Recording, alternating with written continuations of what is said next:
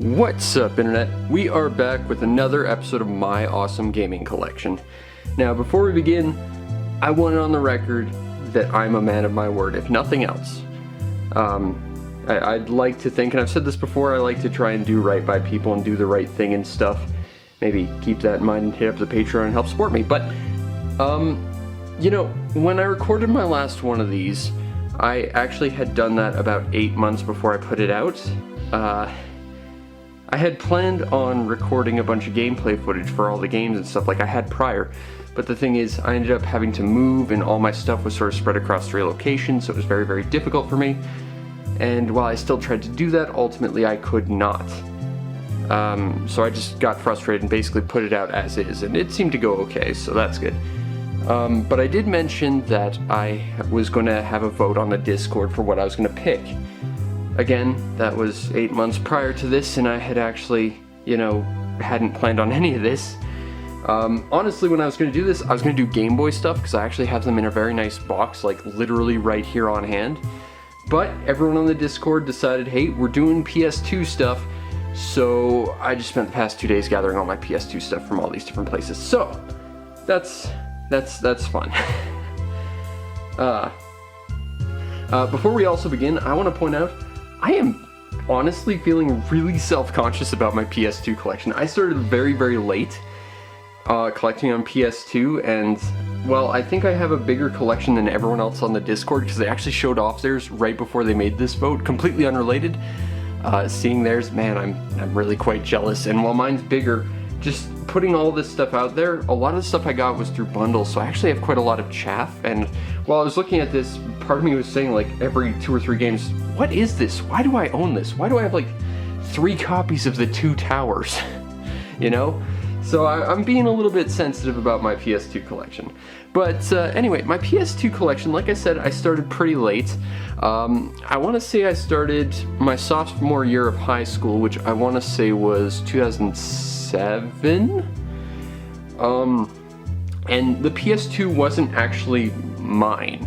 See, my dad lived here, but he worked out of town, and he wouldn't come home for months at a time because of his schedule, and he wanted a DVD player. So we went to Best Buy, we got him a PS2 because it was the cheapest DVD player they had at the time, and we got him a NASCAR game because he loves NASCAR, and we figured maybe this will get him into gaming, who knows. And he was very, very not happy about this. Remember, my father, and by extension most of my family, hate video games, so he got kind of pissy about that and decided to sort of leave the PS2 to me and my brother.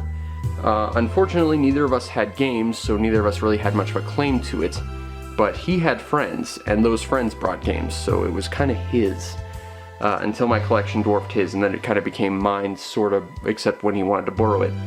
Unfortunately, that PS2, at the end of last year, kind of died. Like, the front buttons on it are just kind of stuck. I think it's got some grime or something. If I had the confidence to try and pry it open and clean it, I would, but I'm terrified I'd break it. Like, I've broken like 6 Dreamcasts already, trying to fix lasers on those damn things. But I have a second PS2. In fact, I showed it off on the very first one of these camera videos I ever did. And that PS2 is Japanese exclusive, and I have it right here because I've been working with it. But dun-da-da-da, we have the gold Hyaku Shiki Zeta Gundam PS2. This came in a big bundle. It came with like 2 controllers, I think a memory card, a stand. Unfortunately, all I got was the controllers and this. A stand would have been nice. But this is very, very cool for me. It stands out, it's very, very stylish. And you might notice there's a little bit of an addition right here with this little bit. This is an adapter that has a 2 terabyte hard drive slapped on. Mainly because, like I said, my English one is kind of wrecked at the moment. And I wanted a way to play things, so I decided to hard drive mod my PS2, which is very, very easy. But if you want to do this, I'm going to tell you right now, absolutely under no circumstances do what I did, because that is a bad idea. Like, the thing is, I looked up hard drives and what was compatible with a PS2 through the adapter, and well, the short version was I saw that there was like a 2 terabyte hard drive that was like literally the extent of my budget. So I said, I'll get that because that'll allow me to fit my collection and, anything I want in the future on here. That hard drive modification is ridiculously easy. Any moron could do it. I could do it. That modification works up to a 2 terabyte hard drive. Once you hit 2 terabytes, nothing works. Like, even step 1 of the process, which is just formatting the hard drive for the PS2, doesn't work with a 2 terabyte drive. I had to go to a million different videos, forums, and question answer posts to just sort of trial and error my way to it. It's been months since I got this thing, and I've only now sort of gotten it ready. So, yeah. My PS2 collection. Let's do this properly with my stylish 2 terabyte mega PS2. And we're starting off with Ace Combat 4, Shattered Skies. This was a gift from my brother to me. He went on vacation with my grandparents, like my grandparents like to do with me every year, except I'd gotten so old that my parents wouldn't let me go anymore, and he got this back to me as a present because he knows I really, really like flight sims, especially arcadey ones. And Ace Combat is probably some of the best arcadey flight sims you can get, and they were the best on the PS2. This particular disc is a little bit peculiar because, for whatever reason, the very first cutscene completely freezes the game. If you skip the first cutscene, you can play the game perfectly fine, but it's just that one data point on the disc just doesn't work. It's very, very strange.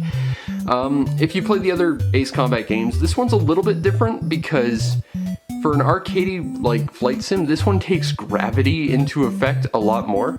Like in the other ones, you could pretty much just jet straight into the dirt and pull up at the last minute and you'll be fine. This one laughs at that idea and will say, no, you're still gonna get pulled downward for a while, and you're gonna paint a mountain with your plane. And I'm not speaking from experience or anything whatsoever, but I totally messed up a couple of planes on the snow-capped mountains. Speaking of, I think the snow-capped mountains are probably the nicest looking level in any Ace Combat game. So that makes this one kind of the nicest one of the bunch. But this is a very, very cool game. Certainly not the best one on the PS2, but it's very, very good all the same, I think. Okay, now, like I said at the start, I had no games, right? Well, my brother had friends, and they had games, and they'd bring games so he could play. Well, one time, one of his friends brought a game, and they played, and they couldn't stand it. And they got me over, and they had me play it for some reason, and I absolutely loved it. So I ran straight to a GameStop and bought a copy myself, and that game is Ace Combat 5, The Unsung War. This game is ridiculously good. It's very, very long. It's very incredibly anime in terms of story. And it has an absolutely great campaign. It's very, very long. I think there's something like 40 levels on it. And it has some really cool mechanics to it. One thing I really liked is there's like the ability to communicate with your wingmen. Just by saying like yes and no to questions they have. That's a feature that has not been in any other Ace Combat game, and it's one I really, really quite like. But the story itself is very anime, but it's great. It's kind of got like this sort of conspiracy thing going on with it. It's very, very cool. And if you're looking for flight games on the PS2, this one's a must-have. It was my start to the console, and I don't regret it. I think this is a great start. That's very, very good. And what would I be of a collector if I didn't finish the trilogy with Ace Combat 0, a prequel to Ace Combat 5? Now, before I go on to this, I want to clear up a misconception, because I've had a few people tell me this. They think that my handle, my collective online username, is actually a reference to this, because of this guy with a red wing, known as Solo Wing. And that is actually my paint job, which is quite impressive, but you actually kind of have it backwards. If anything, he's based off me. See, what happened was, I believe it was in the 80s, there was, and again, historical accuracy, I'm working off the top of my head, I believe an Israeli pilot flew an F-15 and blew off his wing in a training mission. And that's what this character was based off of. Well, I knew a guy who did military simulations when I was a kid, and I was just hanging out in his house waiting to be picked up after school or whatever. And he made a simulation of that event during a combat exercise and got a bunch of people who were actually qualified to try and play it, and they couldn't. And then I did, and I actually succeeded as just this dumb kid playing a computer game. So he kind of sarcastically called me Solo Wing, and I've been owning it ever since. So I've actually had this title about 10 years before Ace Combat. So if anyone stole a title from anyone, I think Namco Bandai owes me some money, is the short version of this story. But if you're going to tell me I swiped my name from anything, at least pick something that's relatively accurate to the same date and time and say Panzer Dragoon. I'll be less offended by that. But this is the final game in the Ace Combat trilogy on the PS2. It's a prequel to the 5th game, takes place about, I believe, 10 years before Ace Combat 5. And you play a mercenary and your wingman, Solo Wing, trying to go do mercenary work in this small, like, neutral country that's sort of in the middle of the entire war zone and stuff and has, like, a huge resource pool. I like this game because it's a lot more technologically advanced and it feels like it flies a lot better than Ace Combat 5.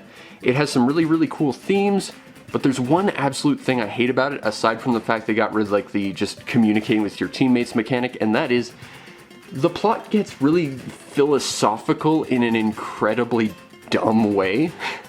Like, and Ace Combat can be pretty philosophical when it wants to be. Ace Combat 3 on the PS1, if you're playing the Japanese version and not the English version that had all the story, like, taken out, it was a very philosophical game, but here, it's just really dumb.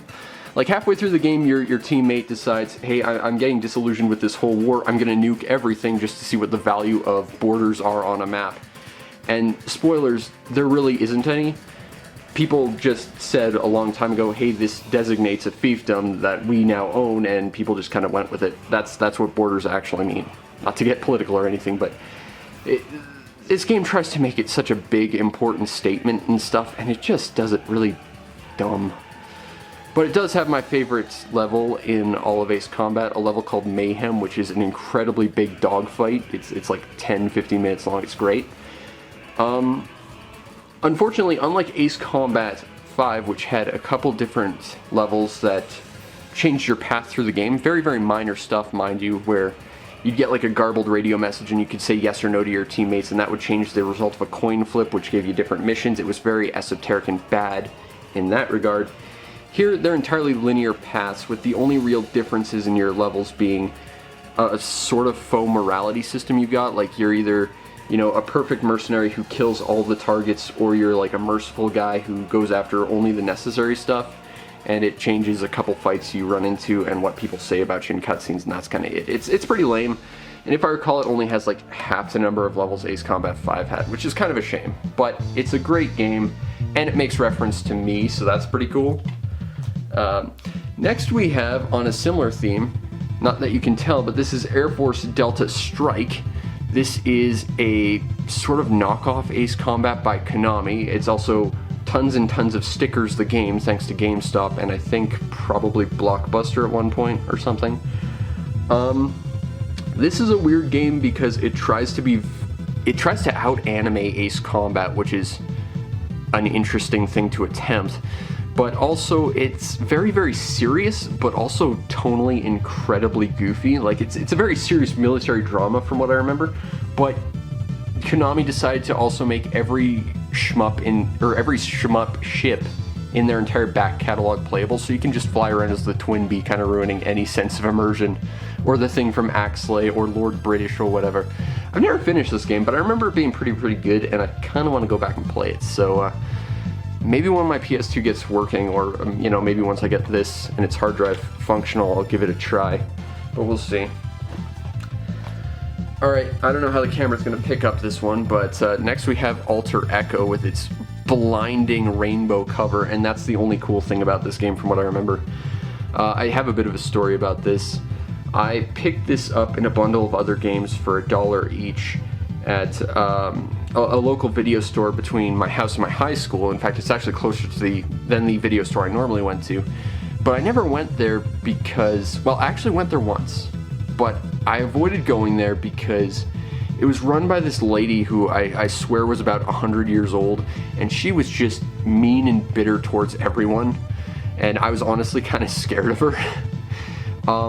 But they had this one game I really wanted to try called Evolution Worlds on the GameCube, and I still really badly want a copy. And when they were going out of business, I decided to go out there and I wanted to see if I could snag it. Could not, that was bitter. But I got this for $1 along with a couple other games, including Freaky Flyers, a really weird flights racing game that's probably very, very racist and wouldn't be put out nowadays. Spider-Man 2, Silent Hill 2, what else? There was EDF 2017, and I remember that was kind of noteworthy because I took all these games up to the counter, and the kid working behind the counter told me, you know, that game is bad, you don't want to play EDF 2017, all you do is shoot bugs with guns and then get bigger guns to shoot more bugs with. And I could only respond with, yeah, that sounds awesome to me. And then he yelled back at me, well, it's not next gen. And I got annoyed with that because it's like, well, that means it's good because they weren't focusing on graphics or anything. But Alter Echo is a third-person platformy game where you got like this alien suit that morphs into different things. I remember this. It's like a gecko that lets you climb walls and turn invisible, and that's all I really remember. I played it once and didn't care for it. I haven't really touched it since. Don't really care to, but it's part of my collection, so I can talk about it at some point. Alright, next we have a game that I will put up the title because I don't actually know what the official title is of this game. And the reason is that when I bought this, whoever had the page on eBay, they decided to translate the name on their own to like really weird, awkward English, and I will never forget what they titled it. This is Art Deco Truck Battle 3.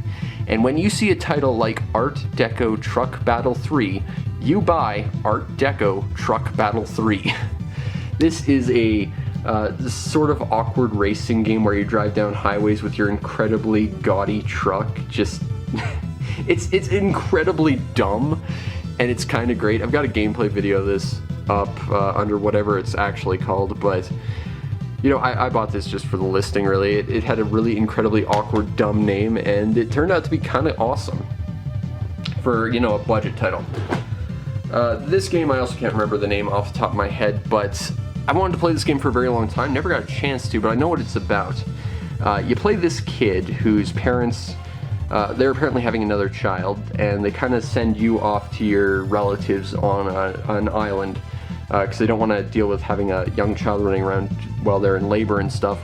And you basically just have to enjoy summer vacation, from what I remember, which it seemed like a very cool game, but I never really played much of it. I've seen some of it. I made a concerted effort to get a copy. I have not had a chance to play a lot of it though, but it's a pretty cool little game, and it's very, very chilled and laid back, and that's a big plus. Alright, next we have what I think is a budget title. It's by Titus. We have Barbarian. Again, I get a lot of my games for the PS2 in kind of bundles. I haven't played a lot of them, and I don't really care to, but these are things for, you know, reviews down the line. Like I said, I have a lot of chaff, but, you know, it's like a 2D fighter, judging by it sort of mixed with like a sort of beat-em-up thing. There seems to be RPG elements. Again, it's by Titus. Can't be good, but you know what? I'm willing to give it a shot for a review down the road, all the same. Next we have a game I got from my uncle for free, and it's probably a very, maybe even C-tier game. I was going to say B-tier, probably C-tier game, but I have very fond memories of it, and I kind of want to play it again. It actually got remade too. We have the Bards Tale. This is a sequel to the long-running series, although I'm not super familiar with the series myself. I think I played one on the Commodore 64 a long time ago. But this is a great game. It's sort of like a top-down, third-person hacky-slashy thing, kind of like, what was it, Dark Alliance? Baldur's Gate Dark Alliance. I have that over here, and I actually have not played that one yet. But this is a pretty cool game. You play as the Bard. He's kind of effectively a summoner, but he can kind of take different roles. He can kind of fight on his own and stuff.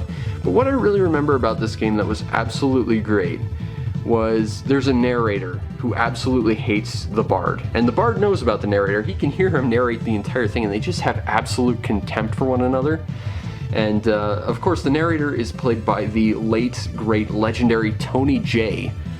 So you got Megabyte basically chastising you every step of the way, which is great. And it's a musical of all things. So like the first time you run into like the woods, you hear this like group of imps making fun of like this dead corpse in a sing-song way, which is great. You go into a tavern, you hear a bunch of drinking songs. It's a very special game. If you liked stuff like Baldur's Gate Dark Alliance, from what I remember of that game, for what little I played of it, try Bards Tale. It got remade, and I don't think it's like a great game, but it's a pretty good game. Alright, next we have another game I got in a bundle, one I don't really aspire to ever play, but we got Baboy. That's what the side says anyway. It says Baboy. Here it looks like box. Okay. I think this is published by Red Bull of all things, but it seems to be some kind of hip-hop rhythm game of some sort. I don't like rhythm games outside of like Elite Beat Agents and Guitar Man, so I don't even own Guitar Man. Man, I gotta get a copy of Guitar Man, but this is a thing I own because I bought a bundle of other things. The sad thing is most of the bundle of other things I bought with that were empty cases that I was not told were empty, and I'm kind of bitter about that. Alright, next we have an import I went out of my way to get. This is Bakuchisai, and if my dime store Japanese lessons have taught me anything, that means I am small. And you are small. You play as this little alien robot guy running around a human household trying to stay out of the way and solve problems. It's sort of got a stealth element to it, because if I recall, you don't want to be spotted by anyone, or you kind of get like a premature game over, and you kind of have to like, I think you're rebuilding your spaceship, or you're catching another alien or something. Like there's some sort of evil alien you're trying to get as well, from what I remember. This is a really, really great game. I had a lot of trouble getting into this. I do have a gameplay video of it though, and I want to play a lot more of this, because this game really does seem like one of those PS2 imports you gotta have, because it's not the most easy to pick up and play, but it's certainly interesting, and it's pretty damn fun. Alright, next we got another game I got from my uncle. We have Baldur's Gate Dark Alliance. Like I said, I haven't really played much of it. It's sort of kind of like that Fallout Brotherhood of Steel game. In fact, that's actually just running on a modified version of this engine, so they're kind of similar in the same sense that they're basically identical games with different skins. But it's sort of a top-down, third-person, hacky-slashy RPG kind of thing from what I remember. I've been told by a lot of people this game is great. It's not one that really hit with me, but I gotta give it another shot, I guess. I know they made a sequel to it, which is interesting. I'm not remotely familiar with it, but I did play the Fallout game, which I've been told plays a lot like this, and that game was okay. I wouldn't say it's as bad as people make it out to be, but it wasn't great. This game people say is really great, so I might have to go try it again. Next we have Bujingai, the Forgotten City, also known as Gacked, the video game, when, you know, Gundam Extreme Versus isn't being Gacked, the video game. Basically, for some reason, Taito of Japan wanted to go out and make the musician Gacked into an action hero, and they kind of made him into like a sort of action cinematic brawler type of thing. It's kind of a neat little, I guess my best description would be sort of Devil May Cry style game. It's been a while since I played this again. My PS2 is broken, I'm sorry. I'm going to say it's been a while since I played a lot of this stuff, because it really has, and I'm sad about that. Again, hard drive mod, hopefully that's going to fix things. But this was an interesting game. I remember seeing a video by good old Nico. He showed this game off on his channel way back in the day, and I thought, that game looks really cool. I want to prioritize getting a copy, so I did. And from what I remember, it was pretty good. Next we have Burnout III Takedown. I think I got this in a bundle, but I do like the Burnout games. Paradise is absolutely my jam. And this game is a pretty good little racing game, although, you know, the PS2 had a lot of racing games, and there are a lot of racing games on the PS2 I prefer to this one. Still very, very good, and, you know, it's more Burnout. Go play more Burnout. Why haven't they made a new Burnout? Make a Paradise 2. Come on, EA. Seriously, Burnout. Very, very good series. Alright, next we have Capcom Arcade Classics Collection Volume 2! And I bought this to review a bunch of stuff, although I've only ever actually gotten to one of them, which was Strider. And that was actually one of my first videos. I really need to go back. If I only do one other game on here, and I aim to do every game on here at some point, because I want to do every game ever, I want to do Three Wonders because that game is really damn good. But you have a collection of really cool Capcom arcade classics. I think this is a better collection than Volume 1 from what I remember. But, you know, PS2 had a lot of really good arcade collections. And I think this is a must-have if you're trying to create like a PS2 arcade faux MAME machine, sorta. That and Taito Legends too. Alright, next we have something that's a little bit baffling in title. We've got Choro Q. And it's particularly baffling because it's called Choro Q. See, Choro Q is a series of racing games based on little tiny wind-up toy cars from Japan that has dated back, I want to say the series started on like Japanese PCs in the 80s. There have been a lot of these games, and there have actually been quite a lot of these games in North America up to this point. This is the only one that actually uses the proper name. Others used Road Trip, others used Gadget Racers, others used Penny Racers. It's really weird how inconsistent the series was named. In fact, if I recall, on the PS2 alone, there was like 2 different games that had the same name. One was released in North America, one was released in Europe, and they were completely different games because one was based on like Choro Q PS2 number 3 and the other was Choro Q PS2 number 1 or something like that. It's really weird that this late in the game they actually went with the proper name of the series, but it's a great little racing game. It's what I would like to call a CarPG because it has RPG elements and a proper story and sentient cars. I reviewed this game, go watch it. It's a damn good game though. If you're looking for racing games, this one's one to look out for. Next we have City Crisis. I got this in a bundle of games and it looked pretty damn good. It was sort of like a, I don't want to say it's a budget title, but it feels very, very budget. Basically, from what I remember, you play as this little helicopter, putting out fires and rescuing people, and that's kind of your whole lot. It's not a complicated game, it's very arcadey. I think I paid like maybe $2 for it. Been a long time since I bought this, but I remember it being pretty good, and you know, if I can get a game for super cheap, that's a review down the road at some point. Next we have, as I bumped the camera, a game that was a gift from my girlfriend. We have Crimson Tears. This is a really cool game. It's a cel-shaded dungeon crawler put out by Capcom. You've got 3 different characters who are all different androids who run around trying to save the day. There's actually different costumes that call back to Capcom. If I recall, this girl can dress like Morrigan, and I actually have a figurine of that somewhere. But this is a pretty cool game. It's got some interesting features. It's definitely like a randomized roguelike dungeon crawler. One of the coolest features about this is if one of your characters dies, you can then take one of your other characters, run them into the dungeon, and then run them out, trying to backtrack and rescue them. Another thing is because you're robots, you have like an overheating mechanic, and if you overheat, you can be like instant killed by anything, but you can instant kill everything else in return, including bosses. I think I may have shown that off during a gameplay video I made. But this is a very creative little dungeon crawler. It's very, very cool. This was one of a lot of games I saw in a bundle a long time ago when I was first trying to get into PS2 that I missed out on and I really regret. It was like this, Graffiti Kingdom, Dual Hearts, there was Misadventures of Tron Von in there, Sky Gunner, Tail Concerto. I missed out on so many good games in one bundle, and it's one of my biggest gaming regrets that I couldn't get that bundle because I was, you know, basically in high school and had no money. But I got this game and I'm slowly trying to knock off that list, and this is a really cool game, especially if you're into the randomized roguelikes.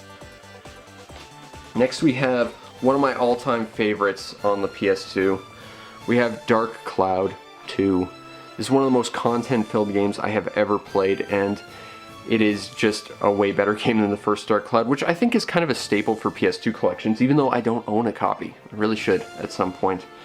I played the original Dark Cloud and I got annoyed by the thirst mechanics where every like 10 steps your character got thirsty and was useless. Not in here, which is good. Speaking of, I need some water. Sorry. But this is one of the most content-filled games I've ever seen. And I kind of had this weird history with the PS2 where I didn't play it for the longest time and I didn't own it. But a lot of people came into my household that brought their own PS2s for some reason, and they'd always say they'd let me play theirs. And like, I think the first guy, he came in and stayed like a weekend, and he rented Zone of the Enders, and he had Final Fantasy X-2, and he said, oh, I'll let you play.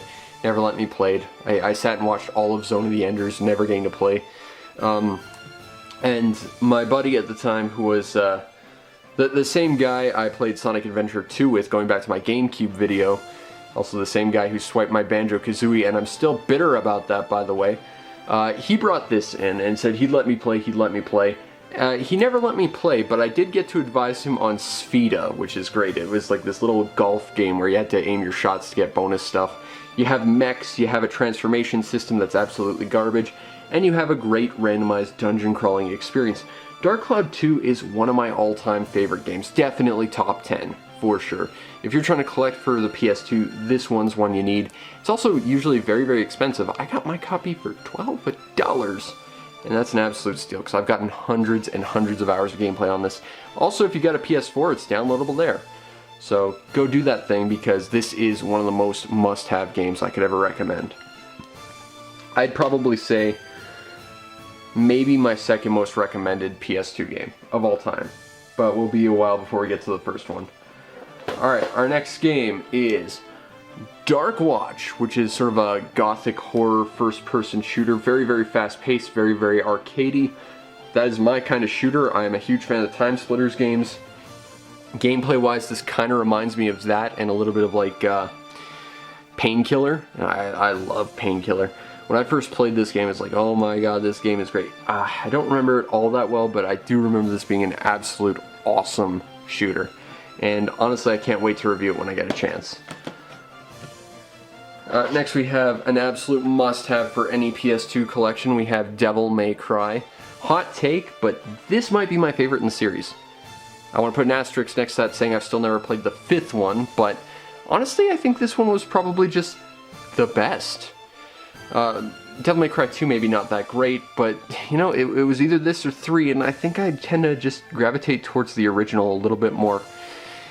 You know, I know a lot of people like to use the term God of War clones, but Devil May Cry came first, and before that it was Rising Zan, so this is a Rising Zan clone, but damn it if it's not the best Rising Zan clone. Now I gotta go play some Rising Zan. But, you know, this is sort of a spin-off of Resident Evil. It came into being after a attempt at making Resident Evil 4, if I recall, kind of failed when it didn't have horror elements and was too actiony, but they didn't want to like get rid of it, so they just sort of turned it into Devil May Cry. And that was a brilliant idea because this game is amazing. I love the original Devil May Cry, it's quite good. What's a little less good, Devil May Cry 2. It's got a second playable character who's annoying and has no bearing on the entire lore of Devil May Cry, and they changed Dante's character from kind of a smug badass to just sort of a quiet guy who flips a coin to solve all his problems, and the weapons just feel crap in this game. You know, I can complain a lot about Devil May Cry 1 having the same repeat bosses over and over and over. I think that game actually only has like 4 bosses and like 12 encounters, but this game is just bad.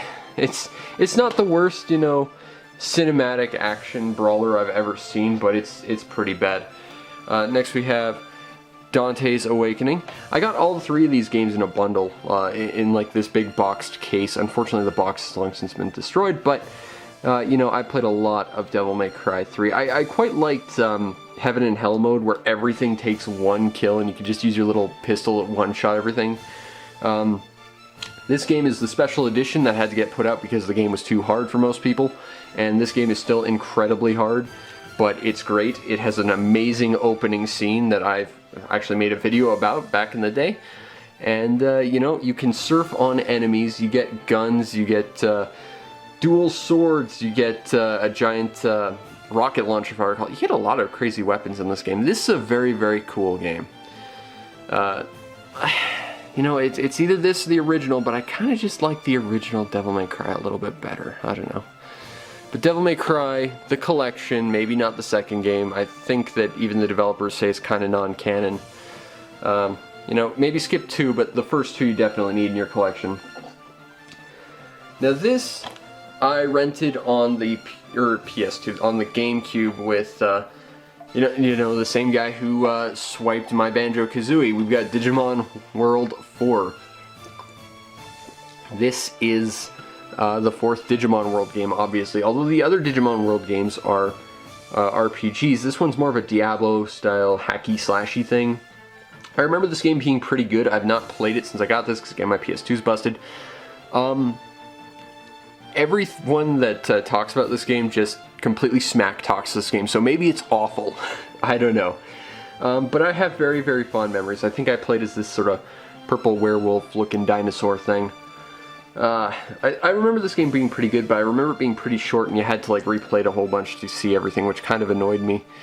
But, you know, it wasn't expensive, and it's another game for my PS2 collection. Plus, I get to relive a little bit of my nostalgia with it, which is cool. Next we have another game I got in a bundle. We have Dragon Ball Z Tenkaichi Budokai 2, or however I'm supposed to pronounce that, I don't care. I'm not a Dragon Ball Z fan at all. The only Dragon Ball Z games I've actually ever played were Dragon Ball Sagas, which is like one of the worst Dragon Ball things ever, and Dragon Ball Xenoverse 2, which I reviewed the demo of, and I quite liked that. But I really hate Dragon Ball Z.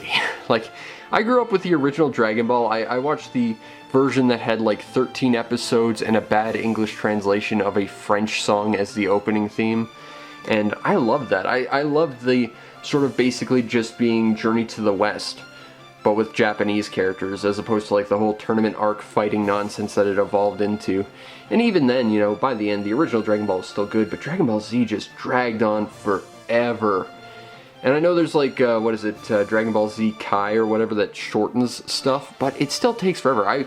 You know, after I made that Xenoverse video, everyone told me, you know, go watch Kai, trust me, it makes it a lot more watchable, it gets rid of all that filler you hate. The Frieza fight was still like 40 episodes. I don't know in what world that qualifies as less awful, but or good anyway. Some people said it was really, really good and it cut it down. It's like, no, it needed more cuts. Dragon Ball Z is way too filled with like just nonsense filler crap. That's why I couldn't get into like Naruto or Bleach, even though I was in their target demographic as well. I need something that's, you know, to the point. That's why I like the original Dragon Ball. Although we can keep on theme with Akira Toriyama with Dragon Quest VIII. I got this last year. Haven't had a chance to play it again. PS2's busted. But I remember one of my viewers, good old Sly Boots, mentioning that he played this game and disliked it so much that it turned him off of console games and RPGs in general until he played Anachronox. And then he sent me Anachronox and I played that, and that game was quite good. I'm still excited to play this because I quite like Dragon Quest. Specifically Dragon Quest V is totally my jam. I made a review about the original Dragon Quest many years ago when I first tried Dragon Quest, and I quite love this series, so you know, I'm excited to give this a shot when I get a chance to. The next game we have is one that's definitely gone up in price, and I paid I think like $10 for it. We have Drakengard 2. I think I may have told this story before, but I'll tell it again. How I got this game was really, really odd. I go to a bunch of garage sales every summer, you know, when there are actually some, which there haven't been for the past 2 years because of obvious reasons. But one down the block to my house that had two elderly people hanging out there, I asked them if they had any video games. They didn't. But one of them grabs their phone, calls their kid, and just puts me on the line with them without warning. And we kind of got the ball rolling in what we were going to trade and like what I was going to buy off them. And it wasn't the best transaction I've ever had. I made a deal to get a bunch of different games, and I think he skimped on like 5 different games without telling me. They weren't big name games. This was like the one I really, really wanted, so I wasn't too offended, but we also agreed on a price, and then he decided to shift the price by about $5 on this one because it was his favorite game. And to be fair, I kind of see why. This game's amazing, but you know, when you make a deal, you stick with it. But either way, this is better known as one of the sort of predecessors to Nier, or more accurately, Nier Automata, because that's the big fancy one. I've mentioned this before, but Nier Automata is like the 5th game in a series that started with the original Drakengard. And this is very, very, very good. You can kind of think of it sort of like a Dynasty Warriors game, except when you're bored of hacking and slashing people, you can then just jump on a dragon and torch them. And if that doesn't sell this game to you, I don't know what will. But Drakengard 2, one of my favorite PS2 games. It's definitely up there for sure. I think The Drakengard games are absolute must-haves. Next we have Driv 3er. This disc didn't work at all, but this is the game that was so bad that, well, it caused a bunch of controversy. It's Driver 3, except we spelled the name incredibly stupidly, and we made it like GTA, so all the fans of, you know, the original Driver games will hate this. I don't know, I had no interest in it, but it was like $1, provided it actually wanted to work. Oh, $8.50 it says there, but it was on sale. I think I did pay $1 for it. Fortunately, it didn't work, so it's mostly just a drink Coast 3er, but, you know, I do technically own it. I guess I could put it on my hard drive. Next we have an absolutely amazing game. It was in that bundle I missed out on and have been slowly trying to build up. We have Dual Hearts. This was a birthday gift for me, and it's a very, very cool game. He plays this guy who's accompanied by like a magical, if I recall, hippo guy, who's like some kind of dream creature, and you have to jump into people's different dreams to get energy and stuff. What's really interesting is you and your mascot character, like, they're not friends. They absolutely hate each other, and over the course of the game, they're like trying to both use each other while trying not to make it seem like they're using each other. So they're all incredibly slimy characters. But the idea of jumping into people's dreams and everyone's different dream worlds having like no logical consistency between them is quite interesting. You can jump into like a dog's dream and suddenly you have to like sneak around collecting bones and collect them in sort of like a race while not running because you'll make noise. It's a very interesting game. I remember the level after that, it was sort of like a wheel that you ran around on the inside unfolding the world. It was a very, very peculiar game. If you're looking for must-have PS2 games, Dual Hearts is an absolute must-have. It's a neat little action RPG platformer thing that is very, very special, and I can't really think of too many games that are quite like it. And now I have filled up my entire view space here, so I'm gonna go take these off and we'll continue in the next bit. Alright, it's a new day. I've cleared off my PS2. We're gonna continue. I just got my second shot, so my left arm is swollen to all hell. This is gonna be painful, but a lot of fun. I also took a look at my collection, and we're about a fifth or so done, the physical boxed games anyway, so we're not even remotely close to getting done, but let's get to it. So next we have a really cool import. This is Dream Mix TV World Fighters. The best way I can describe this game is sort of like Smash Bros. On the PS2, although there was a GameCube version, but it was a compilation effort, it was a collaboration effort anyway, by Konami, Takara Tomy, and Hudson. So you can play Meijin Takahashi fighting Bomberman, fighting, you know, the guy from Castlevania, Simon Belmont, that's his name, and Convoy versus Twin Bee and all sorts of really crazy stuff. It's pretty good. I've got a gameplay video of this. It's actually a pretty reliably good fighter. It's got some weird like mission levels and stuff, so it's got some varied gameplay. I'd say if you're looking for an import to get and you're into sort of like the Smash Bros stuff, which would be everyone in the world besides me, you might like this game. It's definitely nowhere near as quality, but I think it's a pretty cool import all the same. Next we have Eternal Ring. Because before there was Bloodborne, there was Dark Souls. And before there was Dark Souls, there was Demon Souls. Before Demon Souls, there was Shadow Tower Abyss, and before that, there was Kingsfield. And this, as far as I can tell, was the last game in the Kingsfield series. It's a first-person dungeon-crawling action RPG of sorts. It's kind of got sort of a Dark Souls feel in that there's a lot of traps that are actually very easy to predict but will murder you if you're not paying attention. The only thing I dislike about this game, though, is it feels a lot like the original Wolfenstein when I play it, and what I mean by that is it gives me incredible motion sickness when I play this. I do have a gameplay video up, and if you're into From Software games, this is one to look into just because of, you know, it's not something people normally talk about too much. I don't hear a lot of people talking about like the Kingsfield games in general, but this one in particular tends to get sort of overlooked quite a lot, and it got remade on the PS4, I believe. So it's certainly readily available. I wouldn't say it's like the best RPG ever, but, you know, it cost me $2. So it's not like it hurt my wallet too badly. Next we have a game I think is relatively rare. We have Eureka 7, Volume 1, New Wave. This is a game based on the anime that serves as a prequel to the anime. I'm a really big fan of the anime, actually. If you're not familiar, the best way for me to describe it is military sky surfing mecha. And this game has all of those things. You play as this guy who is pretty much completely irrelevant in the story of the anime because he shows up for like one scene as a nod. You play as like a military entrant who kind of sort of backs off from that. But there's running around in third person shooting stuff, there's sky surfing, there's fighting in mechs. It's a very good game, but it's one of those games that kind of chopped in half and released in 2 parts. And neither part, as far as I can tell, seems to be particularly big. I only have the first part, unfortunately. But I can tell you that most of the content in this game is just the fact that it replays the same opening cinematic that's like 2 minutes long before every level, and there's not really that many levels. It's a great game, but it's just super short, and it's only half the experience. And it's very hard to find. This is the only copy of the Eureka 7 games I've ever seen, and I really want to try and get the other one because I'm such a big fan. But it's pretty representative of the anime, honestly. Like, if you're a fan of the anime, you should check out those games because it's very true to the anime, so to speak. Alright, next we have a game I'm not really all that familiar with, but I played it. This is Evergrace.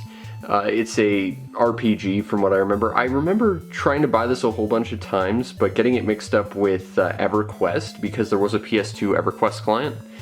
And I kept saying, no, I don't want the MMO thing, I want the other thing, and that was this, but, you know, I turned this down so many times because I mistook the 2 things. Overall, it's not bad. It's a little bit difficult, and I think it's a little bit wonky playing, but, you know, it's definitely one of those maybe C-tier sort of RPGs for the system. Granted, that's on a system that has a ton of A-tier games, so, you know, if you're looking for RPGs, don't overlook this one. In fact, there's a sequel I think was only put out in the West in Europe, but it's an okay game, but there's certainly a lot better RPGs, and I mean, I've already shown off quite a few of them. Next we have a game I've never played, and I got in a bundle. We have Hasbro Family Game Night. I don't really want to own this, but I do. Never played it, have no real desire to, but it was something, so it is something I can talk about at some point. And hey, Mr. Potato Head's on it, so that's something. Maybe. I don't know. Next we have Final Fantasy X, Charlie's Angels Edition. I think I've bought this game 3 times, and I didn't want to own it once. I quite dislike I love Final Fantasy.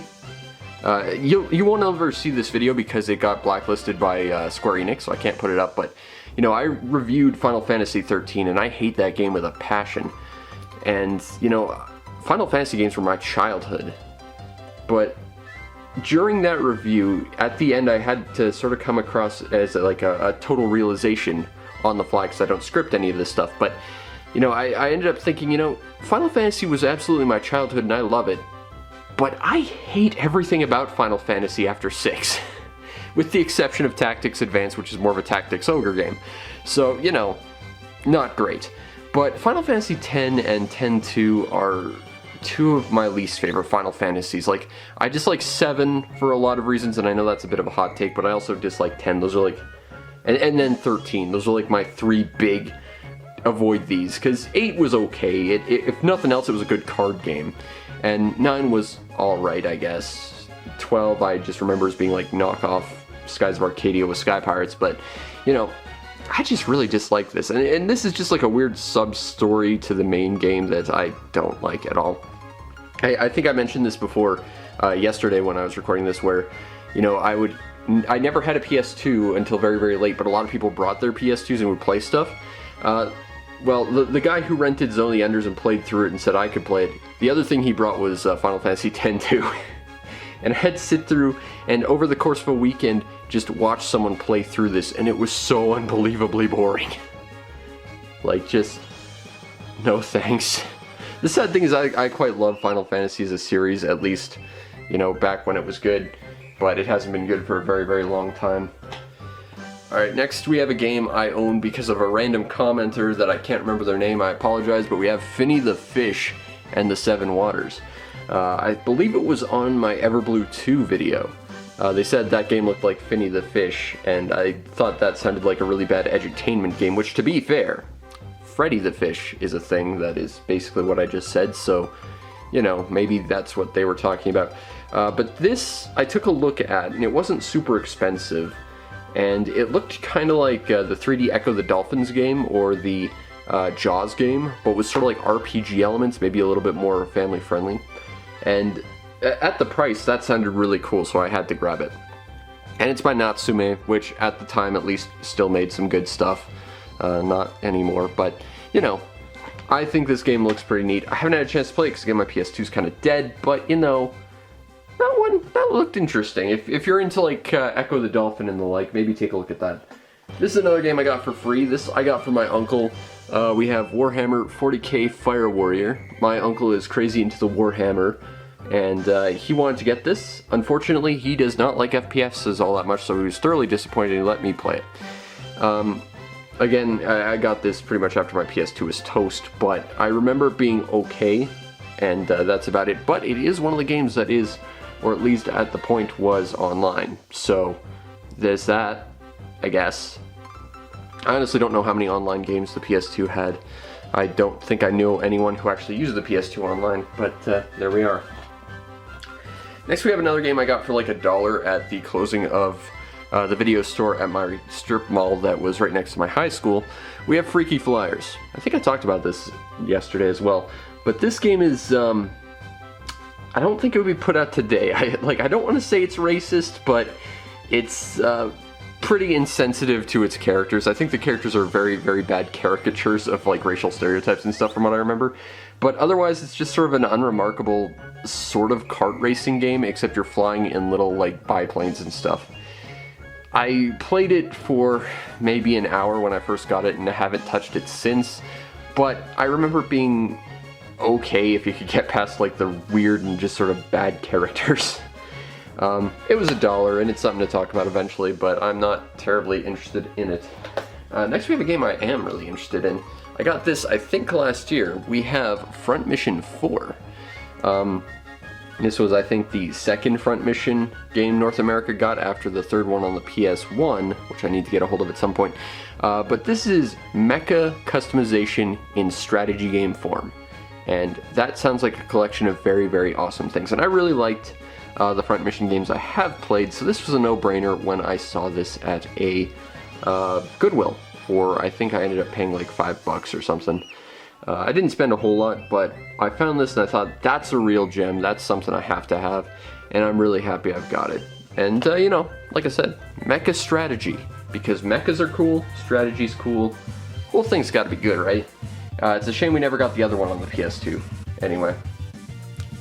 Next we have a game I paid way too much money for. We have Ghost in the Shell Standalone Complex.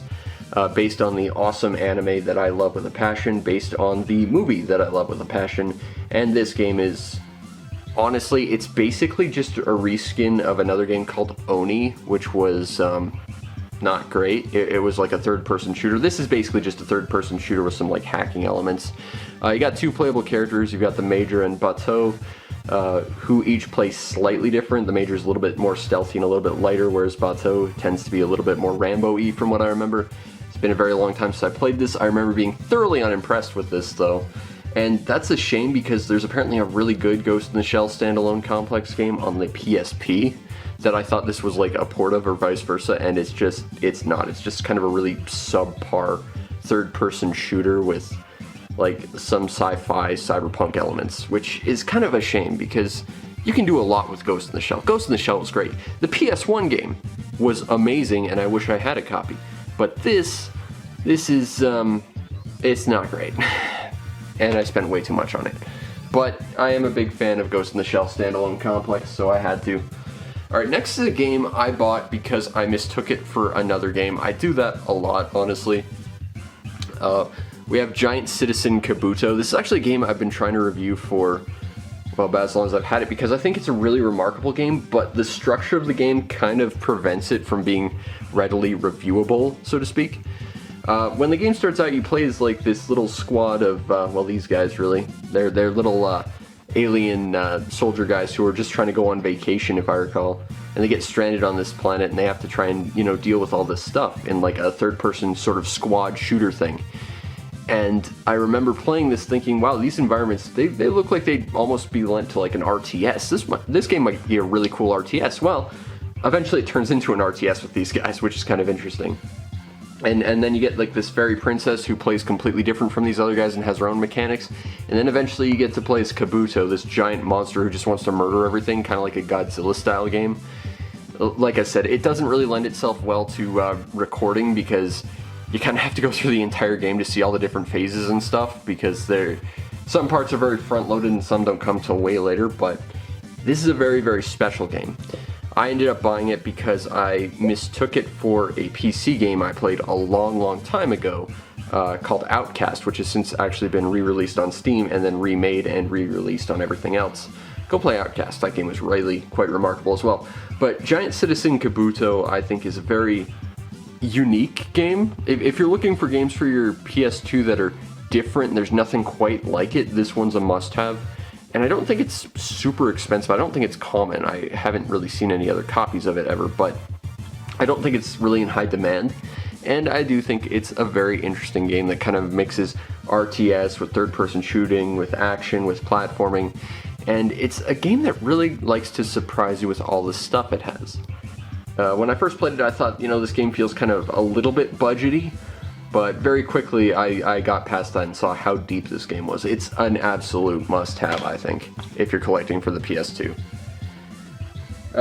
Next we have a game I bought because many years ago I tried to get an import PS2, and I actually bought about 4 or 5 of them, or rather I bought a modified PS2 that was region-free, and I bought 4 or 5 of them, and they were all broken.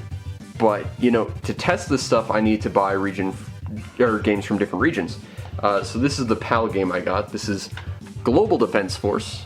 This is the second of 3 EDF games on the PS2.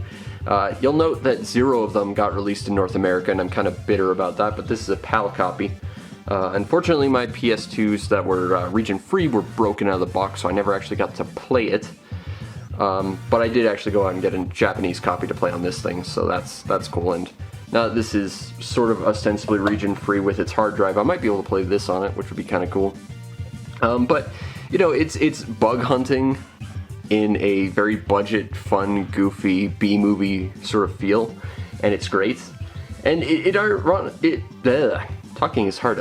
It ironically makes me sort of dislike EDF 2017 a little bit more, because in EDF 2017, a game that came out after this on the Xbox 360, you could only play as like the soldier running around, whereas this one had a second character in the Pale Wing, which had a jetpack, and they would be the prototypes for the Wing Divers, which are my go-to characters in these games.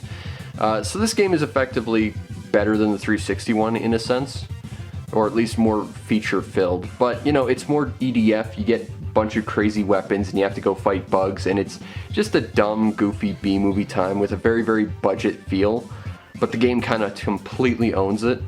I love this game quite a lot. I'd like to get the other 2, which are known as Global Defense Force Tactics and Monster Attack, if I recall, but I actually own 2 copies of this now, so I made sure that the budget game I love with a passion was my first PAL game. Alright, next we have a game that I'm not terribly jazzed about, but I know a lot of people really like it. We have probably the seminal Rising Zan Samurai Gunman clone, God of War. A lot of people love this game. I actually have the remakes, or the bundle of remakes on the PS3, so I don't need this as much. I think this I got a week after I got those remakes, actually, but this is the original God of War, though, the one that really kicked all of it off. The one that then created a whole bunch of clones, according to other people, and if we're being reductive like that, again, this was a Devil May Cry clone, and Devil May Cry was a Rising Zan Samurai Gunman clone, because we're all just being reductive like that, but it's a damn good action game. I don't particularly like Kratos, and I don't think his story is that great, but I think the one chunk of his story that really mattered to me was the original. Because after that he just kind of stopped having an arc, and just was angry for the sake of, it being spectacle to beat the hell out of Zeus. Whereas this one, he actually had a bit of an arc, which was kind of cool, and the new one, he's just kind of a grumpy dad, but that in and of itself is kind of interesting as well. That was a direction I did not expect the series to take. But I got that more or less just because I saw it was cheap, and it's like, well, you know, I don't actually have the God of War games, I might as well. Next we have a game that's absolutely awesome and is a must-have, Graffiti Kingdom. I mentioned this back in my GameCube video, but I had this game called Amazing Island, which let you draw characters and then like inflate them and make your own completely custom characters and then have super awesome adventures. Except that super awesome adventures in that game meant really bad minigames. In this game, you get to completely draw and inflate your own characters and make your own custom stuff like that game, except you get to platform and beat up people, and it actually feels like an adventure and it's fun. This game got a Game of the Year listing from me last year because I think this is an absolute must-have. Graffiti Kingdom, it's a great PS2 game. It's going up in price and it's harder to find, but if you like custom characters, if you like just coming up with your own designs, or even just doodling, you should grab this. It's not a super long game, it's not super difficult, but I think it's more fun to just have an adventure with your own characters that you create and see what you can do with them, you know? And in that regard, I think this game is really quite remarkable, you know? But there aren't a lot of games like Graffiti Kingdom. I mean, there's the predecessor to it, and there's, like, Amazing Island, and that's sort of all the games where you can draw a character. Well, there's Drawn to Life, I guess. I should really play those games more. Next we have Gran Turismo 3 A-Spec. I'm actually not that familiar with Gran Turismo. I can't say I ever really cared. It's apparently not for sale, so I'm not sure how I got this. Except that I got it at a bundle in a garage sale. I don't know what this not for sale thing is. Maybe this is like a special promotional copy or something. If you know what this is, let me know. But this is Gran Turismo. I played a little bit of Gran Turismo 2. I actually want to get Gran Turismo 2 because that game looked really, really cool. But I really just don't have a lot of interest in racing games that involve tracks all that much. My go-to racing game of choice is stuff like Outrun, where, you know, you're on an adventure and you get to select where you go and your environments change as you make your choices as to where to go. Or stuff like Test Drive Unlimited, or like Forza Horizon, where, you know, you're driving and there is racing, but it feels more like an open adventure game, you know? I like to just completely skirt all the races and missions and stuff and just drive and go explore. That's what I like about the driving games I play. It's because I really like the exploration. I'm an explorer and a collector in games, I guess.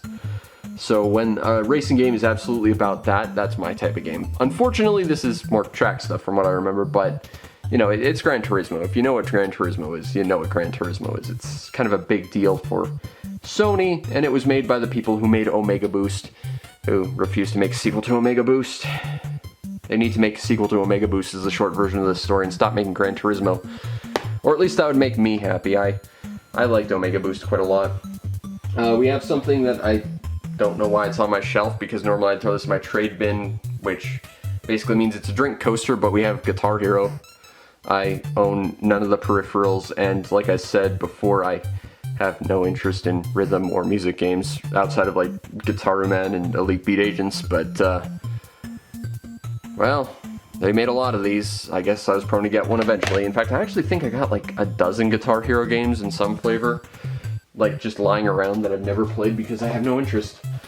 Next we have Gun. The game Red Dead Redemption was a sequel to a game called Red Dead Revolver. I don't think a lot of people actually played that, but when I first played Red Dead Redemption, I thought it was a sequel to this game. It's sort of like a first-person Wild West game. And I got this from my uncle. He was all about this game. It didn't really hit all that hard for me. I'm thinking I might have to go back and play it again, but my go-tos for shooting games are like fast-paced arcadey stuff, like the old Dooms and stuff. Time Splitters is my absolute jam. Dark Watch was very, very good.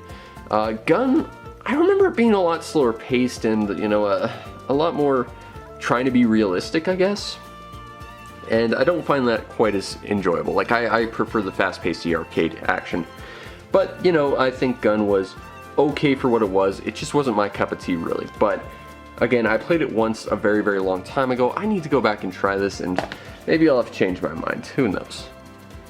Our next game I collected mainly because I just want to collect everything this publisher put out. This is a Working Designs game. I want to get all the Working Designs games, but this is Gun Griffin Blaze, the final game in the Gun Griffin series, of which I own, I think, 2 of the 3, or 2 of the 4. I think there was 3, but I own the original Gun Griffin on Saturn, so I need to collect this anyway. But this is a mechy shooting first-person sort of mech simulator type thing, and I like mech simulators well enough. I remember the Saturn version being very weird. I got this after my PS2 broke, so I haven't had a chance to play it really. But I remember the Saturn version being kind of weird because you had to hold down one of the face buttons to move. If that carried over, this is going to control a little bit weird. But this is also one of the Working Designs Ultra series, which I don't know what that actually means because I think this is the only game in it. Unless maybe the Sylphid game on the PS2 was part of that as well, because I don't think the Working Designs people actually made too many of the Ultra games. They kind of stopped making games entirely, kind of at this point, honestly, so who knows. But, you know, it's mechy simulations, and mechy simulations are great. I love mech anything. You should know that by now. And if you don't, hi, I like mech stuff a lot. It's kind of my whole thing. There's a reason why I'm recording this on a Gundam PS2. That's a massive collector's item. Alright, so next is something I love, but I hate, but I love, but I hate, but I love, but I hate with a passion. For a lot of reasons. This is a game that my girlfriend got me. This is Dot Hack Infection. I am all about Dot Hack. If you've ever seen Sword Art Online, it's like Dot Hack if Dot Hack was made bad. Dot Hack was great. It was a game that came out around the turn of the century and was basically about isekai, you know, MMO stuff. I got really into Dot Hack Sign, which was a anime that sort of happened along the events of this. In fact, the characters in the anime and the game kind of crossed over at times, and it was quite good. And then I got really into the sequel series because it hit a lot of personal notes for me. But the problem with the Dot Hack games is that, as you can see here, Part 1, they released a lot of these, and they are very rare and expensive, and I don't have anywhere near a complete set. And what really pisses me off about that even more, aside from my OCD, is the fact that there's a little, like, mural on the side of all the carts. If you got all the box arts together, it would actually make an image. I have the first set and the second set, and neither of them are complete, and they are rare and expensive. And what's even more obnoxious is I had the chance to buy all the Dot Hack games, Odin Sphere, and I think the Xeno Saga games all in one go for $30, and I turned that down. And I will eventually show you what I turned that down for, but I will spoil it for you right now. I cocked up Royal, and it's one of my biggest regrets in collecting games. But this is sort of a standard RPG. It doesn't deviate really all that much from the standard JRPG format, aside from the fact that it sort of likes to portray itself as an MMO. Except, of course, it's an offline single-player game, which is kind of interesting in its own right. But other than that, it's a very standard turn-based stuff. If I recall, there's a lot of grinding and the balance is all over the place with these games.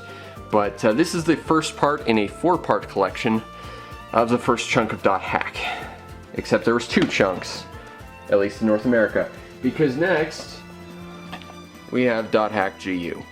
Now, I really resonated with this game. This is Haseo. He's basically Kirito if you made him somewhat better. Like, he's still an edgelord, kind of obnoxious guy who doesn't really get along with anyone, but he at least has an arc and a personality to a point. I really resonated with this guy because when I was in high school, around the time I got my PS2, I was playing a lot of MMORPGs, and I didn't have any friends in real life. But I had one friend in this one MMO I played called As This Story, and she was very, very near and dear to me. Unfortunately, some bad stuff happened to her, and well, today I'm still affected by it. But what made me really resonate with this character, Haseo, is the same thing kind of happened to him. He fell in love with a girl he was teamed up with, and then she ends up in a coma. And he fights forever to try and, you know, save her. Because MMO nonsense that if you do something in the game, you'll definitely save her. That's not actually how it works in real life. I can attest to that. But I quite like these games. Unlike the original Dot Hacks, which were more turn-based, these are action RPGs, and I like them a lot more. And you can get the entire GU collection on the PS4, which I do have. But I will never have the Grunty mural, because I only have 2 parts of this game. And the third part, the part I'm missing, is really unbelievably expensive. I'm very bitter, and it really bugs my OCD. But here we have the second part, where our character finally gets back his power after it gets stolen in the first game, and he starts making progress towards the end goal of the game, which is killing the guy who might be able to save his lady friend. Yeah, it's anime. The thing about these games I don't like, however, is the fact that it almost feels like Final Fantasy VII, in the sense that Final Fantasy VII, if you're not familiar, every single disc on Final Fantasy VII is actually identical to one another. The only difference is the cutscenes on them.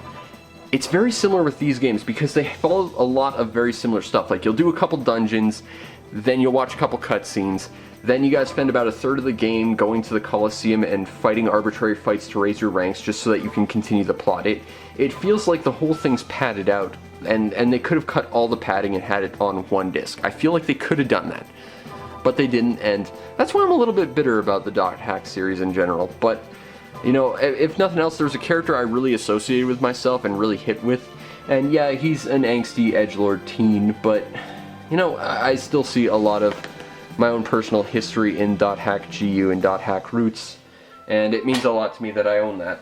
As I drop my drink on the ground, and I made a giant stain. That's good.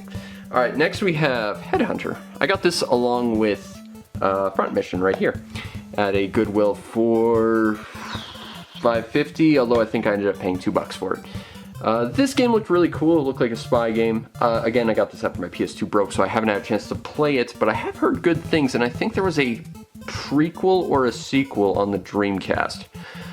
Or it might have been on the PS2, and this version was on the Dreamcast. I don't quite remember, but it looks like a cool spy game, and the PS2 actually had a couple cool spy games. We'll see in a little bit, but this looked pretty good. It was super cheap, and I thought, hey, it's a review down the line, and it looks interesting.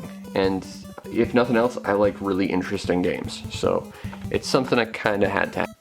As the video recording stops automatically, which I hope means I didn't cut myself off, but I probably did. Anyway. Next we have horses. Hell yeah, horses. I got this game for free. I actually found a bag in my backyard with a bunch of games in it, including this. And I think what happened is one of my neighbors heard I was collecting games, so he just found a bunch in like a storage room or something and just dumped them over my fence or something. But I got it for free, and I want to play this because I also have dogs on the GBA, and apparently a lot of people like that. That's actually one of my more viewed videos, is just my gameplay of dogs, so who knows, maybe people are really obsessively like horses. I don't know, but you know, it's a pet raising simulator, I would assume, like dogs. I got this and hadn't had a chance to play it, but someday I will when I have some time. Alright, next we have Hot Shots Golf 4, except it's actually Hot Shots Golf 3. And I can say that because it's Hot Shots Golf 3. I got this along with an actual copy of Hot Shots Golf 4 in a bundle together, and I was like, oh, I got 2 of the same game, but I actually looked at them and they were different. But it's golf, and if I recall, Clank is playable from Ratchet & Clank, and I think Jack from Jak and Daxter as well. Not super into golf, honestly. I like mini golf, especially like Candy Stand mini golf. Go play Candy Stand mini golf on Flashpoint, it's legit. But you know, I like golf games okay, I guess. And it's something to play eventually. I gotta clean up this gross stain on the cover, but, you know, it's Hot Shots Golf.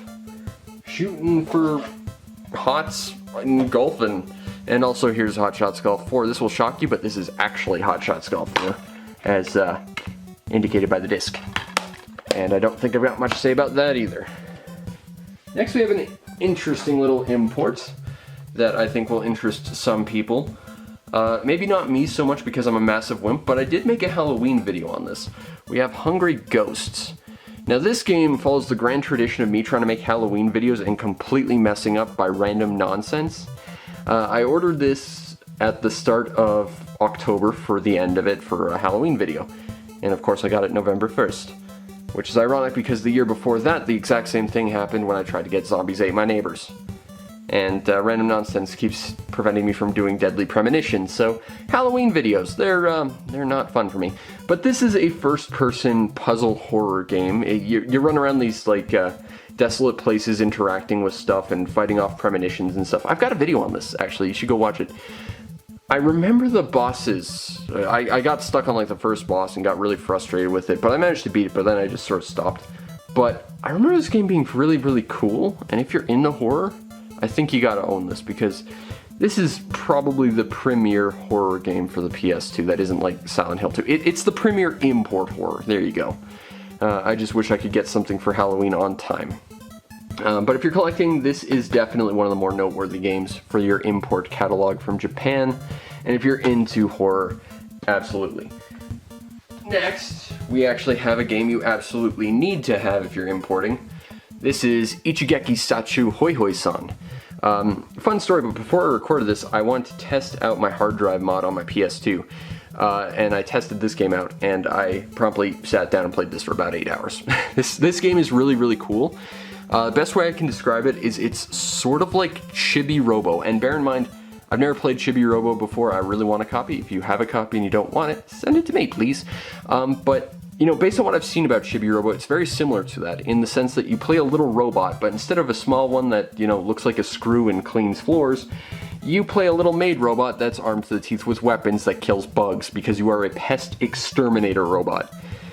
This is not a big game, it is not a fancy game, but it is a hell of a lot of fun. It does feel a little bit budgety. The entire first chapter of like the 3 chapters this game has, takes place in the exact same room, just fighting slightly different bugs. There's a lot of repetition in this game, for sure. But you can dress up your little maid in all sorts of outfits, and it's really, really cool. There was a collector's edition, which I think this might actually be the actual boxed version of, but I'm not sure because mine didn't come with all the stuff. But the collector's edition also came with a Hoi Hoi-san figure, which I would kill to buy because I really wanted one. I saw one for an absurd amount of money on eBay once, and I was sad I couldn't get it, but it's very, very cool. But this also comes with a little manga, which I think was exclusive to the collector's edition as well, where you can see little Hoi Hoi-san murdering bugs and stuff, and her owner being really off-put by how grim she is about stuff.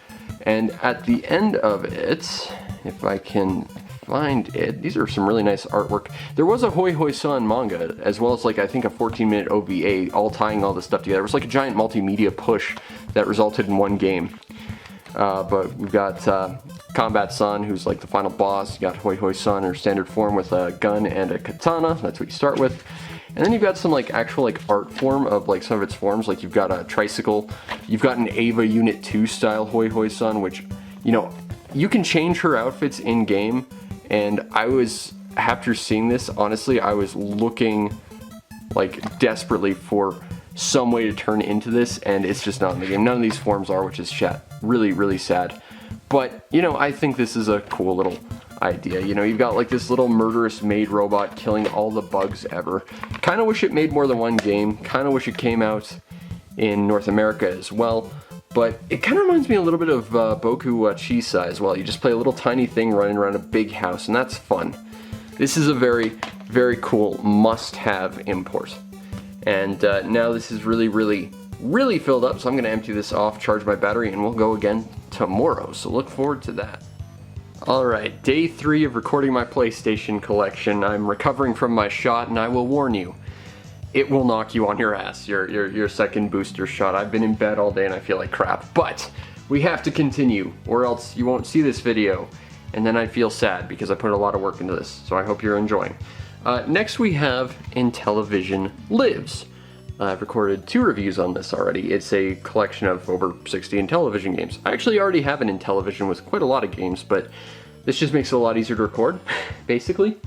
I actually bought this very disc for my uncle a ways back, and then he gave it back to me for some reason. But, you know, it's a good collection of Intellivision games. It's got, like, the expanded stuff that requires, like, the IntelliVoice and stuff, which is good because mine stopped working, and I can no longer play Blaze 17 Balmer on my Intellivision, which is a shame. But you get some really, really great games on here, and you should play it. It's a good little compilation if you're into Intellivision stuff. And, you know, a PlayStation 2 might not be as reliable as an Intellivision because it is like 80s tech. It's basically made like a tank, but, you know, it's pretty reliable all the same.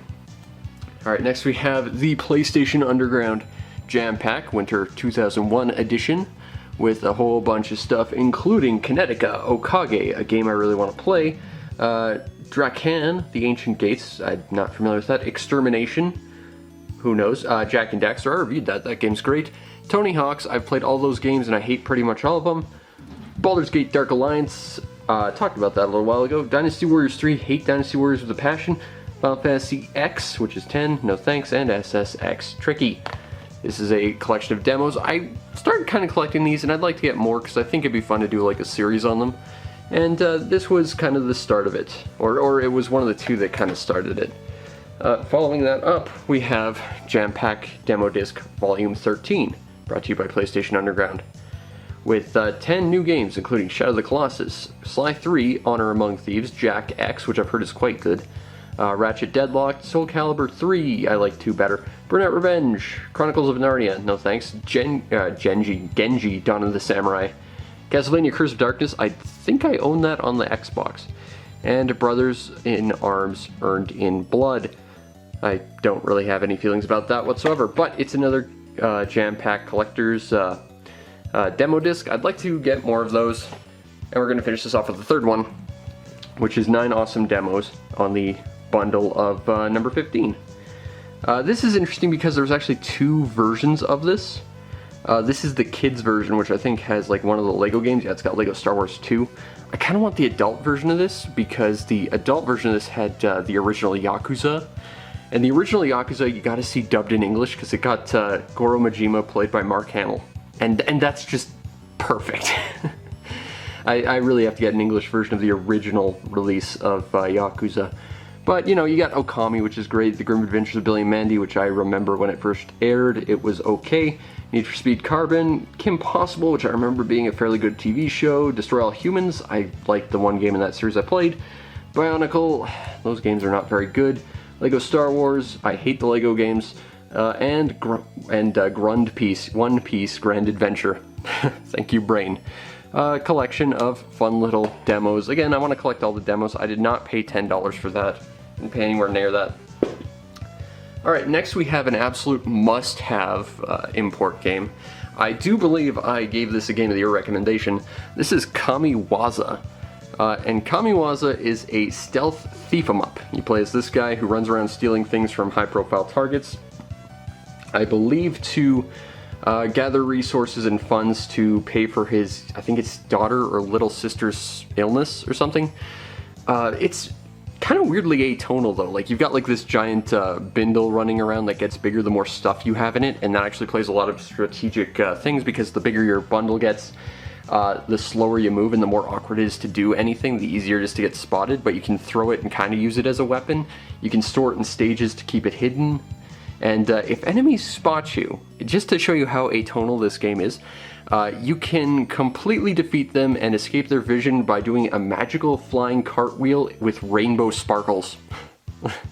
This game understands serious stealthing, and it is absolutely a must-have if you're into stealth, if you're into interesting imports, or imports in general, and I think it's a relatively easy to play game, I think anyway. I believe I've got a gameplay video of this, and it's definitely one to keep an eye out for. This is definitely one of my favorites of my import collection. Kamiwaza, very good stealth game, if that's your kind of thing. Next we have the game I would consider the single best dollar I ever spent on a game. We have Katamari Damacy. As you can see, there's a residue from a big angry red sticker there. I was shopping at a Best Buy, at a GameStop, and I had what I wanted. I was going to the counter, and right next to the counter they had like this giant terrible like chicken wire rack just dotted with these for $1 each, and I was like, that looks weird and it's $1, how bad can it be? And it turns out it's freaking amazing. Katamari Damacy is a very, very simple game. I think I said this in my review, but it's like an idea so simple you'd expect it on like the Atari 2600. The idea is you have a little sticky ball, you roll over small objects to eventually make it bigger so you can make a bigger ball rolling up bigger and bigger objects forever. It's pretty amazing. Like, the one thing I dislike about this game is it's not very long. I managed to beat this in one sitting for maybe 6 hours of play. It's very, very short. All the Katamari games really are. But I love this game so much that I went out of my way to buy pretty much every game in the series, with the exception of the Vita game, which I can't play. I really love Katamari Damacy, and while this is not the best one, it's certainly not the worst one I've played. The Xbox 360 one, where like 80% of the game is DLC, I didn't care so much for, and the PSP one with wonky controls wasn't the greatest. But while this one is a very, very simple game, it's kind of amazing. And if you don't have Katamari Damacy, which is now available on everything through a remake that I honestly just played a couple weeks ago and I'm kind of annoyed with because they didn't fix any of like the very few problems I had with the game. In later iterations of the games, you could select the music on each stage. You can't do that in that one. You could select your playable character. You can't do it in that one because it's literally just a re-release of this. They didn't fix any of the problems. One problem that game has. It could have fixed some stuff. It could have updated it to be relevant to the other games. They did not. They kind of took a lazy approach when they remade this game. But it's still a great game, and you should play Katamari Damacy in some form. Next we have a Ko Shibusawa production. We have Kessen by Koei. This is, I believe, the last thing Ko Shibusawa worked on before like Dynasty Warriors 2 kind of destroyed the world with its popularity for reasons I still don't understand.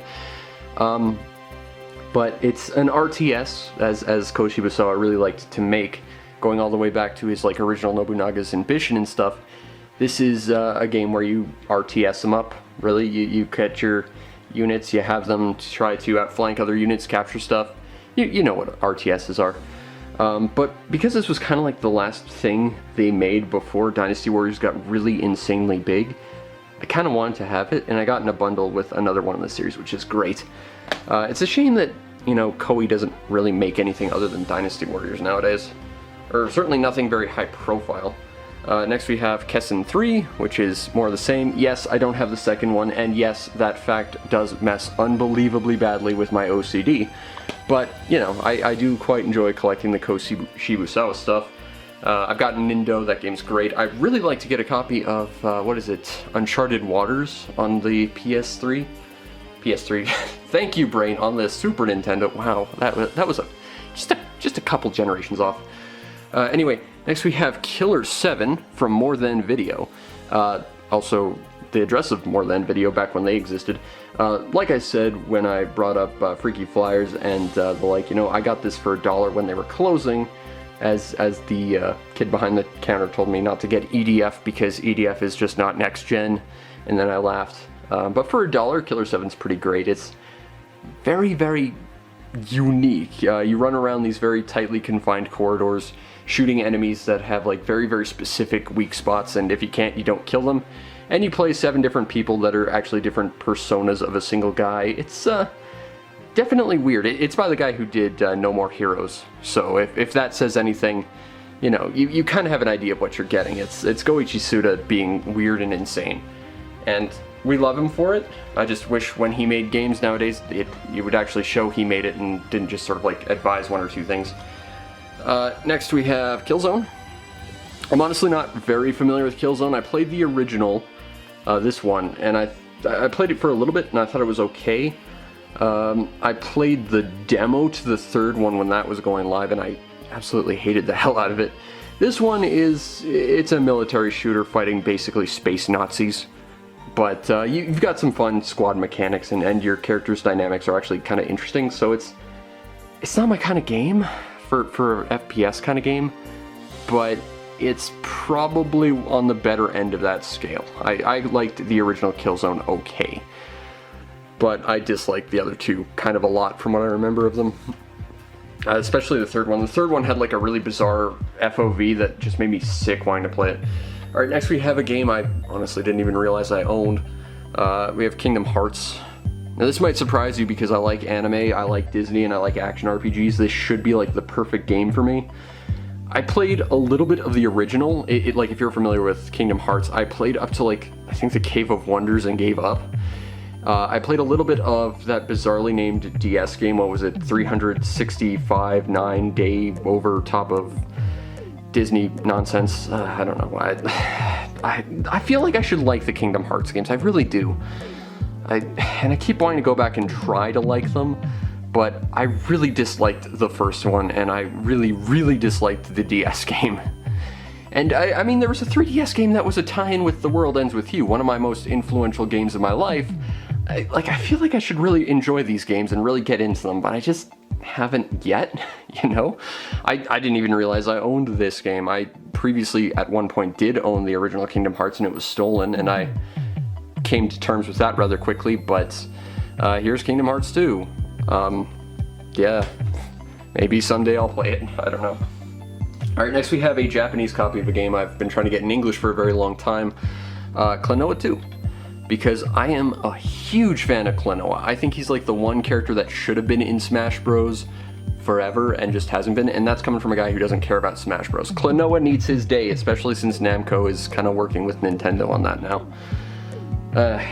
Alas. Klonoa is a series that should have done a lot better than it did, I think. It's a very simple platformer. You run, you like grab little air bullets with enemies inside them, and then you use them as platformers. That's the premise of the original Klonoa. I used to have that on the Wii as well, and someone stole that, and I'm incredibly bitter about that, because that game's gotten really expensive, and I really want to play it again. But this is the sequel. It kind of does everything better from what I remember. It's a little bit longer, and the original Klonoa was pretty short. But yeah, I like Klonoa. It's a very cutesy game. I think a lot of people would say it's very childish. I don't think it's childish, but it is definitely a game visually more oriented to the younger audiences, but I still love it with a passion. I think someone once said, you know, it's okay to embrace your childishness. It's when you accuse others of being childish that's a sign of greater immaturity or something like that. I like games that are colorful and full of stuff. Next we have a game that I think a lot more people should play. This is La Pucelle Tactics. I actually own 2 copies of this. I've got a copy without a case as well. You may have heard of a little game called Disgaea. Yeah, this is Disgaea 0. If this didn't succeed in any capacity, Disgaea would not exist, because Disgaea basically took all the mechanics of this and then added like the item world and voting mechanics that are always rigged against you. This is basically Disgaea. If you like Disgaea, you'll like this, but it has some really interesting mechanics, such as plot points in the story changing on chapters depending on how you do things. I very distinctly remember the first chapter where your goal was to, because your play is like a sort of priestess of sorts, your goal is to like go into this place and exterminate like this ghost so it stops being haunted. And you can do that and the mission will be over, and it's like, alright, good. Or you can take a slightly alternate path and you can discover like why the ghost is haunting it and realize, you know, someone tormented this ghost in life and he really just sort of wants justice. And then you can kind of like explore that and like actually like carry out his justice and stuff and get a different ending. This game is really damn cool. If you like this guy, you should really play La Pucelle Tactics. In fact, I find it really weird that, you know, NIS is going around apparently re-releasing their games in a compilation, which I actually have coming to me at some point. And they didn't include the original Disgaea, they didn't include La Pucelle Tactics, they didn't even include their first game that came out in North America. They included some of their more obscure games, and one of the games I really loved, but if you're gonna recreate like your classic library for modern era, why not start with the beginning, you know? Show people who don't know this stuff a little bit more. Although, to be fair, Soul Nomad is also one of the most obscure games I think they have in their catalog, and one of my favorites, so, you know. Next we have Legacy of Kain Defiance. I really like the Soul Nomad, the Soul Eater series, where you play as Razilim, I believe is his name. The vampire who eats souls and becomes a sword at the end, I think. Spoilers. Whoops. I don't really care so much about like the Kain games. Like the Kain games were like top-down, sort of Zelda-y, kind of Diablo-style games from what I remember. Didn't like those so much. This one kind of combines the two. You sort of swap between the two, the vengeful son and the grumpy dad, basically, so that you can bring their story full circle. And honestly, I just want more, what is it, Soul Eater? Or what is it? I can't remember the other Legacy of Kain game that doesn't star Kain, because that was a really, really technically impressive game for its time, and it was a very, very cool game. Unfortunately, those games are not the easiest to find, and they're certainly not super cheap, but I would like to at least finish that half of the Legacy of Kain collection. I've got a digital version, but I would love to own it physically. The cane side I don't care so much for, but should I include it over that? No, I'll do it over here so it's at least kind of visible. Next we have Legaia 2, Dual Saga. I've never played the original Legaia. I would love to at one point, but this was a game put out by Fresh Games, which I think also included Mr. Mosquito, which is a game I'd really like to get at some point. But this was a JRPG of sorts with a really kind of cool combat system. Basically, you'd run into a fight and then you could type in like different directions on your directional pad and then an attack. And depending on which like button combination you put in, and it's not like a fighting game at all, really. Like you have to put in like a down arrow, then a right arrow, then an attack or whatever. Depending on your combinations, you'll like discover new moves and new special combos and stuff. It's a very, very cool system.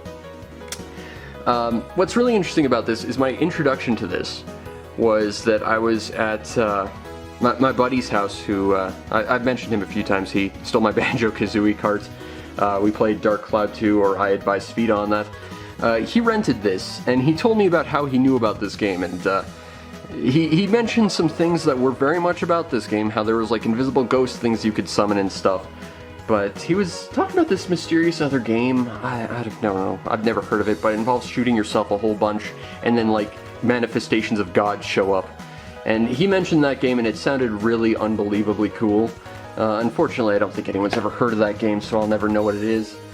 But we'll move on to LEGO Star Wars, the video game. I got this in a bundle. I actually really hate the LEGO games, as I've mentioned. I do find this game kind of impressive because they try and tell the story of Star Wars through pantomime, which is the one thing I'll credit this game as being for very, very good. Everything else I don't give a shit about, though. Like, I absolutely just hate the way these games are structured. If you've never played these games, they have a habit of like having like a million different characters that each have like a very specific ability to them. And like you'll go through level 1 with like 2 characters. One guy has like the ability to open doors and one guy has like the ability to hack computers. But oh no, there's a grappling hook point, but you don't have a character who has a grappling hook, and you won't get one until you beat the game. So you have to go through every single goddamn level about 4 times at varying points to the story just to collect everything. This game does not respect anyone's time, and that can be said for pretty much all the LEGO games. Just blanket statement, that's why I hate them so much. They just don't respect the player's time. If it weren't for that, they'd be kind of quirky little platforming beat-em-up things that are kind of goofy and fun, but they just don't respect the player's time, and that, as an impatient person, that messes with me a lot. Next we have a game that was donated to the show from Nico. We have Lord of the Rings, The Third Age. I swear I've got like 3 copies of Two Towers, probably all in my trade bin because I don't want any of them. But I reviewed this game, and I kind of expected another one of those Lord of the Rings beat-em-up games, and I was really, really surprised that this is actually a pretty solid RPG. Speaking of, I actually get a lot of shit for that review because I do mention that my history with the Lord of the Rings games were all like really bad, awkward beat-em-ups, and everyone tells me, no, they were good, they sold a whole lot. Yes, of course they sold a whole lot. They were put out by EA and they had a big attractive license, but were they really that good? I defend my statement and say no, they weren't, but I haven't played them in forever, so if you like those games, all the more power to you, but I'll stick to the RPG one, although I think I do have 3 copies of Two Towers on varying systems that I don't want. I'm going to have to review them at some point, but I just do not look forward to them. But that's a really fun RPG. You should check out if you like the RPG aspects of your PS2 library. Not the highest quality RPG, I'd say it's a B tier kind of game, but you know, the PS2 library had a lot of those, and that's not a bad thing. Next we have a game that was given to me by my girlfriend. This is Magic Pendule. If you recall, a little while ago, and by that I mean 3 days ago by me, and probably yesterday, like, 20 minutes ago for you, I talked about Graffiti Kingdom. This is the game that predates that, and it has a lot of the similar things. You draw a character, you kind of inflate it, and then you have it go fight some things. Except fighting in this game is basically rock, paper, scissors. Like, it's literally just rock, paper, scissors matches, which makes it kind of a little bit one note.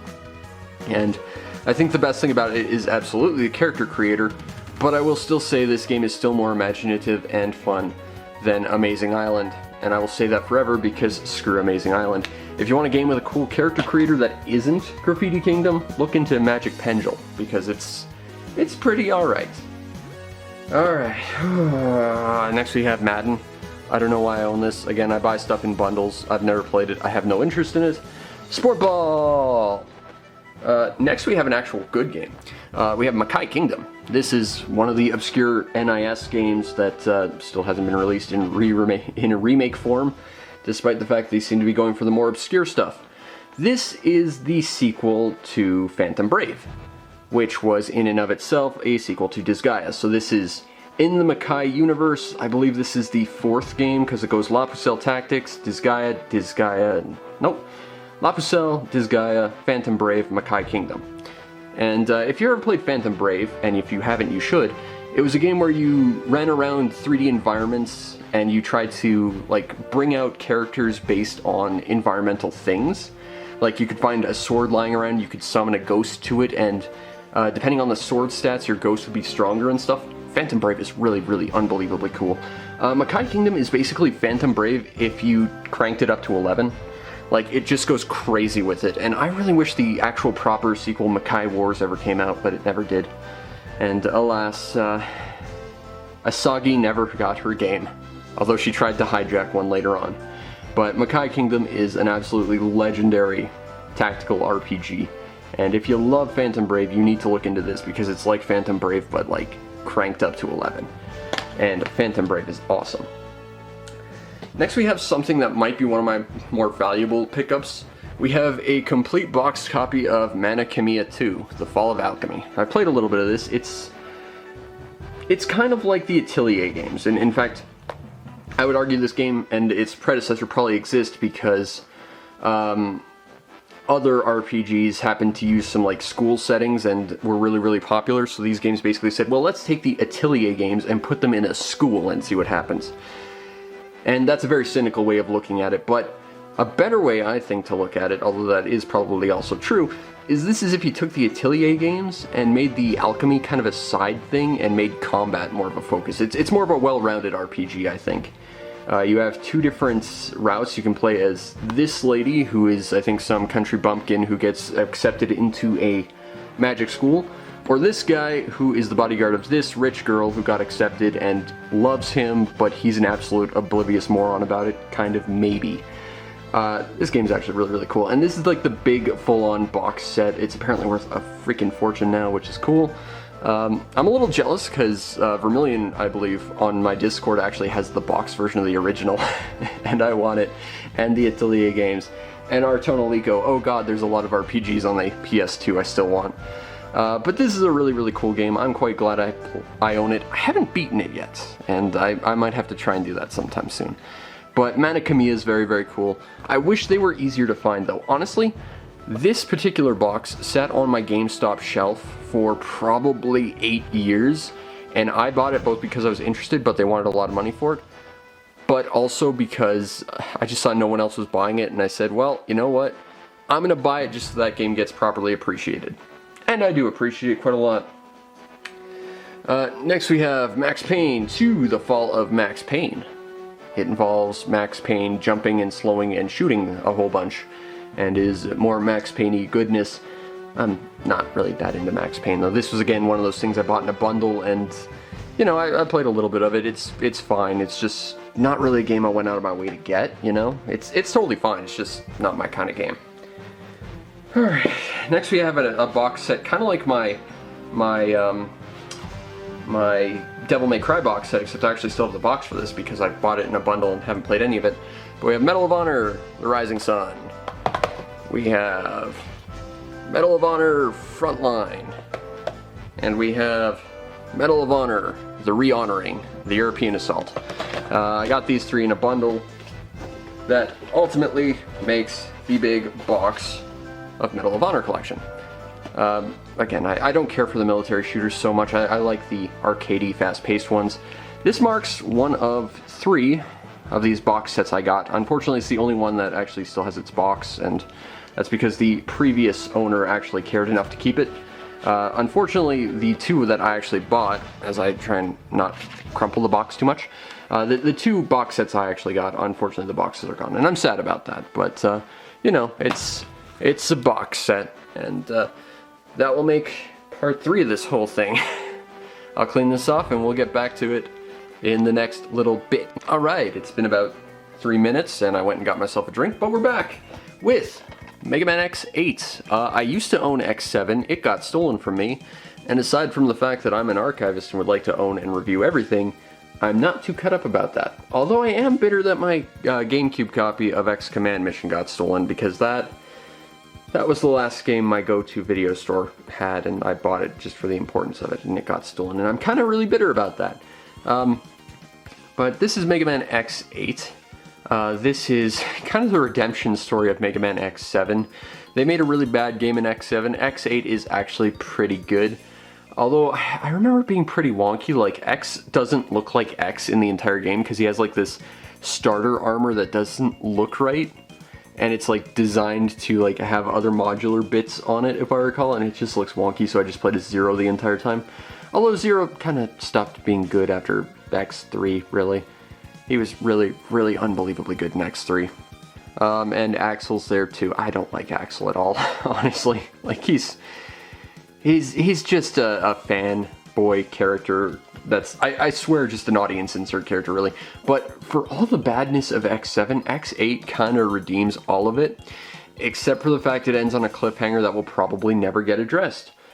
In the fact that I think Axel gets infected by a thing, and of course Sigma's going to come back, but that never came out to be. Who knows? Maybe next year we'll get X8 and Capcom's just hiding that fact. Who knows? But this is a pretty good game. I just wish that, you know, the X collections actually collected all the X games. I'm not sure if this one's on it, but I know a few of them that should be on there aren't, because Capcom's collections, especially nowadays, are pretty lackluster, honestly. Bit of a hot take there. Alright, next we have one of my favorite fighting games of all time. We got a big boxed copy of Melty Blood Actress again. I believe I got this last year, and I bought this because I had seen this game seller I like to go to, and they tend to sell games super, super cheap. Except that their shipping tends to be a bit insane, and I think that tells some people off. But I was curious if their shipping ever got better, so I started buying a couple things, and this was sort of a big ticket item from them. I think this actual box set sells for like $400 or $500. I think I spent maybe 60, 70 bucks on it. But I was not going to go without this. It comes with the game, it comes with a soundtrack. I think it comes with like a DVD of like some promotional stuff as well. It's a big fancy box, and it's honestly one of the coolest fighting games I've ever played. It's very, very anime, and it takes place in the same universe as the Fate games, which I know nothing about, but it's a good game. If you're looking for fighting games, Melty Blood Actress, again, is heavily recommended. Next we have a pretty good little third-person shooter thing. From what I remember, this is Metal Arms, A Glitch in the System. This is a game put up by Sierra, of all things. Huh. But I remember this being a pretty cool little platformy shooty thing where you play as this robot that has like a crazy arsenal. Kind of a little bit like Ratchet and Clank, a little bit like Tiny Tank from what I remember as well. It was just a fun sort of B-tier game, and if you like fun, goofy shooters, I think this is one you gotta keep an eye out for. I don't think it's really all that obscure. I think a lot of people know about it, but I just don't see all that many copies of it out there, and they don't remake it, so you should get a copy on the PS2 is what I'm saying. Alright, next we have the contents of my third of 3 PS2 box sets. Although the first game is a PS1 game, so we're not going to show it. We have Metal Gear Solid 2.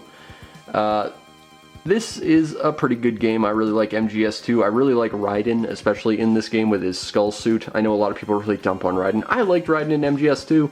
I thought he was a hell of a lot more relatable, just as that guy who gets dumped on by literally everyone. Not that I'm speaking from personal experience. I absolutely am. I'm the guy who gets dumped on by everyone. So I saw a lot of myself in Raiden, and I just quite liked him. But I quite like the design of his skull suit. I like the big shell. I didn't really enjoy playing as Snake all that much. I had the inverse experience of everyone else, I guess. But MGS2, I quite like that game. I think it's underrated compared to the others. But next we have MGS3. This was my intro to Metal Gear, and that's one hell of an intro because it's probably the best game in the series. I actually rented this. If you want to go back to talking about how X Command Mission was the last game my local video store I went to had, yeah, they went out of business because of Blockbuster. And, well, Blockbuster had the special collector's edition of MGS3. And the saddest thing of all is this is the special collector's edition. It just doesn't come with any of the collector's edition stuff. Like, there was a Ape Escape level There was a movie viewer where you could watch a bunch of like really goofy parody movie stuff. Like you could watch Raiden go back in time as a Terminator and try and kill Big Boss, so he's the protagonist. Seriously, it's called Metal Gear Raiden Snake Eraser, if I recall. Go look up that video, it's quite great.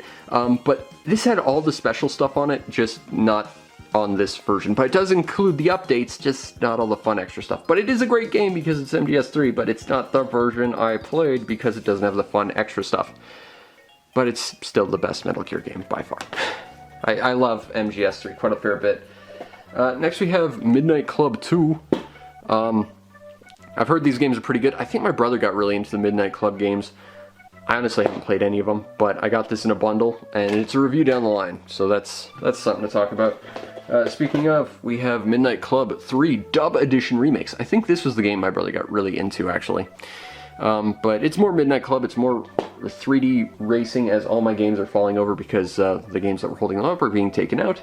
It's Rockstar creating a 3D racing game kind of thing, and people really like these games. So I'm looking forward to it because I've heard such great things about them. And one day when I've got nothing else to play and I want to play a racing game, maybe I'll give it a shot. Alright, next we're going to have a particularly weird game. I wanted to get like all the arcade collections and stuff, like just for this channel because, you know, I can't really record arcade stuff, although I do have a RetroPie that does have MAME I could try, I guess, but I want to kind of own stuff because, again, I want to own any game I review just to do things right. Again, I like to do things the right way. I like to do right by everyone. I don't want to cut corners or anything.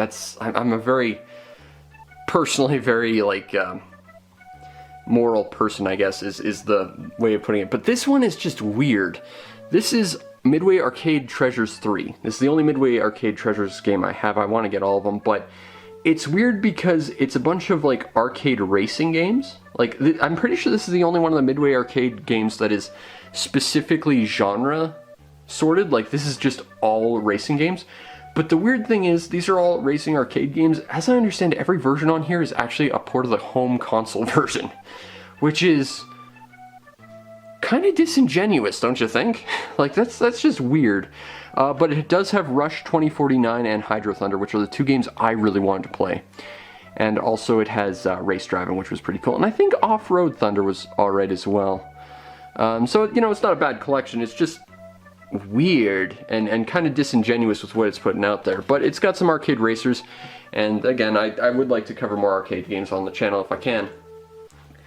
Alright, next we're going to have a game that I get dumped on a whole lot for my review. We have Mobile Suit Gundam Encounters in Space. I dislike this game a lot, but I want to own every Gundam game because I'm a big Gundam guy. This is a weird game though because it's got a lot of content and I want to love it for that, and it's got a lot of like secrets and stuff, which is great, but the way it plays is just awkward and bad. Like, it's got like this weird sort of rail shooter mode, and then it'll like snap out of a rail shooter and like enter this weird sort of, you're locked onto a one enemy and you can like rotate in like a sphere around them mode, and it was just weird and disorienting, and I didn't care so much for that. But I do love how much extra content there is in it. There was some, like, the North American release actually has like some DLC stuff that the Japanese version has. Like, you could get the, I think, Freedom and the Wing Zero Custom. Unfortunately, I don't care for Seed all that much, and I really, really, really hate the Endless Waltz designs, especially the Wing Zero Custom. And for those of you keeping track at home, the reason for that is that my favorite suit of all time was the original Wing Gundam, and I was kind of disappointed when it got replaced by the Wing Zero. But the Wing Zero was still kind of a cool suit. It felt like it was trying to be cooler, which I think made it less cool. But then you got the Wing Zero Custom, which just replaces the jetpack and the transformation and gives it chicken feathers, and people liked it because, oh, it's all angelic and stuff. But how is that a military vehicle? I'm sorry. I'm getting off topic. I could talk forever about how much I hate the Wing Zero Custom because it kind of dumps on the design of my favorite suit of all time. But this is one of the few North American Gundam games. I think, depending on how you count them, we get like 10 of them, and there was like 10 in Japan as well, like an additional 10 on top of the ones we got. I think this is probably the weakest out of the ones I've played that we got. I really do not like Encounters in Space. Alright, next we have a game that was I received from my girlfriend, we have Gundam Federation vs. Zeon. This is the first game in the Gundam vs. series, which runs on the exact same engine as a very beloved game in my collection, Gotcha Force. So basically, this is Gotcha Force with Gundams, which sounds like the greatest thing ever, and it kinda absolutely is. It's Gundam with Gotcha Force. The only thing I dislike about it really is the roster's kind of limited, and the actual like campaign mode is a little bit short and not the most varied experience. It's a little bit disappointing, but you know, it's a great game and it's actually really cheap. Next we have the first Gundam game I ever got. This is Gundam Journey to Jaburo. This game is a very, very early Gundam game. It's not that great. The story of how I got this... No, it was Zeta Gundam. I'll save that story then. But this was a game I played. It only covers like maybe the first third of the original Gundam story. And it actually redesigns the Zoc so that instead of like this big dumpy looking thing, it looks like this big angry tank with arms. It's like the Zoc in this thing is the final boss, and it's the scariest freaking thing ever. But this game, I feel like, encapsulates the entire original Gundam idea of your mech is slow, it is plodding, it controls very, very awkwardly, and every single attack you with has huge consequences. You know, I think I said this in my Zeta Gundam review where, you know, this is kind of the perfect embodiment of the original Gundam mentality, whereas, you know, stuff like the Dynasty Warriors comes closer to the Wing mentality of where the suits are super agile and stuff. This game is very slow, it's very awkward. I'm not going to say it's all that great, but it's kind of interesting. And it has like 3 campaign modes. You've got like the actual like story of the White Base and the Gundam, and then you can play as either a no-name officer of Zeon or the Federation and rise to the ranks and stuff. And there's some really neat stuff in there. Like if you play as the Federation officer, eventually you'll get into like the Gundam Alex, and eventually you'll get into the Blue Destiny, which are really amazing and might be the only English releases of those suits, come to think of it, in a game form anyway. And then if you play the Zeon side, basically every step of the way, Char just gives you his hand-me-downs and just says, well, maybe I'll start calling you the Red Comet instead, and everyone will go after you or something. You know, it was not a great game, but I have fond memories of it. It's very clunky and clumsy, though. I probably wouldn't enjoy it all that much. Next we have a game. When I got this, I really wanted to bolster my collection of Gundam games because, like I said, I think there's like 10 in Japan we didn't get, and I immediately tried to get as many as we could. And this is Lost War Chronicles, the limited box, although I think all the limited stuff is gone, honestly. This is more Mobile Suit Gundam. I believe it's a third-person shooter. I got quite a few of these, and I kind of blur them a little bit together. I remember this game being really, really fun, though. So, you know, if you're looking for imports, try and find the Gundam games because they're pretty good. I especially want to get the ones that we never got in North America because, you know, I want the North American versions. Which means I'm probably never going to get a copy of MS Saga because that game costs a fortune, and that's Gundam RPG. That sounds like the best thing ever. But, Gundam Collection. I like Gundam. Can you tell? Alright. This game I've got a whole bunch of stuff to talk about. Alright. This is Gundam Zeta. Or more accurately, this is Gundam vs. Zeta Gundam. It's an update to Federation vs. Zeon in the sense it's a sequel. It takes place in the Zeta timeline, and it's really interesting because it actually has a really cool campaign where you go through the stories of all the characters, like big and small. Like, you want to play as the Black Tri-Stars, you play as those freaking Black Tri-Stars. And, like, it will take you to the end of, like, their story, and then you have to figure out how they got there, and at very different points, you can change the plot, which is very, very interesting. Like, probably the best example and the easy one to go for is, you know, you play the Zeta story, you play as Camille B. Dawn, you know, he fights Shirako and he kind of gets mind nuked at the end. Well, if you happen to go through Camille's story and you happen to make some key changes, like, well, the only one that really matters is 4 survives, suddenly she's fighting with you and her mental powers allow you to overcome his, and you become, like, super new type, except he already was the best new type, so I don't know. But it's really damn cool. This game I got with my uncle on a really, really weird day. My great uncle had passed away. He was Ronald Moore. He was a member of Parliament, I believe. He was some kind of like big shot in the Canadian government to some degree. And unfortunately, his, I think, son-in-law or son made us like travel across the province to clean up his stuff so that he could sell the house or whatever, and we never got like even pizza or like payment or anything. It was a huge waste of time. It took like 2 days. It was so tiring. But I remember before we went there, we went to this mall to like meet up, and it was a mall like super far on the like edge of town. And it was like one of those malls where you absolutely lock all your doors and you keep a phone on you because it's possible you might get murdered in the parking lot. It was genuinely kind of scary, but we had to kill some time, so we went in the mall and I saw this in the bins, and I grabbed it without hesitation because, you know, this might shock you because I sort of put myself out there as a big Gundam guy, but before this, I kind of wasn't. Like, when I was a kid, I watched Gundam Wing, and I would think about it every, you know, half a year or so, and I'd go back and watch it, and I'd love it.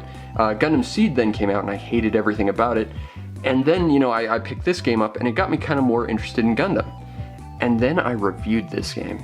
And when I reviewed this game, I went from basically a fair weather Gundam fan that thinks about Gundam maybe once every half year, to someone who integrates a little bit of Gundam in his life every day. Because the moment I reviewed this game, I started rewatching Zeta, started rewatching everything else, started playing the games more, started collecting the figures, and trying to build the model kits to help with my really bad motor skills as a sort of physical therapy for myself. You know, this game, in a sense, kind of really impacted my life and got me more into Gundam and more into anime and a whole bunch of other stuff. And this is really one of the coolest PS2 games, and I think it is the single best Gundam game. Unfortunately, it costs an absolute fortune, is really rare, but it is worth every penny of it, I assure you. Alright, next we have a game I've never played because I'm kind of a little bitter about it. We have Mobile Suit Gundam Zeonic Front, a game I really wanted. So you're probably asking why I didn't play this yet. Okay, so a few years ago, someone contacted me requesting that I review this, and here's the story of how this works. If you want to request a game from me, that's fine, but you need to make sure I have it, because I kind of consider that to be commission work of sorts, and you know, my commission fee is just, you know, add the game to my library, basically. I think that's kind of fair. So this guy said, well, you know, I'll buy you a copy if you want, and if you review it, and then we'll call it even. And, you know, that's how that works for me, so that works out great. And the way this typically goes is he then directed me to eBay to try and find the cheapest copy I could, and I saw this, and it was actually at a really, really good price because it normally costs like 2 or 3 times what I saw it for. So I quoted him on the price, and I can't remember his exact phrasing, but I think he said, "Alright, cool." And I took that as a sign that he wanted to go for it and wanted me to grab it. And because it was at such a good price, I went for it because I didn't want it to go and, you know, I have to turn around and just say, hey, you know, you're gonna have to pay me twice as much just so I can buy this now. You know, I didn't want to do that. Like I said, I want to try and do right by people as much as I possibly can. So I bought this with my own money ahead of time just to make sure, you know, it was locked down for him. And a couple days later, he comes back and says, you know what, I'll think about it and we'll talk about it later. So, you know, it was entirely on me for jumping the gun on it, but it still left me feeling a little bit bitter, even though I did pay very little money for a game I really did want, but I just felt kind of bitter about it. But the best way I can describe this game is sort of like Rainbow Six with Gundam. You play as a squad of Zaku's that will eventually upgrade to like specialized Zaku's, and I think you get a Goof, and I think you get a Dom later on. And you basically have to run around like these tactical environments trying to fight things that outnumber you and outgun you. I think the end result is fighting the Mudrock Gundam, which I think is a really, really cool Gundam as well. Which I think there is a model kit of now. I gotta find that. But this is a cool game. It's definitely a different style of Gundam game. It's more tactical shooter than anything. But I think if you're into tactical shooter, you're into mechs, you're into Gundam, or you just want to play something a little different, you should look for this game. It's gone up in price a little bit since I last saw it, but you know, I think it's one worth playing, even if I'm holding myself back from playing it just because I'm a little bit personally bitter about it. Alright, next we get a game I bought. I believe how this worked was a couple of years ago I went to a garage sale and I saw this guy selling a whole bunch of games for like $2 each. And we got to know each other. He doesn't live too far, or didn't live too far away from me. He lived like a block away from me. And he emailed me a couple times saying, hey, I got a bunch more games you want to buy. $2 each if you want them. And my answer is always yes, because I want to fill out this show's like library. And like I said, I'm an archivist. I want to collect and talk about everything I possibly can. So I got this for $2. It's pretty bad. I got a anti-shoutout for it on a poop list for my game of the years, but this is MTV Celebrity Deathmatch. Really, that's all you need to know. But you can play as Carrot Top and fight Mr. T, and you know, it's what it is. You could fight Dennis Rodman if you want. It sounds dumb and bad and goofy, and it absolutely is, but it ain't fun. I'll tell you that much. But it's something to collect for a review down the line, I guess. Alright, next we have The Mummy Returns with good old Brendan Fraser. And yes, I did buy this just because I wanted a game with Brendan Fraser in it to make fun of for a later date. Thank you for asking. Our next game, what is this? Oh, you know, I've asked this twice when I took this out. This is a game that was kind of weird and magical for me. I actually saw a boxed copy of it at a GameStop many years before I bought this. And they didn't seem to have it after that. I was sad. And, you know, I remember them having it, and I thought, hey, maybe they just, you know, kept it behind their counter and just forgot about it or something. So I asked them if they had it, and they said they did. So I went over there, and I tried to buy it, but it wasn't on their shelves. It was weird. What I think happened was someone saw the box art and stole it, and they just kept the game behind their counter, which, you know, means I now have an incomplete game, which I'd love to fix. But they had originally put it in this, like, blank PS3 case, which really bugged my OCD because it's not even the same size as the other cases. But this game is Samurai Legend Musashi. This is a sequel to Brave Fencer Musashi, and your character Musashi is now played by the kid from Gitaru Man, who had some really awkward bad voicing. Also Axel in X7, by the way. This is basically a sequel to Brave Fencer Musashi, although it's nowhere near as good, honestly. I think the one thing it has over Brave Fencer Musashi is it has bad surf rock, and they actually do advertise that on the official artwork. But what's really cool about this is you're playing as Miyamoto Musashi, one of my personal heroes. You know, he's the reason why I trained and spent my life studying swordsmanship. And you're kind of ripped through time to go fight your greatest foe, Ganryu, or more accurately Sasaki Kojiro, in this weird anime cel-shaded world. And your special weapon is the Great Oar, which is reference to the actual fight with Sasaki Kojiro, where Musashi quite famously showed up late to the fight on an island where he rowed a boat while he carved one of the oars into a wooden sword, kicked Kojiro's ass, and then fled as Kojiro's fanboys tried to murder him, and thanks to his planning of the tides, managed to escape. You need to look up the story of Miyamoto Musashi and also watch the films Samurai, Samurai 2, and Samurai 3, because they're all based on him, and he's kind of an amazing sword master. Also, he's the only person who created a functional two-sword fighting style, which is what I've studied my whole life. That's not a great game, but it's cool. It's a cool game, but it's not a great game. Again, it's one of those B-tier games I think you gotta have to fill out your ranks a little bit more. And it's the only sequel Brave Fencer Musashi ever got, and it's not the sequel that game deserved, but it's one it got. Next we have Nano Breaker, the game where you play as a diet cyborg Raiden, hacking and slashing things apart using its sword. I think I've got a gameplay video of this. It was, I would say this is a B or a B. It's a C or a D tier game. It's not that great. It's sort of an action hacky slashy thing, kind of a little bit Devil May Cry-ish, but it's nowhere near as good. I don't remember Nano Breaker being particularly enjoyable, but it's one of those things, again, you grab to fill out your collection more than anything. I have no idea why I own this, but we have Naruto Ultimate Ninja 2. I think I said this about Dragon Ball Z, but like I was in the demographic for Naruto and Bleach, and I hated both of them, and I gave up pretty quick on both of them because I could not stand the amount of filler and how much time it took for anything to happen. Naruto specifically, I remember exactly when I gave up. I gave up at the point where they were leaving the water village after their first mission. That's when I gave up because shit wasn't going on. I don't know much about Naruto. I feel like I need to go back and watch it, but at the same time, I can't. I just can't. I'm almost tempted to try One Piece because at least that has some stuff I'm interested in, but Naruto just... no. I don't want to. I feel like I should though because it's important, but I did play one Naruto game back on the day on the GameCube. I think it was like the original Naruto 2 or one-on-one fighting game, and I thought that was okay, I guess. It wasn't my kind of game, but this is a Naruto game that people will probably yell at me for getting all my facts about Naruto wrong when I review it.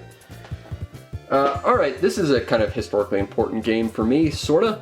This is NASCAR 07. I believe this is the game I got for my dad when we got him the PS2, the original PS2, just to see if he'd like games at some point, and he almost killed me for doing it.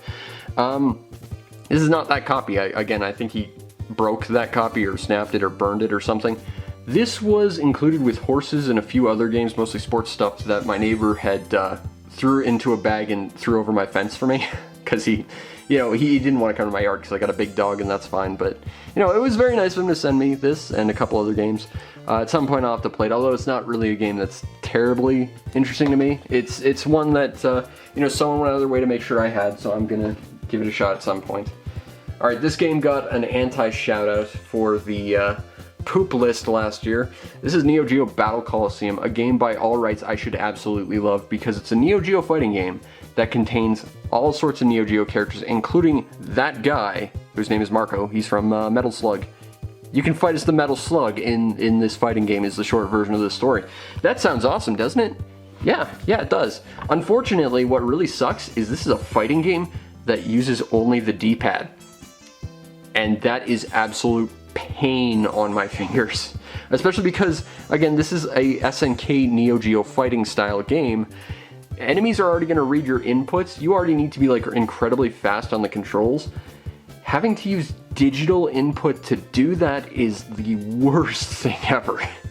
This game is basically unplayable. I've heard there's a 360 version. I imagine that one uses the sticks. Maybe play that version. Alright, now we got a whole bunch of stuff I don't want to talk about. So let's rapid fire this. NHL 06, it's sports. NHL 07, it's more sports. NHL 08, it's more sports. NHL 2K8, this will shock you, but still, sports. And 2K10, I'll give credit to this one. The guy on the cover looks like he wants to rip someone's head off with his mouth. But again, otherwise, it's more sports. I did not go out of my way to collect these. They came in a bundle of other crap that I actively did not try and get. But they're here, so maybe I'll talk about them at some point. Who knows? But I'll clear this off and we'll get going again with the next set of games. Alright, we've got about 30% or so of my box collection to go. Continuing on with Odin Sphere. Get lost, all you Odin ovoids. We've got the Sphere, the true Odin 3D geometrical shape of games. This is a vanillaware hacky slashy 2D beat 'em up sort of RPG game with 5 different characters. I like this game a lot, but I don't know, my first vanillaware game was Muramasa the Demon Blade, which was kind of like this, but more Japanese flair, whereas this is more kind of Nordic mythological. And the biggest problem with that game was, it was great, but there was only 2 characters and they play entirely identically. Although, to be fair, I think in development there were a bunch of other characters that played differently that got cut because of time constraints or something. But this one has 5 different playable characters. And the thing is, they all have different chapters and you have to go through them sequentially. But just as I find myself getting used to how one character plays, I then end up getting swapped to another character. And that's annoying. I feel like I never really properly get used to any character because I'm too busy swapping to the next one because their story ends. And there's a lot of repeated stuff. And you have to go through and unlock every character because they have different levels, and as you level each character they get new abilities and stuff from what I remember.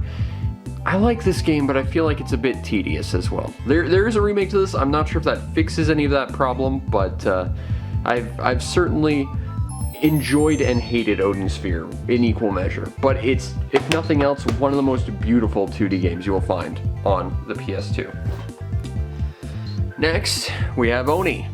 And I feel like I should mention this right now, because I should have done this at the beginning with Alter Echo, but if I've learned anything since my childhood, it's if a game has really fancy shiny hologram or lenticulated box art or whatever, that's the game trying to sell itself hard because it sucks. If you recall the Ghost in the Shell standalone complex game which I showed you, which actually come to think of it also had a hologram cover, that game was basically just a recolor of this game, or a reskin rather. I don't remember much about it, but you basically just run around as an anime girl shooting stuff. It was a third-person shooter. I didn't think it was terribly exciting. But, I going back and reminding all the lenticulated hologram box covers, Pac-Man 2 The New Adventures, that game was awful. You know, the game that really did it to me was Claymates. Claymates is... I'm kind of nostalgic for that game, actually. I only played it once, though. But I remember that game being awful, but being really intrigued by the cover because it was sort of hologrammy. Alright, next we have Onimusha Blade Warriors. Going back to the very first game I showed here, Ace Combat 4, I believe I mentioned that my brother got that while he was on vacation as sort of a souvenir for me. He also saw this at the GameStop and knew I was looking for a copy, so he got it and then gave it to my grandma as something she could give me at a later date. This is a very different kind of Onimusha game. Like, I'm not super familiar with Onimusha. It's a series I really want to get into. I played a little bit of the second one, and from what I remember, it was kind of like Resident Evil, but with samurai, which is awesome. But this game is a 2D, or 2D. It's a 2D, but using 3D models fighting game. But what's really notable about it is the fact that there are cameos with Mega Man Zero, although he's in his Mega Man Zero attire, not his classic Super Nintendo style. He looked the best on the Super Nintendo. I'm sorry, the PS1 games, they just make him look so fragile, and then the Mega Man Zero games, as good as they were, they made him look even more fragile. I love very, very bulky Zero with his big buster that actually used to do stuff. You can also play as Mega Man EXE, and I don't know if you know this about me, but this might be a hot take. I really, really like the Mega Man Battle Network games. I know a lot of people hate them. I love them. The first three, anyway. After that, they kind of go downhill real quick. But the idea of running around as Mega Man EXE, running around and like shooting samurai and stuff in a fighting game kind of style, that's really great. Although I also have a really sort of frustrating story with this. To get the final like super weapons for each character, you have to go through like this gauntlet match. I think it's like 20 matches in a row of increasing difficulty. And I did that with Zero, and I actually beat it. And I think I was like 2 steps away from like the exit door or whatever to get my sword and like to save and stuff. And I think I got hit with like a poison effect or something, and I died after the fight just before I would actually get credit for it. And then I gave up on this game because I just got frustrated. But this is a pretty interesting little fighting game. I think it's one to look out for if you're into Onimusha or, you know, Capcom characters or anything. I think it's definitely different, and I don't think anyone really talks about it. Next we get a game I'm learning a little bit more as time goes on. We have Orphan, the Scion of Sorcery. This is apparently a very early PS2 game, but it's based on a very long-running anime and manga series that actually is going through a reboot right now. And I actually didn't know that at the time when I got this. All I knew is I saw this on a GameFAQs list when I was looking up, and since it's on hand, when I was looking up Dual Hearts, this was recommended with it, and I thought, hey, I thought Dual Hearts looked cool, let's see what this game's about. It's an RPG, but also an adventure game, but also really unbelievably hard to describe. I've got a gameplay video of this, and you should just go watch that to try and figure out what this game is. Ostensibly it's an RPG, but it's a very kind of different style of RPG, and I'm gonna have to play a lot more of this to give like a proper sort of review on, because it's a very, very different kind of game. Next we got a game I paid, I think, $1 for, despite the cover saying $2. We have Outrun 06, and as I said, you know, back with Gran Turismo, Outrun is my kind of racing game. In fact, the original Outrun is my favorite arcade game of all time. Outrun 06 is an update to the formula. It's still basically Outrun, if you're not familiar. It's more a choose-your-own-adventure game than it is a racing game. You just happen to be choosing your adventure and going through different environments in a Ferrari Testarossa. Except in this game, you can unlock about 1 billion different Ferraris in 1 billion different colors. You can play every song in every Outrun game on the soundtrack, except I think the Genesis exclusive Outrun song. You have so many different modes of play, including like, I think there's an endless mode. I know there's a challenge mode where like every step of the way your girlfriend will call like all these obscure little tasks, like avoid getting abducted by UFOs, hit all these traffic cones, avoid traffic cones, pass things, make clean drifts, stuff like that. And you get a lot of points. And then you can take those points and buy a metric crap load of stuff. And there is an absurd amount of unlockables for this game. If you love Outrun, you need this game because you will spend forever playing it. I'm a little upset though because there was a version of this that was made available digitally for the Xbox 360 and PS3, and I wanted it, but Sega's Ferrari license had lapsed, so they had to take it down. There was like a weird bug with it though, because for some reason, this got relisted on the Xbox 360 for less than a day. And when I noticed that, I downloaded the demo immediately, and I didn't have a credit card at the time, so I actually had to run to the store and buy an Xbox points card. And when I got back, downloaded the demo, that was done, and it was no longer listed for purchase. So I have the demo forever on my Xbox 360. I will never have the full version of it. But I got this game, and if you like Outrun, you should have it too, because it's damn good. Alright, so I import a lot of Japanese stuff. I don't know if I've made that clear yet, but when you do that, especially if you like get bundles of stuff, you tend to run into 4 or 5 different types of games. You tend to run into horse racing games, you tend to run into visual novels, you tend to run into mahjong games, and you tend to run into pachinko games. This is Pachipara 11, and you know, like I said, if you import a lot of Japanese stuff, especially in bundles, you're gonna run into a metric crap ton of this. I went out of my way to get this because I kind of want to learn about this sort of stuff, and this looked like a really cool pachinko game, and it actually pretty much is. If you're not familiar with pachinko, it's sort of legalized gambling in Japan in a sense, although as far as I'm aware, the only actual legalized gambling is horse racing, so much so that they'll actually attract kids with like Evangelion crossovers and stuff. But pachinko's weird because it's not gambling, but it's gambling. As I understand, basically what you do is you go into a pachinko parlor, you get blasted with a lot of noise, which with my audio sensitivity would probably hospitalize me. And you go in, you exchange some money for some pachinko balls, you throw them in the machine using like usually air or spring powered mechanisms to shoot the balls to certain score zones, and then you get rewarded with more balls to continue. Eventually you cash out, you take those balls to a prize corner, you win a prize.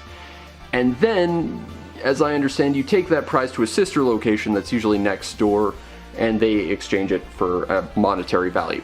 So it's not gambling, but it's gambling with extra steps. But this game's pretty cool because it's pachinko, but they try and tie like an RPG story to it. If I recall, you play like this vagabond pachinko pro who ends up like witnessing a crime committed to a pachinko parlor. I think he gets like destroyed by a car or something. And you have to use your pachinko skills to defeat other people to get hints on solving the mystery. It's a neat idea, and it's a lot more engaging than the other pachinko game I have, which is Pachio-kun, which is just getting a pachinko ball to entice kids to gamble, basically. This at least adds a story to pachinko, which is pretty cool, and it's by Irem, and you need more Irem in your life. Just like you need more iron in your life. Next we have Parappa the Rapper 2. Again, hologram cover, so this might not be all that great.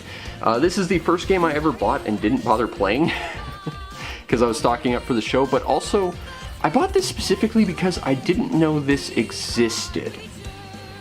Like, I knew that Parappa the Rapper existed, and I wanted it for historical importance, but like I said, I'm really bad at rhythm games. And I knew Jammerlami existed, but I didn't realize there was a Parappa 2, so when I saw this, I grabbed it immediately. It was $5. The cover's, for some reason, coated in ketchup, I think. It's gross.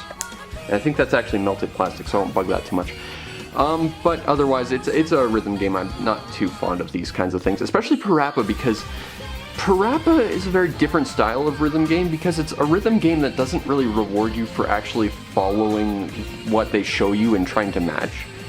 And instead, that's actually very misleading. You're supposed to kind of ignore that and create your own thing that follows a similar beat. That's how Parappa typically is played, as far as I understand.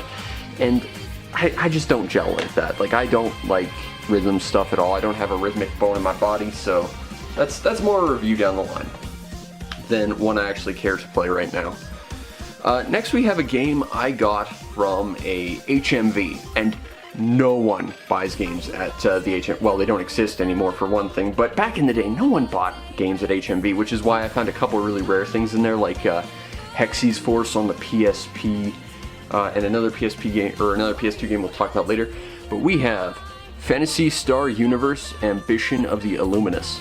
Now, I did actually own the original Phantasy Star Universe for a little while, and I hated everything about it, mainly because you had to follow a story with this dork, Ethan Weber, and I hate him with a passion. This game follows sort of the events of the first game, except you play your own custom character. Except the story's not about you, you're just some background character for this lady, if I recall. But in the first episode, you get to beat the crap out of Ethan Weber, which is okay by me.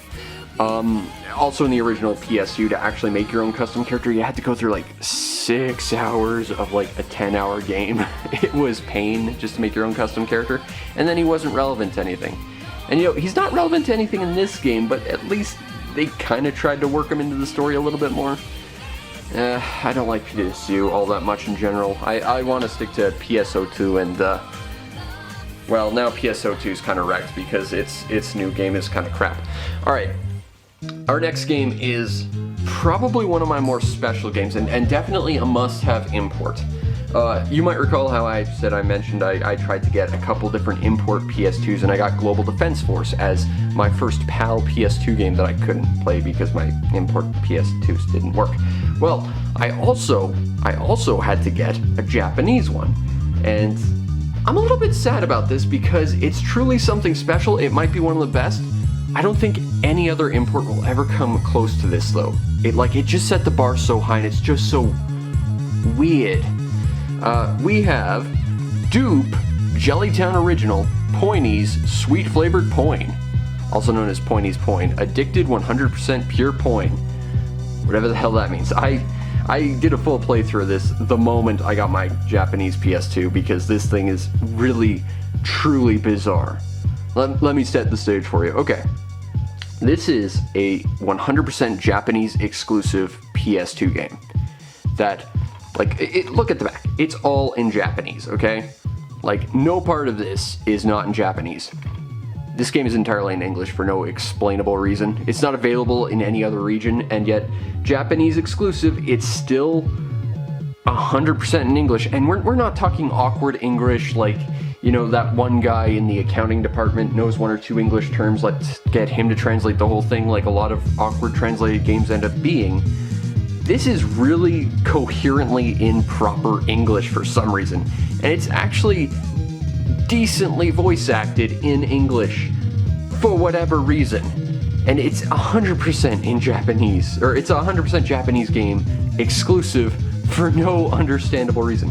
Gameplay-wise, it's a fairly standard platformer. It kind of reminds me of Klonoa in a 3D space. You play this guy, his name is Pointy.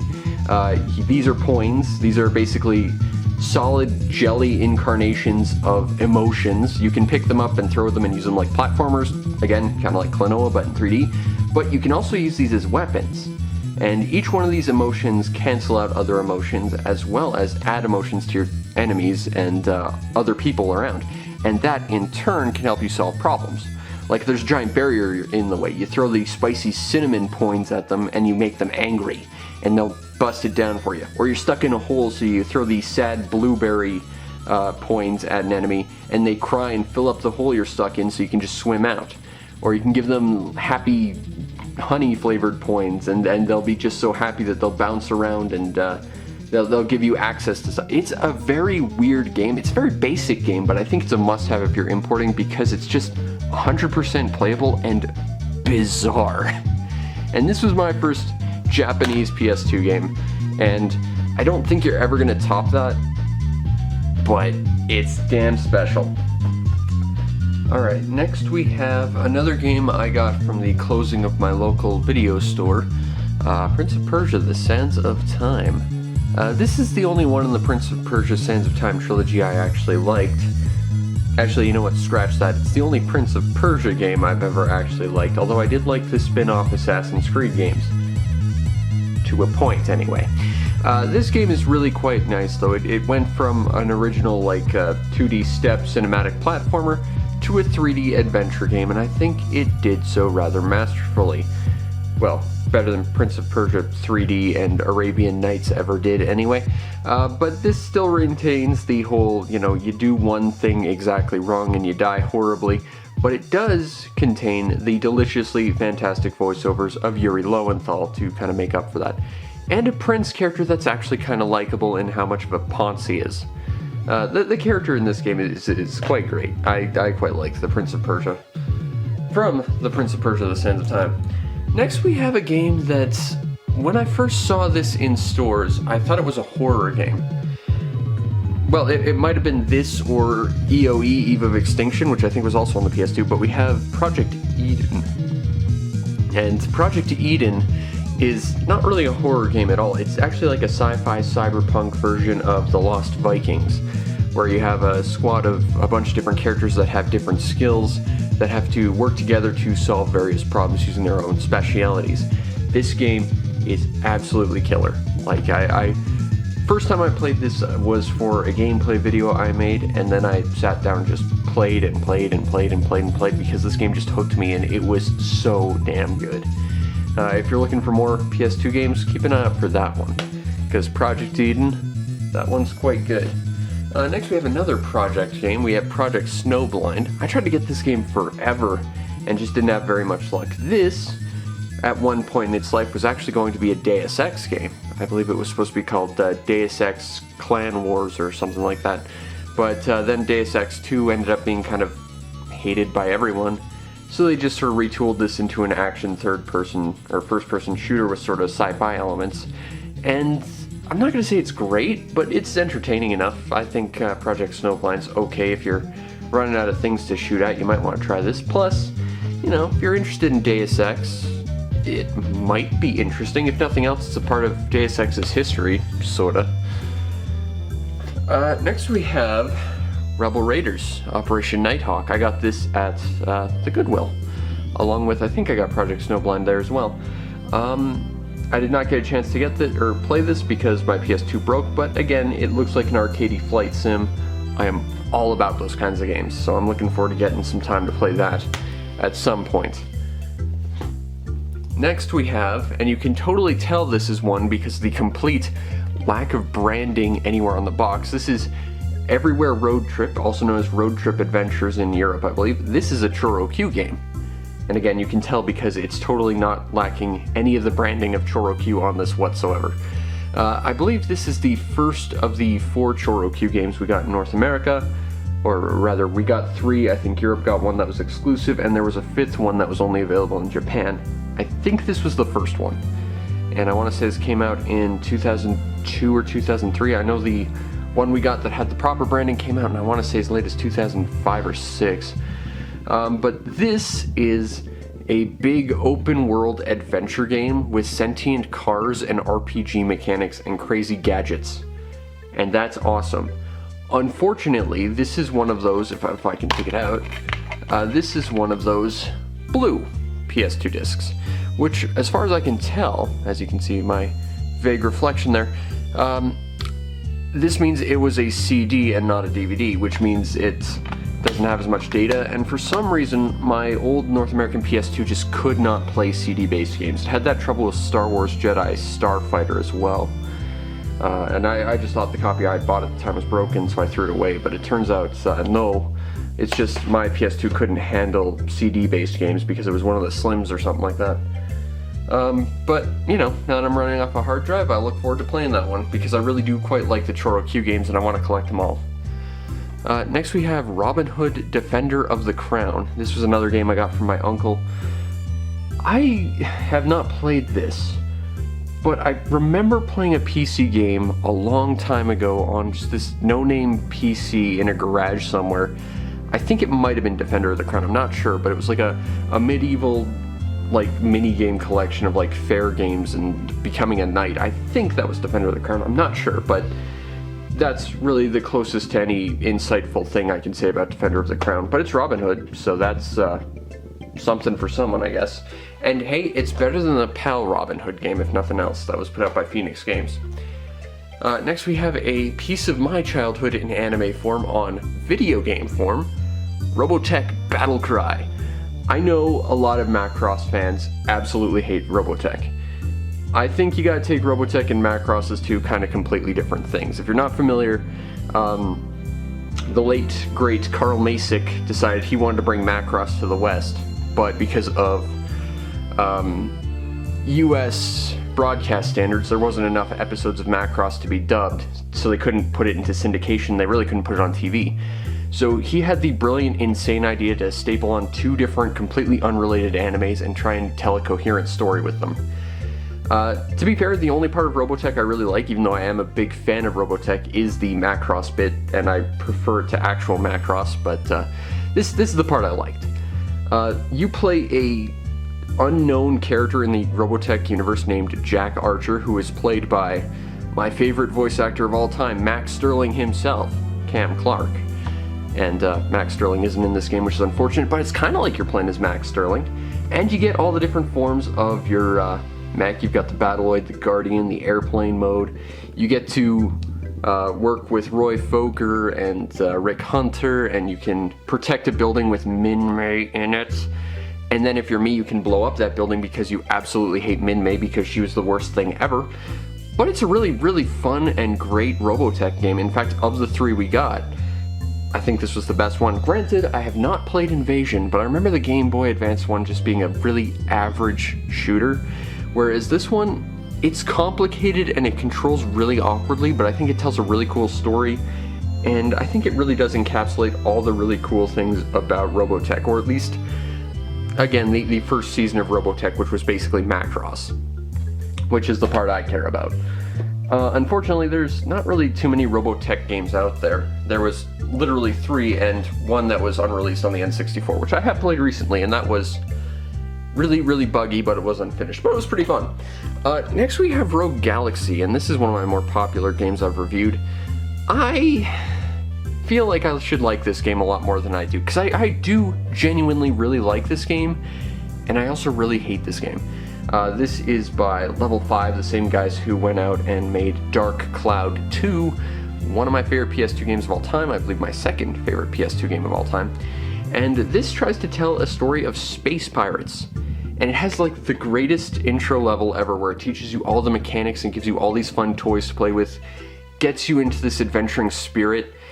And then the second level, and I talk about this in my review, it dumps you into this really terrible, very bland, very samey looking jungle planet for about 5 hours. And they just beat you over the head about how technology is bad and it's unnatural and forest stuff is good, and I've tried to play through this game so many times, and the second level in this game kills it every time. Some of the stages in this game just in general stretch way too long, but level 2 just goes on forever and is way too samey and bland, and it's easy to get lost. But this game has so many really cool things. It's got an invention system, sort of like Dark Cloud 2, but you also have to like properly manufacture stuff. It has a bug collection system, which allows you to throw bugs into like a chess sort of arena, sort of fight system. Kind of like the Fish, a little bit of Dark Cloud 2. And it's got just space pirates and great characters. I love this game. But every time I play it, there's about an 80% chance I stop at level 2 just because I hate that stage so much. It goes on forever and it's just...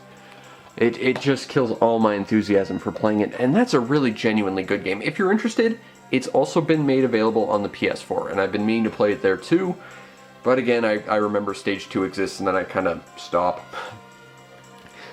Next we have Romance of the Three Kingdoms 9. This is again one of those Koshibusawa arcade games, strategy games. I like to collect these. I want to get all the Romance of the Three Kingdoms games, but I don't have many. All the ones I have are on the PS2, and someone bought this for $50.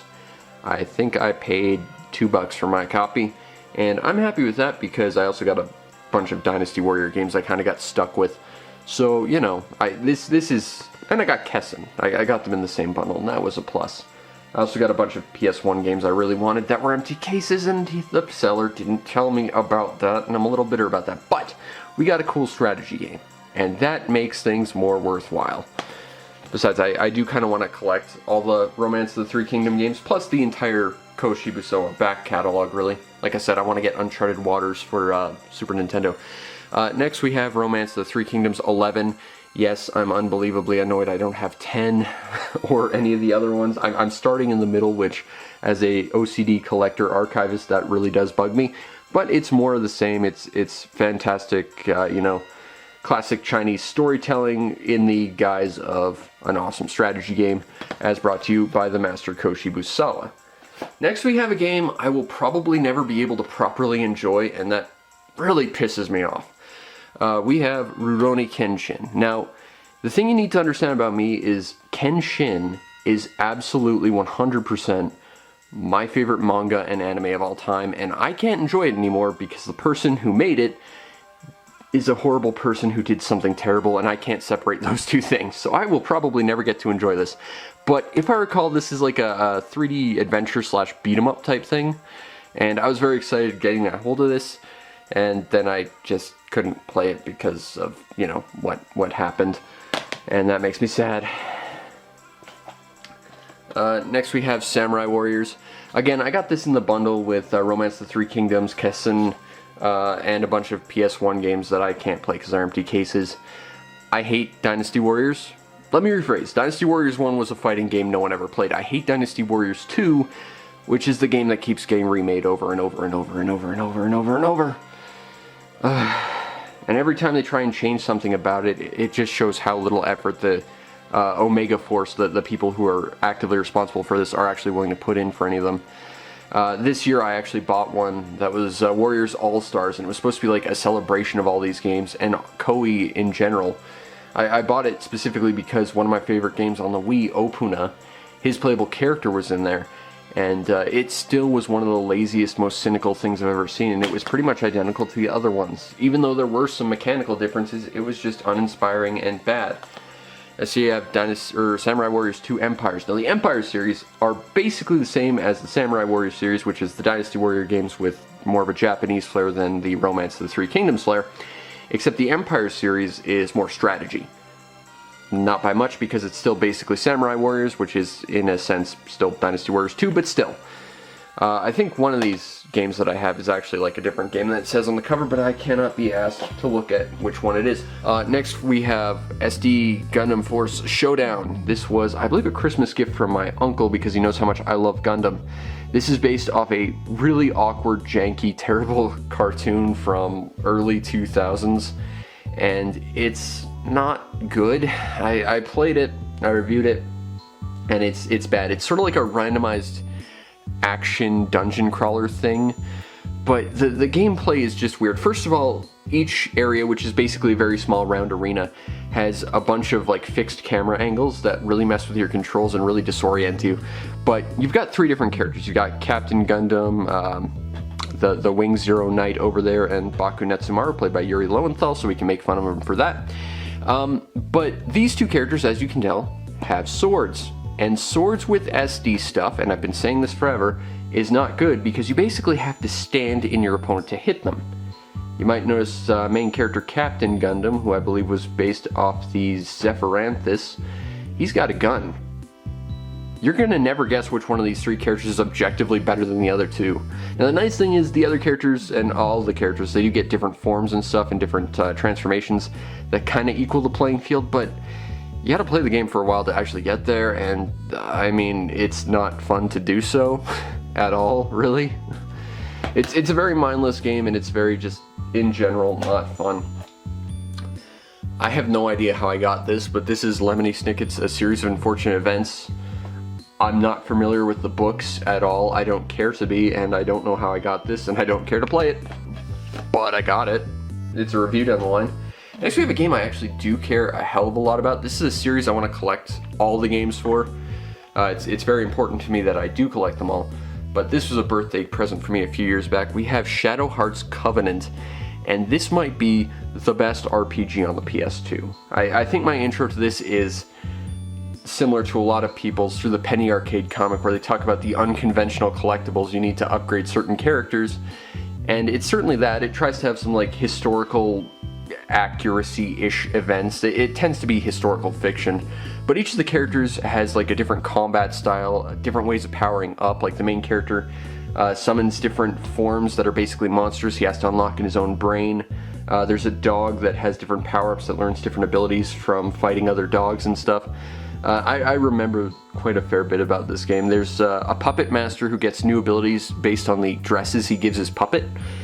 This game is insane, and it's ridiculously good. I think the Shadow Hearts series is amazing. Covenant might be the best one. It's the third in a 4-part series. I don't have the first two. I really need to get them, but this was a birthday present from my grandma, and to this day, it might be my favorite RPG on the system. And in general, it might be one of my top 10, maybe top 5 favorite PS2 games. Next we have Digimon World. This is a 2D RPG. I think this is the best RPG on the system. And in general, it might be one of my top 10, maybe top 5 favorite PS2 games. And in general, it might be one of my top 10, maybe top 5 favorite PS2 games. And, finally for this stack, we have Shadow Hearts 3 from the New World. This is actually the 4th game in the series, because the first Shadow Hearts game didn't actually have the Shadow Hearts name. It was a PS1 game called Koldelka, and it's incredibly rare.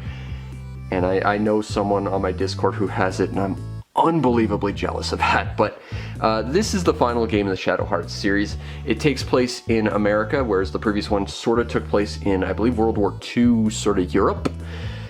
In fact, the lady on the cover, I believe, was a Nazi officer at one point. But you play as a kid detective from New York trying to, like, discover his past, if I recall. I don't remember too much of the story, because unfortunately, fun story for this, this was a present for my girlfriend, and I started reviewing this the moment I got it. My little brother decided to borrow the PS2 right around that time, borrowed it for about a year, gave it back to me, I started recording this again, and then it kind of broke my PS2. Because that's when my PS2 started giving up the ghost, and I had to hold on to that review for, at this point, almost like 2.5 years, maybe even longer, which is a shame because I'm super excited about this, and like I said, I love the Shadow Hearts games. I hadn't mentioned this before about the previous Shadow Hearts games, but they have a really cool combat system where, best analogy I could kind of say, it's sort of similar to Paper Mario, where if you attack stuff, you have to like perform like a mini QuickTime event by hitting buttons at a certain time. Except on this one, it's visualized by like this ring and a dial where you have to like click certain parts like a clock face to lock in when you attack on that dial. And you can actually modify that. So you can add more areas where if you hit at this point, you'll do more damage. If you hit here with a smaller chance of succeeding, you'll do like crit damage. If you hit this one area, your entire combo gets dropped. It's a ridiculously complex combat system. The same with the original Shadow Hearts and Covenant. The combat system in these games is great and a reason to play these games in general, but I don't think it's quite as interesting and different and personality filled as good old Covenant. I think if you're going to get one Shadow Hearts game, I think this is the one to get, even though it is a direct sequel story-wise to the first one. It's just the most interesting out of the two I've played, but Shadow Hearts from the New World is a remarkable RPG in its own right. And I am running out of battery and memory card space. I'll clear this off, and we should have, maybe two more sets of 2 PlayStation stacks like this, and then we'll get to move on to the stuff I don't have cases for, so look forward to that. Next we have Shadow of Destiny. This is a game I went really far out of my way to try and get a hold of, and it's interesting. It's a time travel murder mystery adventure game, but plot twist, the murder you're solving for is your own. Ooh, jazz hand. I'd love to tell you more about this game, but I actually can't. I tried to record this for a gameplay video around the time I got it several years ago, and the disc is really messed up. It'll play the first cutscene entirely silent, and then the moment it has to actually load anything after that, it just hangs. So unfortunately the disc is basically unplayable. I mean, I guess that's what my hard drive is for now, but the sad thing is, after all that, and trying to get this game specifically, apparently it's not even the version I wanted. There was three versions total, one on the PS2, one on the Xbox, one on the PSP, and the PS2 version's the worst version. The Xbox version looks better, and the PS2 or PSP version got a redub and a rewrite, so apparently it's just more coherent. Thank you, brain. So yeah, PS2 version not that great, hard to find, and it doesn't work. So I'm all kinds of sad about that. Next we have Shadow of Rome. This was a game my uncle got me a long time ago because he kind of went through a Gladiator phase. Unfortunately, that copy was stolen, and I had to buy this for a lot more than $14.99. And it's... I really want to like this game a lot more than I do. You can see my review about it, but it's an interesting amalgam of a really brutal, fun, arcadey hack and slash as you play as this gladiator turned legionnaire, or the other way around rather. And on the flip side, you have to play as a noble who kind of sneaks around trying to discover the murderer of Julius Caesar. But as far as I recall, and I'm no history buff, I'm pretty sure it was pretty well documented who actually killed Caesar. It was like a, big public thing. It was a group of people, if I recall. Yeah, the stealth in this isn't very good. I streamed this back in the day, And I showed this off in my review, and I honestly think I ran into a bug more than anything, because you have to like sneak past this one guard wearing like an outfit, and he wasn't having any of that. I after an hour, kind of had to like just kite him away, and then just sort of slip past, which is not how to play this. I think that was a bug or something, because I know what you're supposed to do, and it didn't work for me. But the stealth in general is just not that good. The hacking and slashing is really, really damn fun though. And they were actually going to make a sequel to this. They had to can it very early on, but they took what they had of the sequel and they turned it into the much more well-known Dead Rising series. But honestly, I kind of want to see another Shadow Realm because while I think the stealth could have been significantly better, it was still a really, really interesting and quite good game, I think. Next we have a game I hate with a passion. This is Shepherd's Crossing. This is a game that I've heard 2 or 3 people mention in passing, and every time I hear this game mentioned, they always say the exact same thing. And I quote, "It's kinda like Harvest Moon." No, it's not. That's actual complete horseshit.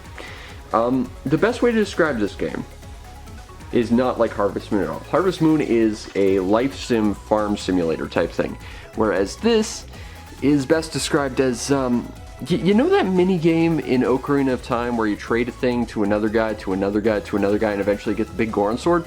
That's this, if that was a game.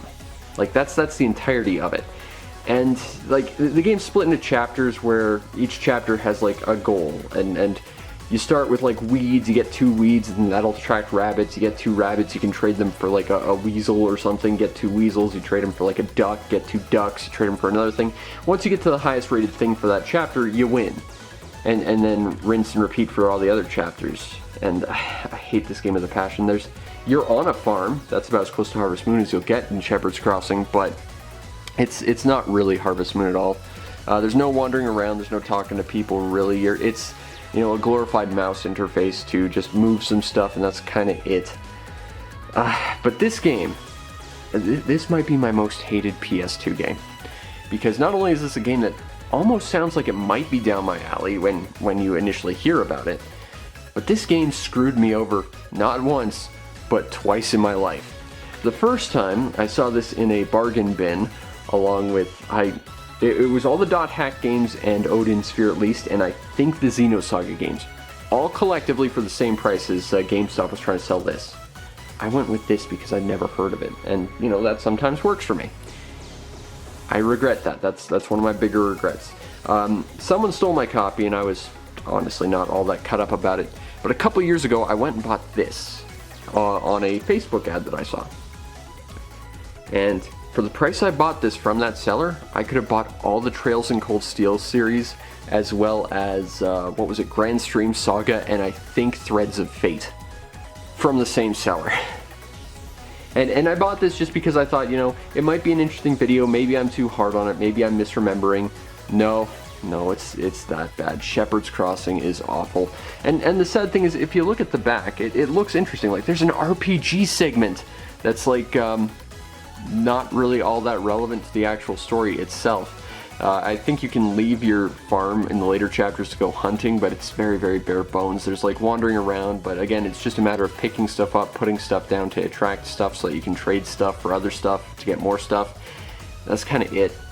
It's bare bones, and if you get this game looking for Harvest Moon, or you're interested in this because it looks like Harvest Moon, you are going to be sorely, sorely mistaken. Do not, please, I'm begging you, do not make the same mistake I did with Shepherd's Crossing.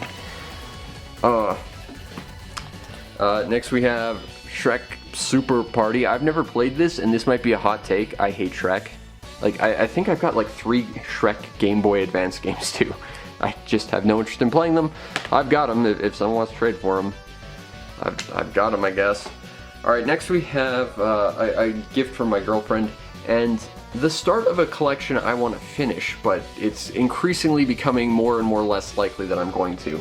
We have Shin Megami Tensei Digital Devil Saga. When I got this game, unfortunately, that was about the time my PS2 kicked the bucket, so I couldn't really get into this to play it. But I also know that there's a sequel that follows up after this, and it's, the Dot Hack and the Batten Kaitos effect, where if I don't have the full story, I kind of a little bit demotivated to actually play it. I'm sad to say. But it's one of the Shin Megami Tensei PS2 games, which is kind of where it really hit its stride in the West. And, you know, I want to collect all of them because that was sort of where I got my interest in Shin Megami Tensei. Speaking of, we have my first, and I think typically most people in the West's introduction to Shin Megami Tensei, we have Shin Megami Tensei Persona 3. Specifically Persona 3 FES. Festival, which is a enhanced remake of the game, which contained like a second story and a whole bunch of extra stuff, which is very, very cool. Going back all the way to Legaia 2, when someone was mentioning a game about summoning things by shooting yourself, that was this game. And when I saw this game, I was like, oh, this was the game they were talking about. Awesome. And this is genuinely a very, very cool game. I've got so many stories about this game. I could go on for hours about Persona 3 FES. I will limit it to one. It's kind of a lengthy story, but when I was in high school, I took a design course because I wanted to be a game designer and I was studying it on my own. Design had two options. You could either take AutoCAD, which I hated with a passion, or 3D conceptual design, which is, you messed around on Google SketchUp for an hour every day. And I loved that class. That was my best class in high school just because I was designing game stuff for games I was making on it. And the third year I was in high school, my senior year, my teacher, who was the one good teacher I had in high school, he unfortunately had to leave. And we got this new teacher who didn't care about anything. In fact, she actually got a bunch of students who were just trying to get an easy A to bump up their marks, and she'd give everyone an A. To the point where she wasn't paying attention, and you know, there were actual like bullies making paper airplanes and actually beating people up and doing a lot worse in that class. Like honestly, if I got into details, it would get probably this video demonetized because it's actually graphic and actually like legitimately horrifying. But for that class, because the teacher didn't care anyway, I decided I was going to do a special project for that year. The summer before I started that year, I had gotten Persona 3 FES, and I got super, super interested in it. So my plan was I was going to recreate, at the start it was just going to be Gekkoukan High, the high school from Persona 3, and it evolved over that course of the year to recreate every ounce of Persona 3 FES, one-to-one in Google SketchUp. And there was a lot of work I had to do. Like, I've said this before, but my parents were a real stickler for my bedtimes growing up, and this is the only time I've ever told this story, so Mom, if you're watching, and let's be honest, you're not, shh. But, you know, when I was in high school, as a high school senior, my bedtime was a strict 9:30, which for a high schooler is just, I didn't have a social life, so it didn't matter that much to me, but it was absolutely killer anyway. So I would go to bed at 9:30, and I would proceed to stay up until about 2:30 a.m., mapping out all of Persona 3, measuring your character's strides, and trying to figure out what an average high schooler's like stride would be in square footage to measure out the size of proper things. And then I'd have to go in and like look up extra information, like they mentioned that the high school has an Olympic-sized swimming pool, so I had to figure out what size that was and what size that would be relative to everything else in a natural space. I had to do that to make a one-to-one believable actual replica of Persona 3 in SketchUp, and I did it. It was perfect to the point where there was so much detail, computers that actually had to run it at school like literally legit melted under it. It just caused them so much strain, but I did it. And the saddest thing is, like the day before we had to hand in that project at the end, someone stole my USB stick. And bear in mind, this isn't a matter of going and getting your backup off the school computer or anything, because the school wipes their computers every single night. So it was gone. I never saw it again. That was a year of passion of my life just completely destroyed. You work so hard only to get dumped on by everyone, and not to sound bitter or cynical, that is the perfect analogy for my life and everything I do. And you know, my attempts at making games until a flood destroyed it, and this channel and Google taking away my monetization, and just my general lack of success at everything I try. And now I'm very, very sad. But Persona 3 is really, really good. The weird thing about the game, though, is there is no definitive version of this game. Like, there's the original version, and that's fine. There's this version, which adds a bunch of stuff, including a whole new campaign. Don't play the second campaign to this game. It's absolutely garbage. It's just a terrible, very long grind fest that has no payoff. And then there's a PSP version, which adds some quality of life stuff that was created in Persona 4, such as being able to control your party members. Yeah, I don't know why that wasn't put in the game sooner. That seems like kind of an important thing that's dated back to the, inception of RPGs. But while it adds a bunch of stuff, it takes out all the cutscenes. It takes out the running around stuff, which, for a game about social lives, turning that all into just a glorified menu is kind of uninspiring and boring. It removes your character's ability to select any weapon you want. It does add like a second campaign where you get to play as a girl version of the main character with a slightly different weapon, but it's not really significantly different or anything. And it over-explains the intro. Like, the intro to this game is so mysterious because it's, a scene of a girl that looks like she's about to shoot herself, like, interspliced with just this kid walking down the street when suddenly he's surrounded by coffins and he's just shrugging it off, like, completely unfazed by it. In this, the PSP version, they over-explain that scene and completely destroy the mystique of the game. Persona 3 FES is probably one of my most favorite RPGs in the system. The only ones that beat it are like Dark Cloud 2, which, debatably an RPG, I guess. It's more of a dungeon crawler, and the Shadow Hearts game, specifically Covenant. But Persona 3 FES, if you haven't gotten RPGs on the PS2 and you need this one, you should, because it's one of the best. Following that up, we have Shin Megami Tensei Persona 4. I have never finished this game. I've got the Vita version. I've never finished that game either, but I've gotten further in it. This is actually the second copy I bought. The first copy I bought, I got it in HMV, the same HMV I got Ambition of the Illuminous, as well as Hexy's Force, and it was the weirdest thing ever because it was unopened, but the back of the CD was milky white and just cloudy, and it was actually, like, built into the CD itself. I've never seen that happen before, and it was, like, gross, and it played the first cutscene and froze, and that was it. So I returned it, and I got a full refund, then I just went to GameStop and bought this, and it's Persona 4. I dislike Persona 4. I think out of the 3 Persona games I've really played, 3, 4, and 5, 4 is the weakest of the lot. I often like to call it tonally bipolar, because in the most serious scenes, it still likes to insert funny for really inappropriate things for some reason, and I just find the overall cast of the game really nondescript and kind of bland. Like Persona 3, for all of its problems, getting basically told it was just like an emo crybaby fest or whatever, and it was way too dark, every single character, even the side characters, had their moment in the sunlight. You learned about all the motivation of all the villains and side characters and stuff. Everyone had a moment to shine. Whereas in Persona 4, not really. It's about the main character and his immediate family, and then all the side characters, and by side characters, I mean the main characters that are part of your party.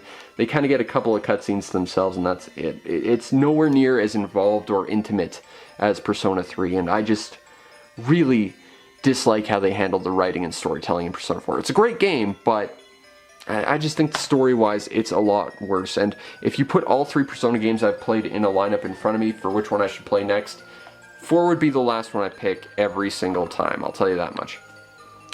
Next we have another game I got from the closing of my nearby video store. We have Silent Hill 2.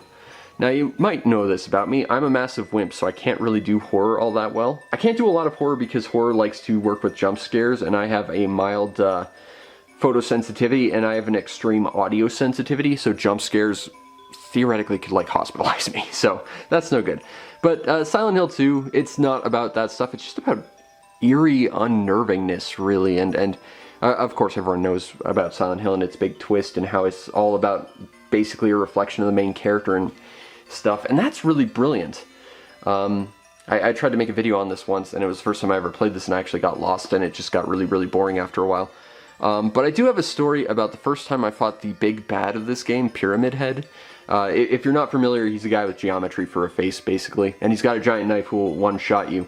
And the first time you run into him, it's on top of a flooded stairwell with a locked door, and you just sort of have to run around him until he decides to go away. Now, I knew he was going to go away, so when he started and walked down those stairs, I thought I was going to be clever.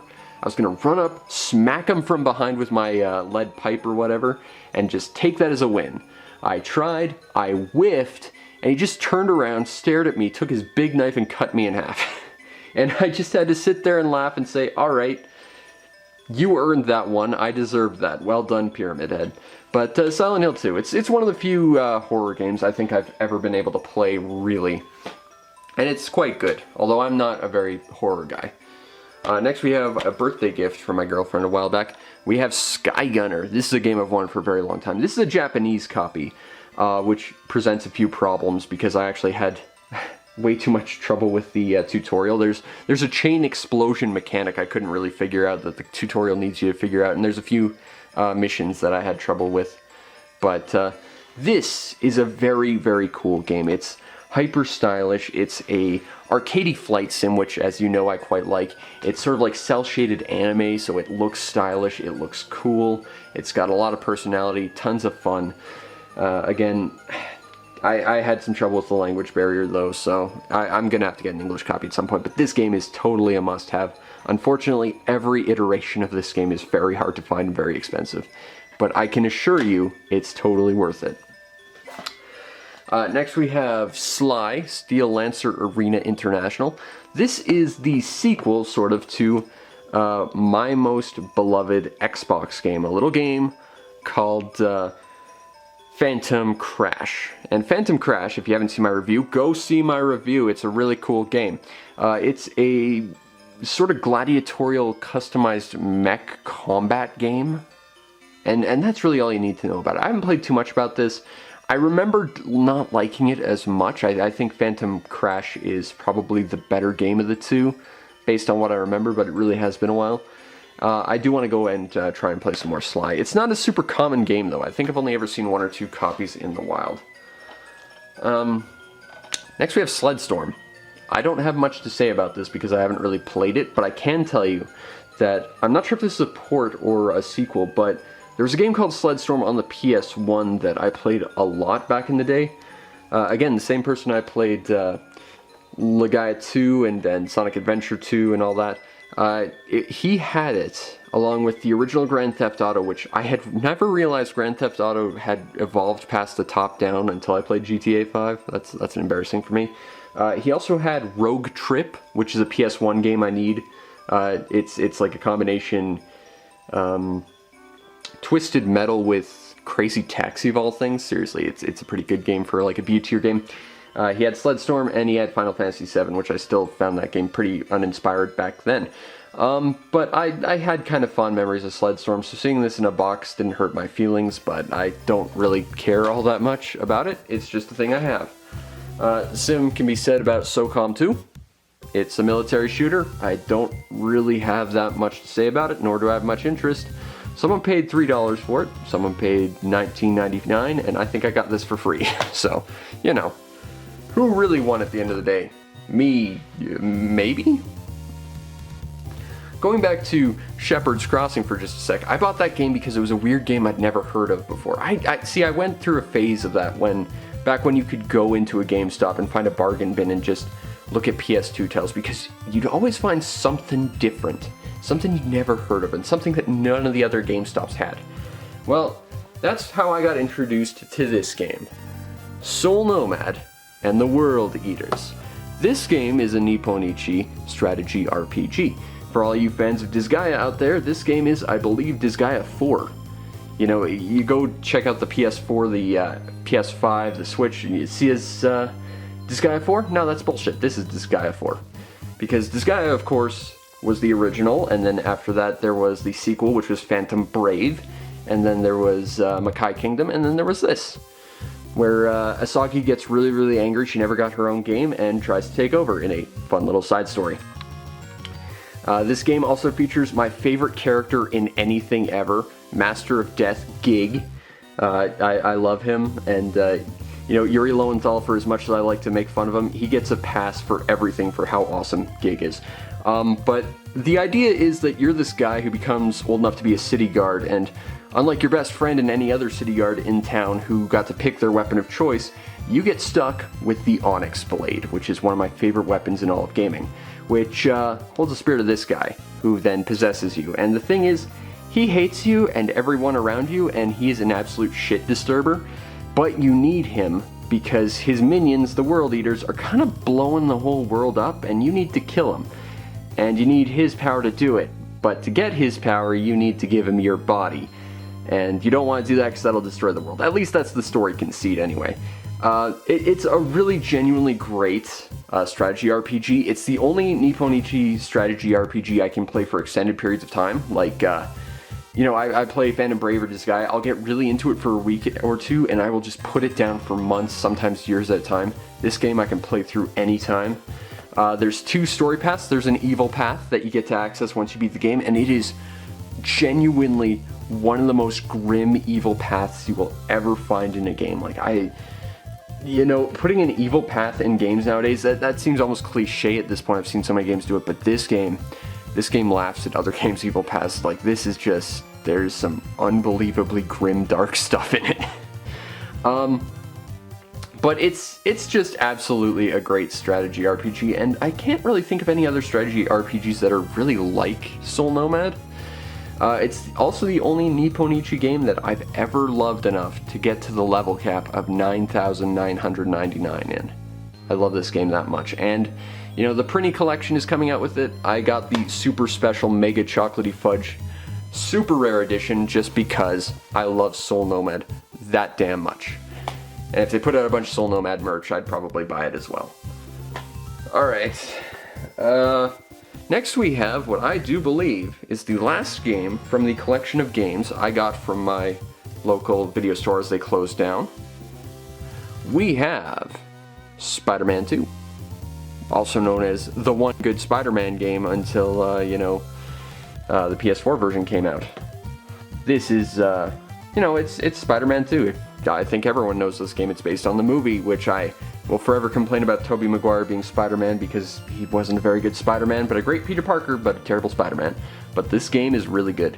I think it's one of, again, aside from the new ones, the only Spider-Man game that ever got web slinging down, and it was just a big open world exploration, and you could just not do any of the story and just enjoy this game.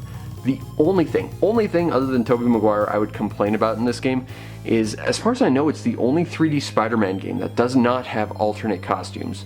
And as someone who really likes the Scarlet Spider and also the symbiote outfits, not having that, it's kind of a big blow to what I can say politely about the game. But it's a great game. Alright, next we have 2 games in one because it's the exact same game. We have Star Ocean Till the End of Time and Star Ocean Till the End of Time. What's the difference? One of these is in Japanese. For some reason this was at a local Goodwill, and I figured I was the only one who's ever going to buy it because I'm probably one of the few people in this town that has a Japanese PS2, so I grabbed it. But Star Ocean Till the End of Time. It's the only Star Ocean game I've ever actually played. I really want to play the second one because I hear it's kind of the best one. And I get the urge to play this game an awful lot. In fact, I own every version of this game. But I also know how it ends, and I know the big spoilery plot twist to this game, and that makes me hate it. And that makes me not want to play it. But, you know, it was a game that had a lot of trophies and achievements. If you care about that, that's something. Next we have Star Wars Battlefront. Never really played it because I played the sequel a bunch. I got that in a bundle of stuff. We got Star Wars Battlefront 2. This was, I believe, the game that my brother's friends gave him so that he could claim he had a game on the PS2. I don't think this is actually mine. I'm pretty sure this is actually like his or shared our version, but it's in my collection right now, so I'll count it. It's a big shooter. It's mostly like a multiplayer style game. It's definitely more of an online game than anything, but it's a hell of a lot better than the more recent ones. It has a really fun campaign, and it's genuinely just a great game to have a giant skirmish in space in. I love the spaceship things where you can fly into the spaceships, hop out, and like go and shoot their like engines and then like leave and just watch their giant capital ship explode. Or like, you know, just fly around having dogfights and stuff. My brother really liked the Jedi fights on Tatooine. That was his jam. we've probably sunk thousands of hours into this disc. It's quite a lot of fun, even if it's not really 100% my jam. Next we have a game I think I own a PC version of as well. Star Wars Clone Wars Republic Heroes, based on the cartoon that I think completely missed the point of what a Clone Wars cartoon should have been, which is mostly focusing on the clones, because that Clone Wars cartoon was always focusing on the Jedi, which was very, very boring. But when they did talk about the clones and showed how one guy could be a million different guys while all being different, you know, that was the important thing. But now we got the Bad Batch, which is kind of trying to do that a little bit, which is, I think, playing more to the strength of the Clone Wars cartoon. And you're probably noticing I'm not talking about the game, and that's because I've not played it. But I did watch a lot of the cartoon, and I really, really incredibly hate Ahsoka Tano for it, because she was terrible. Next we have, going back to Soul Nomad and Shepherd's Crossing, we have one of those games I bought, because I never saw it before, I'd never heard of it. It was about, I think, $15 at the time, and it was probably one of the most important purchases I've ever made. Certainly the most important for the PS2. We have Steambot Chronicles. I made a video on this way back in the day that was actually 2 parts because I couldn't have a video longer than 10 minutes at the time. This is a game that lets you do everything and anything. It's a steampunk mech experience where you can be the villain, be the hero. You can join like a in-universe mafia. You can try and build a mech that'll go to the moon. You can try and fly. You can be a busker. You can be a pool shark. You can own your own house and try and date people. You can, you know, be a roaming vagabond. This is a game that can basically do everything. And I think I said this back in the day, that every time I played this game, I felt like it was inventing new stuff on the fly for me to do. Because every time I played this, I'd noticed something new I'd never seen before in my literally dozens of playthroughs of this game. And while I know that's impossible, I still believe it. This is the most stuff-filled game I have ever seen. And bear in mind, that's in an era where we have DLC and expansions where even nowadays stuff is getting added to existing games. I think Steambot Chronicles still has all of them topped. It is the most stuff-filled game ever. And if you want me to recommend one PS game or PS2 game over any other, it'll be this one. If I had to throw out my entire PS2 collection minus one game, it would be this one. If I had to throw out most of my collection minus 10, I would guarantee you this would be on this list. This is one of my most important games in my life. It is one of the coolest games I've ever played. And, you know, if I had to pick a Desert Island game, it would be this one, just because of how much stuff's on it. Steambot Chronicles, if you haven't played it, it's amazing. It's by Irem, so unfortunately there's not really going to be a proper sequel. Yes, I know there was a PSP game, but it wasn't really a proper sequel. I need to play that at some point, but there will never be another Steambot Chronicles, and maybe that's for the best, because that would make this a little bit less special, because this game is truly amazing. Alright, next we have Summoner. This is an RPG I haven't had a lot of experience on, because there's also a direct sequel to this that, you know, I want to get both before I really play. But I think there's a GameCube version that compiles both of them, and I've heard really, really good things about it. So I'm excited to play this when I get some more time. Again, it's kind of nice to just sort of build up a stockpile of stuff from behind so that I can cover more stuff in the future and I don't have to worry about future content and stuff. So I'm always on the lookout for something interesting, and I love RPGs. I kind of want all of them, ever, period. That was one I made sure to get. Next we have Tekken 4. I believe I got this in the same bundle as the Romance of the Three Kingdoms and Kessen and all that. I'm not super familiar with Tekken. I played Tekken 3 on the PS1 very, very briefly because it had like the volleyball mode and that was kind of fun.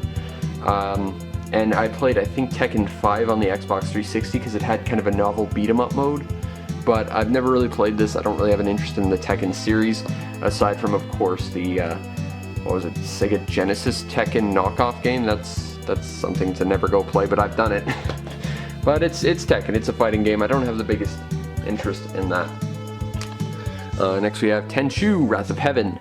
I really want to get into the Tenchu games. I played this a little bit. It's okay. I don't think it's the most stealthy game ever. It's honestly, from what I remember, pretty jank. But I want to collect the Tenchu games because I'm a huge, huge stealth fan. So I kind of had to get it anyway. Besides, it was one of those games I hadn't really seen, and it was at a Goodwill, so, you know, it was for a good cause. even though I paid about $9 for it. Not the best stealth game I've ever played, certainly, but you know, it's important that I get it. As I've said before, I tried to collect as many of those arcade collections as I possibly could. This is a big important one. We have Taito Legends 2. It has Darius Gaiden on it. It has Pucci Karat, which is probably one of my favorite arcade games ever. It's certainly my favorite breakout style game ever. Go play Pucci Karat, it's awesome. I've reviewed 2 or 3 games on this collection. I gotta do the rest at some point. This is a must-have collection. Only thing I dislike about it is that this game was split into a bunch of different versions depending on what console it was on and what region. So there was like a European exclusive like Xbox version that had one of my favorite Taito games of all time, Kadash, on it that I won't be able to play, which kind of sucks because I really have a lot of memories of Kadash even if I wasn't terribly fond of it.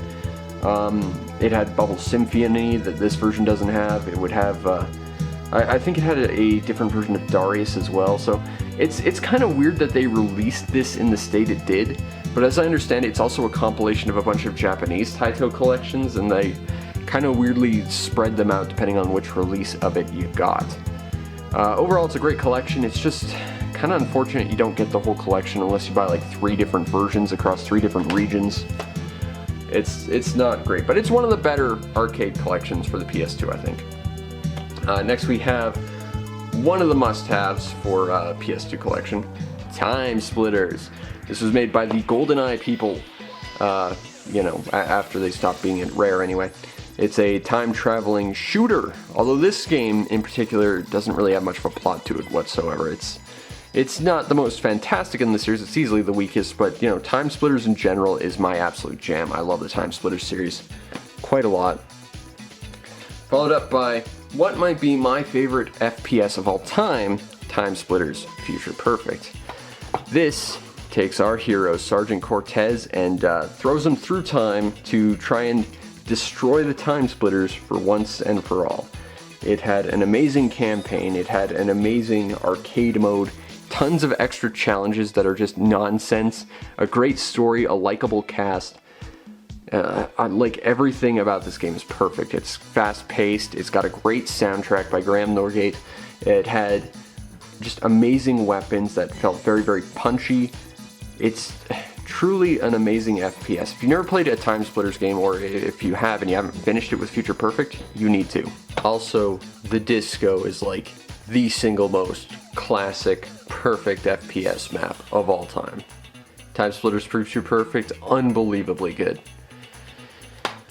Alright, I'm going to clear this off and we'll get back with the last 10 boxed PS2 games I have. Alright, next we have another military game I got in a bundle with something at some point. We have Splinter Cell Chaos Theory. I've heard really good things about this, and as someone who is a fan of stealth, I really should give this game a shot. But, you know, it's a military game, so it's not been a high priority of mine. Like I said, I kind of got it in a bundle with something else a long time ago, so I'm not really sure where it is, or where I got it from. Alright, next we have the only Tony Hawk game I own. It's funny, I've played pretty much every single one of them on the radar, thank you brain, but with the exception of like maybe the one that had that stupid skateboard peripheral, but I kind of dislike all of them because I've never been able to do like the skate tricks or anything. But there is a grand total of one Tony Hawk's game I liked, and that is Tony Hawk's American Wasteland. I played this with my brother way back in the day when he was much, much younger. He got into really into the soundtrack. He really loved Green Day because of this game. But I quite liked this game because it was a skating game, but it was a skating game where you were building up to something. You were telling a story. I know a lot of people like the Underground games because of that too, but what really made it for me was the fact that you were building up this skate park out of all this like random trash that you'd end up destroying from the world and putting in a dump. And it was like as you were going, you were building up your own environment, your own world based on your own story. And to me, that was very, very cool. I like this game a lot because of that. It's, I'm just as bad as it is every other Tony Hawk game, but it's the one that I liked. Next we have True Crime, New York City. These games typically get kind of pegged as GTA clones, and from what I can tell, yeah, kinda. I didn't like the true crime games all that much. I played this very, very briefly. I prefer Sleeping Dogs, which was at one point going to be a true crime game, but even that felt a little not super down my alley. But it's another thing to put on my PS2 collection as like one of those B-tier games, I guess. Alright, next we have a game I could have spent a lot more money on, but I got kind of like the budget re-release version of it. We have the Vampire Darkstalkers collection. This game is versus fighting, so you know what it's about. But this is a collection of all 5 Darkstalkers games. Yes, I know, there were actually 5 of these things, and this contains every single one of them and bonus stuff. I had the option to buy the non-budget release version on eBay, but they wanted like an extra $60 for it, whereas I paid like $20 for this, maybe. I quite like the Darkstalkers games. Those are really, really fun fighting games. I quite like them. And this collection is kind of a must-have if you're into fighting games or Darkstalkers in general, because this has all of them in one convenient package. And it's kind of, again, one of the better fighters on the PS2, I think. Alright, next we have another game I got from my girlfriend. We have Vampire Knight. I didn't know much about this before I played it. It was a light gun game. Unfortunately, I don't have a light gun nor a CRT, and there's a grand total of 1 light gun game that would make me go out of my way to get those, and this game is not Elemental Gearbolt. It might be a while before I get a copy of that, but it is a pretty cool little vampire horror sort of B-movie kind of light gun game. It's quite entertaining. I remember some of the bosses in it being very, very hard, but there are some cool alternate routes and stuff, and there's some extra challenges and things. It's a neat game. I don't think it's terribly rare or expensive, so if you're looking for light gun games, this one might be down your alley. I think it's not top tier, but you know, if you don't pay too much, it's certainly very good. Alright, next we have a game I spent the sticker price on, and I couldn't be happier for it. We have We Love Katamari. I remember seeing this in the GameStop where I got it. This shows how much of like a rare game collector I am. I was scanning the things, and I didn't even see this on the shelf. I was just scanning all the titles. They were listed like sideways, so I couldn't even see it. And just out of the periphery, didn't see anything. My arm just shoots and grabs something that I didn't even notice was there. Totally subconsciously, I grabbed We Love Katamari. And at $34.99, that was a lot of money for me then. It's a lot of money for me now.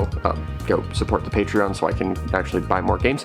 But this was absolutely worth it. It is quite possibly the best Katamari game. The PS3 one was pretty up there as well. It's one or the other. But what's great about this game is it takes some of the better levels from the original Katamari game, the Constellation levels, which got away from the just roll a ball as big as possible missions to make more specialized missions. And this game is filled with them. The plot is Katamari, the original Katamari Damacy was so famous that suddenly there was a bunch of fans who made requests to make special stars using special challenges, and that's how we got this game. And it's still probably the best Katamari. Again, Katamari forever on the PS3.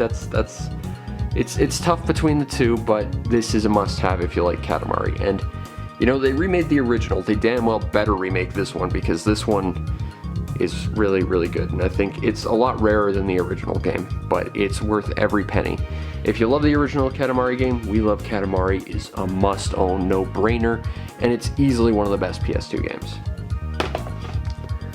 Alright, next we have Wild Arms 3.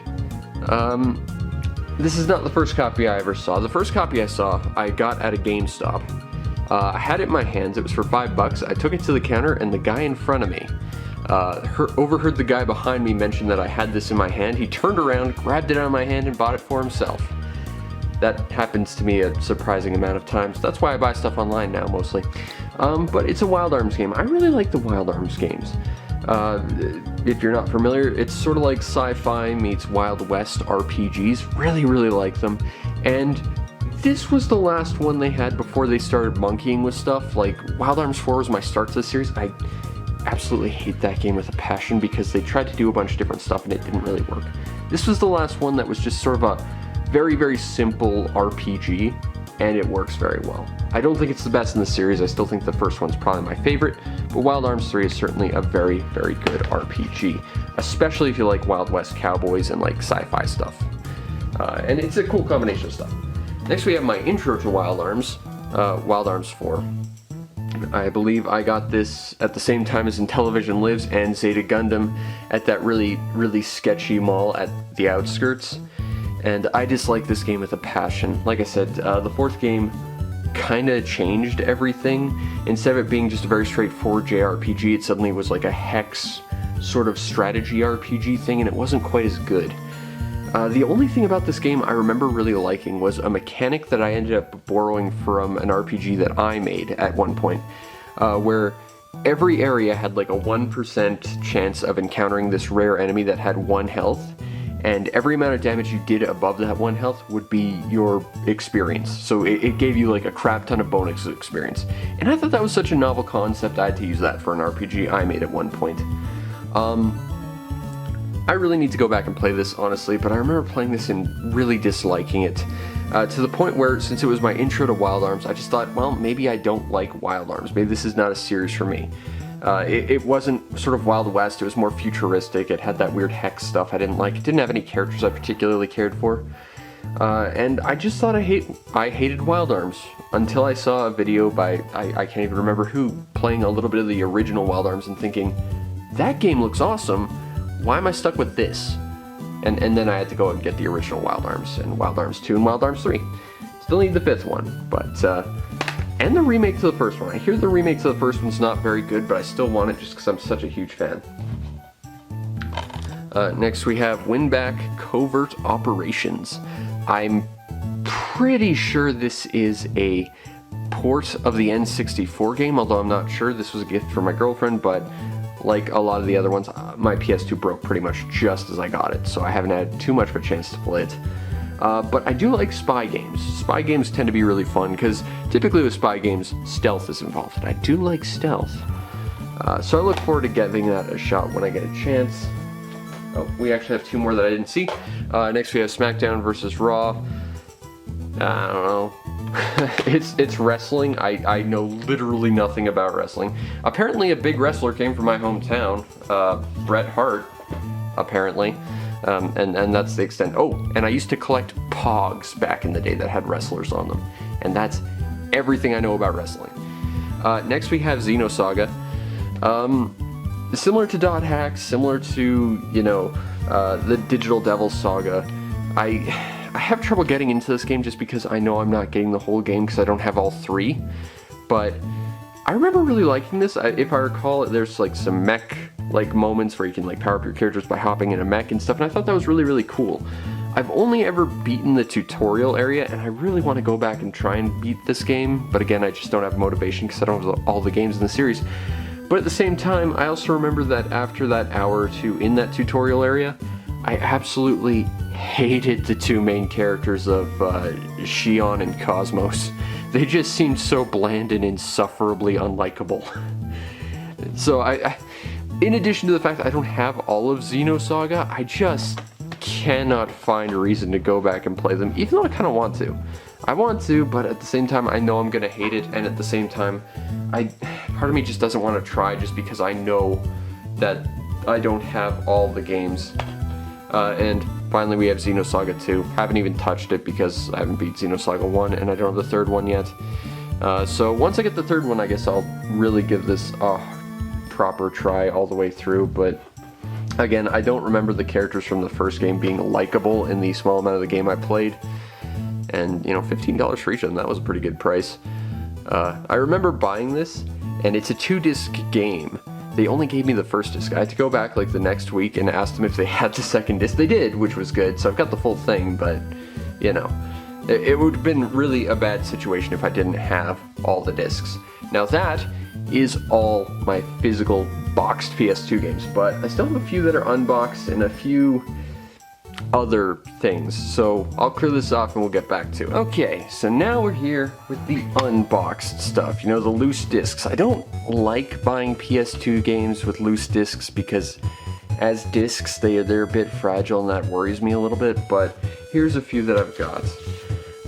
Starting off with Everblue 2.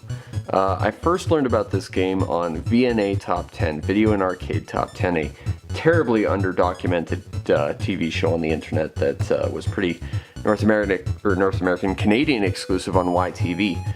Also, Gamers by Fresh Phil Guerrero, my personal childhood hero. Both of those need more documentation. If you have any videos of those, point me in the right direction of them, because I'd like to see them. But this is a scuba diving game, and it might just be because I grew up in a landlocked area surrounded by mountains, but I have a fascination with the ocean, because I don't get to experience it, and ocean life is cool, and scuba diving and treasure hunting is cool. The only thing I don't really like about this game is when you're diving out in the open ocean, you can't see any of the treasure.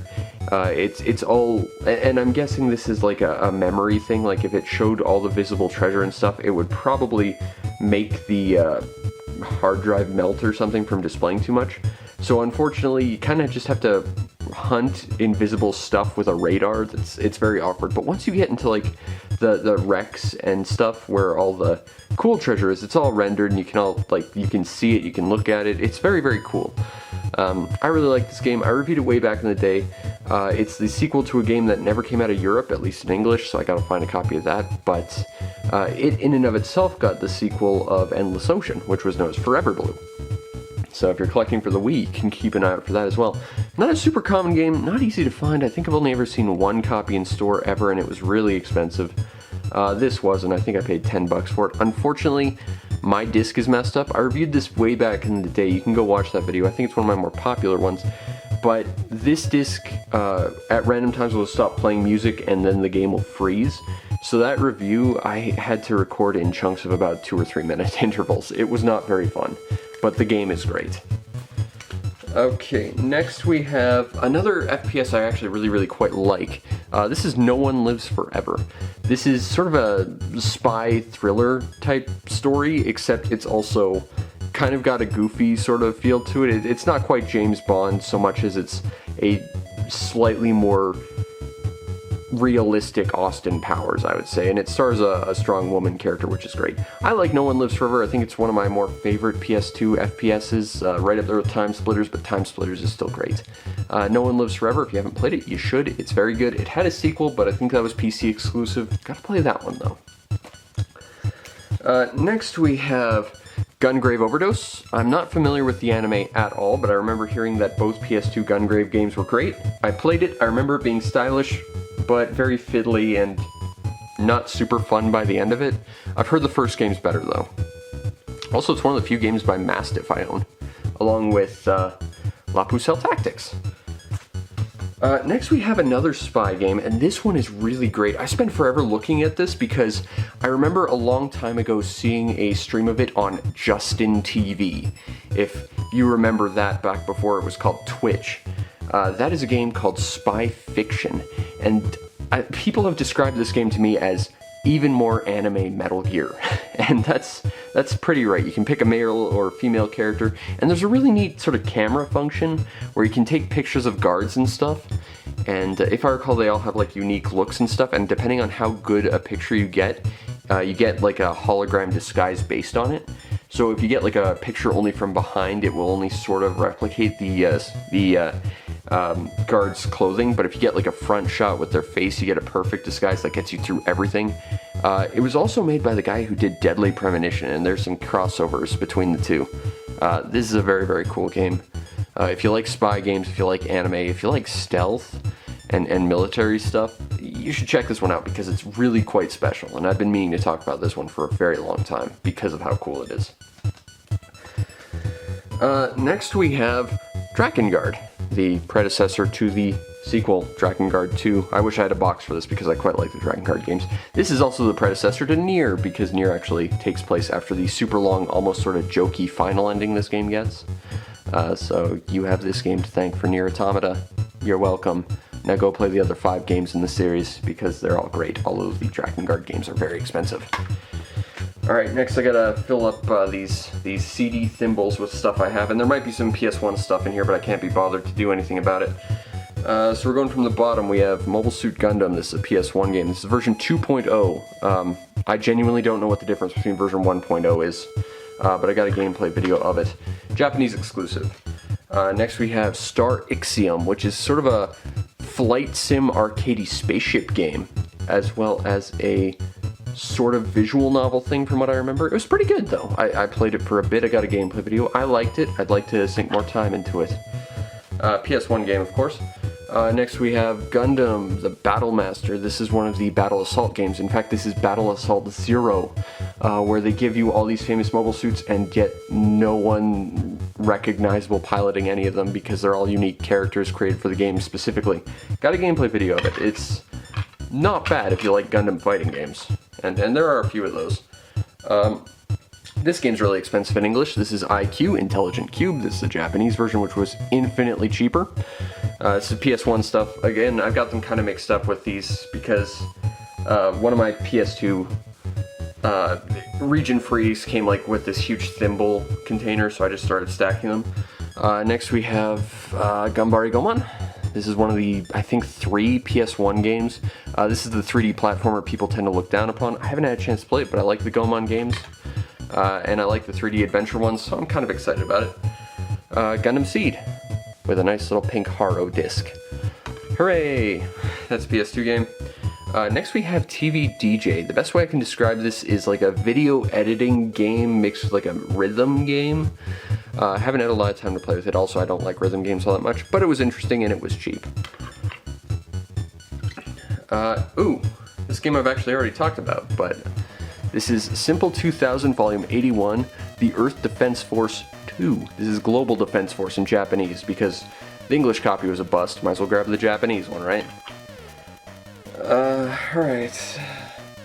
This is Gundam Seed Destiny, Rango vs. Zaft 2 Plus. After the legendary Gundam vs. Zeta Gundam, we didn't see another Gundam game in North America for a very, very long time. It wasn't until, what was it? Gundam vs. No Name. And there's an interesting connection between these two because of course it's Gundam vs. But Gundam vs. with the first two, which was the original Federation vs. Zeon and Gundam vs. Zeta, those were basically Gotcha Force with Gundam. But after that, specifically with the original Rango vs. Zaft, they became a 2-on-2 fighting game that wasn't very well done. It plays a lot like Gotcha Force, but it doesn't have the armies fighting armies type of thing, which is very, very bland. It's just the same 2 guys fighting the same 2 guys in every fight, and it's boring. But again, I'm trying to get every Gundam game, and I like Gundam again. Next we have ACE3, Another Century Episode 3 Final. This was the third Another Century Episode game for the PS2. If you're not familiar with these, they were action shooter crossover games, basically, containing everything from Gundam and like Code Geass and stuff. It was quite good. Next we have ACE2, Another Century Episode 2. This is actually a special version that contains fully vocalized music. I didn't realize there was a second release of this game at all until I made a video about this and someone said, hey, my version doesn't have vocals, what's up with yours? And it turns out this was a special version of it. Unfortunately, I don't have the first one, which had stuff from Gundam Wing, which is, one of my favorite Gundam games, which kind of sucks, but very, very good game. Next we have Gundam Climax UC, more Gundam awesome. I like Gundam, can you tell? I hope so, because I've got a big, shiny-ass Gundam PS2. And for this stack, we have this one, which is Mobile Suit Gundam The 1 Year War. Yeah! And I think now we're getting into the more esoteric chunk of my not boxed games, but hold on just a sec. I gotta move this thimble up here. Okay, we got RLH, Run Like Hell. I got this game at a discount. Haven't had a chance to play it. I hear it's not very good though. Glad I got it. Alright, hold on. See, the thing is, I gotta make a lot of noise while I do this. I got these with the first of many import PS2s I bought, and the thing is, none of them worked. And the first one I got ended up costing like an extra $200 to ship to me, and the reason is that they came with these huge CD thimbles full of about, and I'm not joking when I say about 20 pounds of CDRs. They're not official, but I do own them, so I want to show them off because there's some weird stuff in them. But we're gonna get to them when we get to them. So next we have Suikoden Tactics. This is a 2-disc game. I only have the first disc though, but I think the second disc was a soundtrack. But it's a tie-in to the main Suikoden games, which I don't have any experience with, but you need the save data from one of them to get the full story, so I'm kind of discouraged from playing them. Also, it had like this weird plot point where the main character's afraid of a very basic enemy type that made fighting the first several stages really obnoxious. Sims busting out. Not super familiar with The Sims, honestly, but that's a Sims game. We've got another copy of Final Fantasy X-2, Charlie's Angels Edition. Hooray. Except not really. We've got The Sims 2 with kinda me on the cover, except he doesn't have a goatee. Huh. I've got the PC versions when I play. We got my second copy of La Pucelle Tactics up for trades if anyone has anything interesting. Doesn't have a box, but that's there. Soul Calibur 3. I like 2 better, but you know, it's more Soul Calibur. Another copy of Sons of Liberty. Okay. This is not something I bought myself. This is some kind of edutainment PS1 thing. I'm gonna clean the back of these, so please don't get annoyed that I'm touching the back of them. I'm trying not to. The 3 Decoders, Key to the Carousel. I have no idea, but it's Reading Language Arts Adventure 2 from the 3 Decoders. Whatever that means. Next we have Bode Miller Alpine Skiing. I will never play that, I can tell you that much right now. Arxelad, Twilight of Spirits. I've never played any of the Arxelad games. I've heard good things. I'm gonna have to give that a shot. Alright, I think now we're at the CDRs, where we're gonna see some kind of weird stuff. Family Guy, the game. I didn't realize there was a Family Guy game. I was never interested in the show. Next we have Princess Maker. I'm familiar with the old PC game, but didn't realize there's a PS2 game. 7 Sins Sims? I mean, 7 Sins was a European exclusive, but is this some kind of mod for The Sims I'm not familiar with? Like I said, you find some weird stuff in these CDRs I can't use. We've got Abyss. I'm guessing that's Shadow Tower Abyss, which was one of the games from software made before Dark Souls. A-Train 6? If you know what any of this stuff is, please let me know, because if nothing else, I'm genuinely curious what this random crap I have that I have no use for is. Automodelista, actually I know what that is. That's a cel-shaded racing game, and I actually do want to get a proper copy of that I can play, because I can't play any of these. Clock Tower 2, or 3 rather, I know what numbers are. Clock Tower, horror games, I'm not going to be very good at them, but it's interesting I have it in some capacity, I guess. This is Splatter Action. I actually know what this is. This is a, it's one of the Simple series games, but it's a port of Splatterhouse. Specifically Wanpak Graffiti, I believe. I think they hyper-stylized Splatterhouse a second time for the Simple series. Next is Sega Ages 2500. I think they did make a compilation of these in North America. I want to get the full Japanese set, because they did a lot of Fantasy Zone stuff. Michigan Report. This is Michigan Report from Hell. This is I think it did come out in Europe, but it's a Japanese horror game that I think is done from the perspective of like found footage. It looks interesting. I've done a little bit of research on it. Dragon Quest V, also known as the best Dragon Quest. Glad I have that actually. Fighter Maker 2. As someone who's developed games, this sounds interesting to me. Robin Hood. Now that's either Defender of the Crown, you know, the thing I've already shown you, or it's the weird Phoenix Games European exclusive Robin Hood. Either way, I'm interested. I kind of want the bad one no one wants. Firefighter FO18. I've never heard of this, but it sounds kind of interesting. Chaos Legion. That's actually a game I want to own at some point. That's on my list. Next we have Berserk. I think this was a Japanese exclusive. I'm not super familiar. Unfortunately, I know the series is unfinished and the creator of Berserk passed away recently, so the series will remain unfinished, which is unfortunate, but at least I have the sort of burned CD someone else made for the memories. Next we have Castlevania Curse of Darkness. Again, I'm pretty sure I own that on the Xbox. Shinobi. I actually do want to get a copy of this. I bought this as a birthday present for Again, my buddy with Legaia 2. Next we have Lament of Innocence. I stand corrected. I think this is the one I have on Xbox. I don't have a lot of Castlevania games. Next we have Trapped, which is, if it's what I think it is, they misspelled it. It's supposed to be Trapped, T-R-A-P-T, which is one of the, what is it? Deception games. I really want to get more of the Deception games. I only have the first one. I really want the second one. Alright, next we have Teen Titans, the game based on the show that I've actually heard is really, really good. The game, anyway. The show I didn't care so much for, but it's a hell of a lot better than Teen Titans Go. Ooh, this is a horror game I actually really want to. Rule of Rose. This game also costs a fortune, so... I mean, I do ostensibly physically own it in some capacity, I guess. I can't play it, but I do own it, I guess. Fatal Frame 3. I've heard lots of good things about the Fatal Frame series. Again, I'm not a horror guy, so no thanks. Sonic Heroes. Again, I don't think this is a very good game, but I did own all the Sonic games on the GameCube. That included Sonic Heroes, but it was the one I played the least.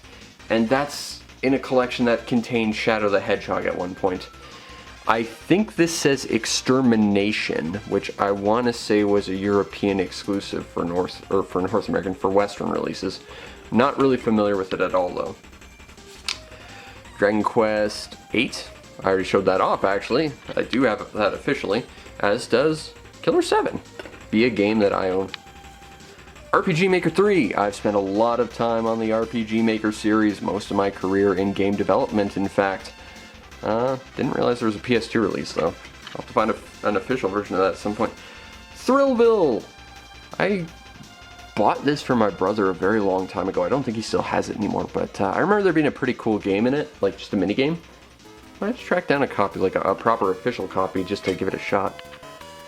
Oh god, Shadow the Hedgehog. No thanks. Edgy the Hedgehog can go away. You know, Shadow was a great character until they decided to completely erase his arc. I made a video on that a long time ago. Shinobi-Do. This is a game I actually do want to get a hold of because I hear it's very, very good, but it was exclusive to PAL regions for a English translation. So it's a little hard to find. Next is Ico. Or Ico. I call it Ico. I prefer Shadow of the Colossus, but I have it on PS3 collection. Next we have PSX ISO's Lunar 2 Castlevania series. Joke's on you, I've got boxed versions of Lunar.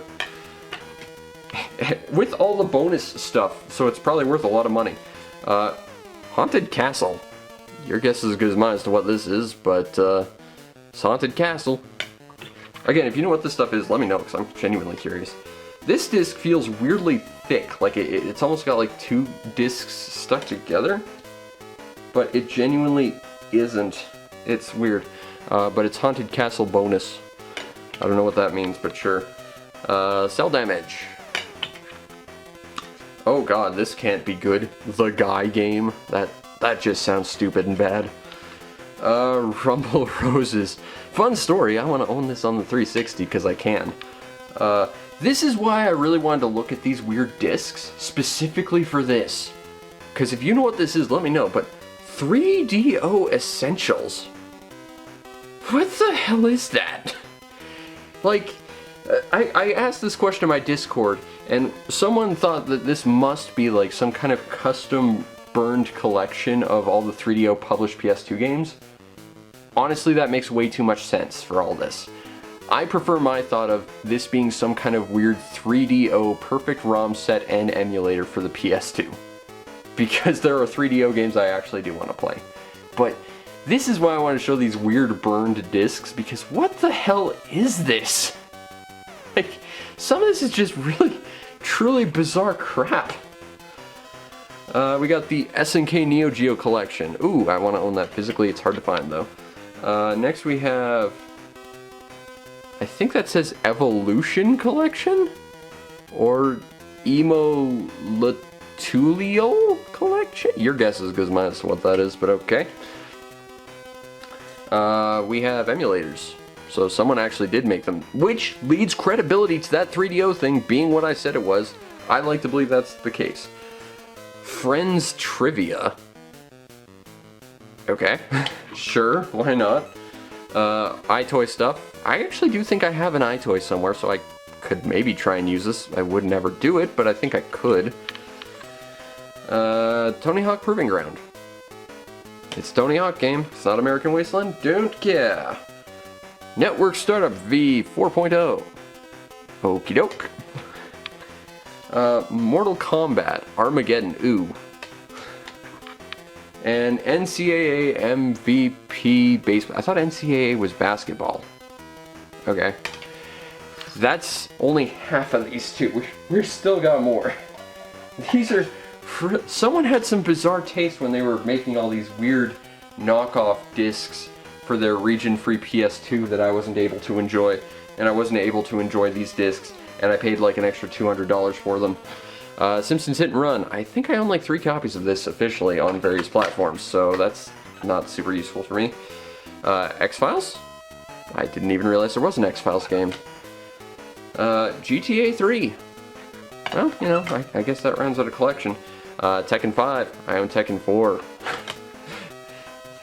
We got Fast and Furious. I feel like Fast and the Furious came out after the PS2, but I mean, to be fair, the PS2 was making games up to like 2016, so, you know, what do I know? Need for Speed Undercover. I have one of the Need for Speed games on the PS3, but I don't care enough to check which one. Gran Turismo 4. I just want the second one. NCAA Football. Again, I thought NCAA was basketball, but alright. NCAA Basketball. So I was right in some capacity. The Sims Bustin' Out. Joke's on you, I own an official copy I don't play. Let's see, what else do we got? Night Before Christmas.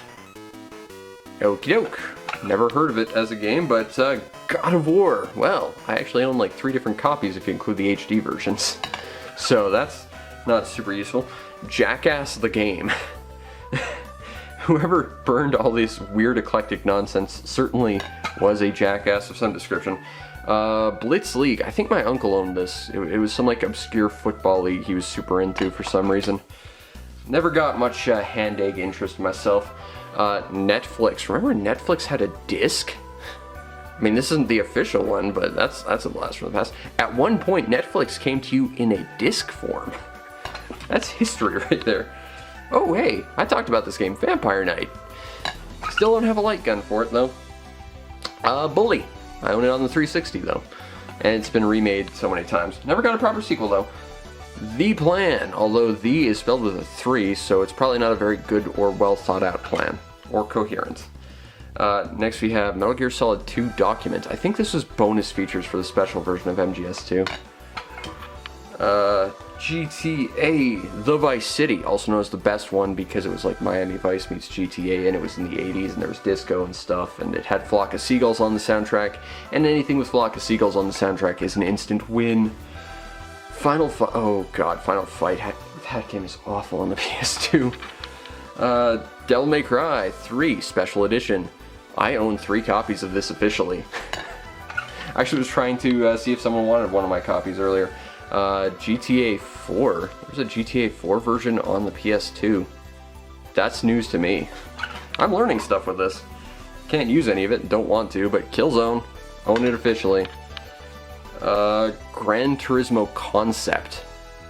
Is this the secret document that teaches everyone the concept of Gran Turismo?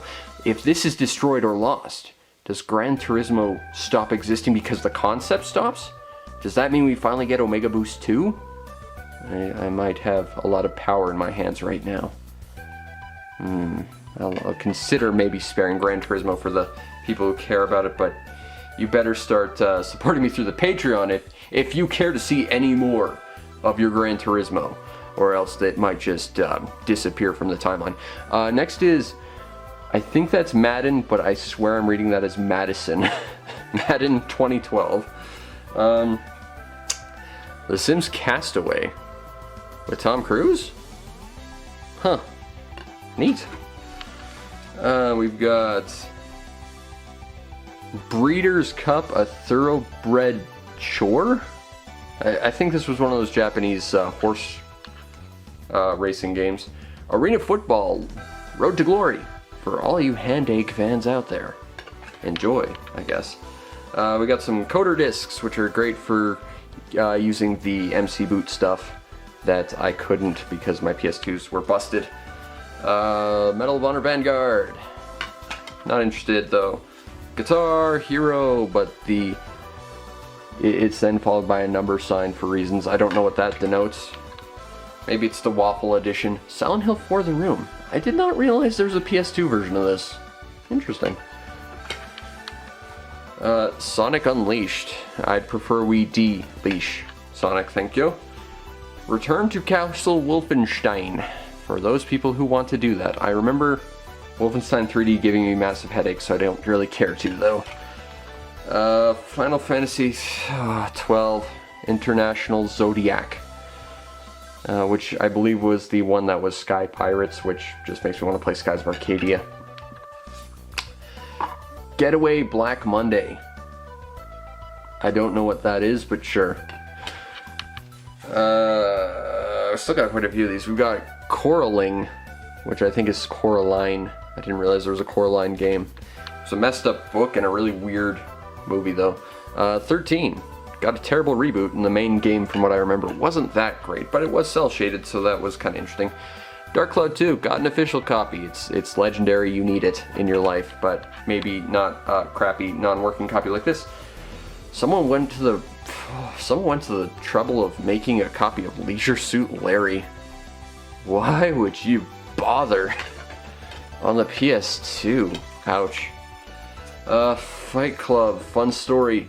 This lets you play as Fred Durst, frontman for Limp Bizkit, because Limp Bizkit's on the soundtrack, and that was one of his stipulations, is if you use his music, he has to be a playable character. I like that, honestly. I have respect for that kind of insanity. You know, if nothing else, I'm proud for that. Odin Sphere, already own it. Persona 4, already own it. Ratchet plus Clank. I think I actually do have a proper copy of this in my trade bin because I already have the PS3 compilation digitally. But there's that. Rugby 2008. I read that as Push B for some reason.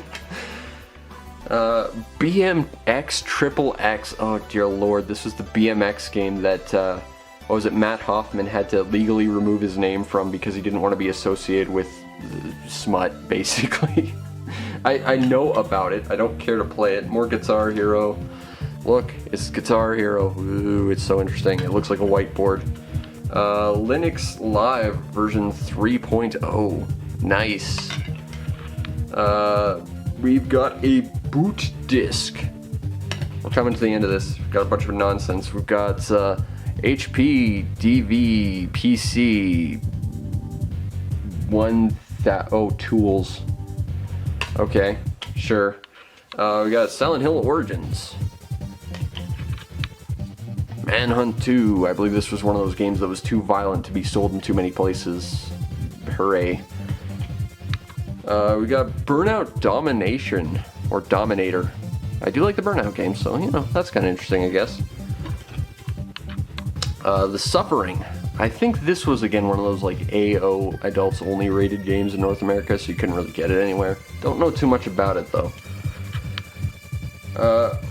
This is weird. We've got Sonic CD Scover. I don't know what that means.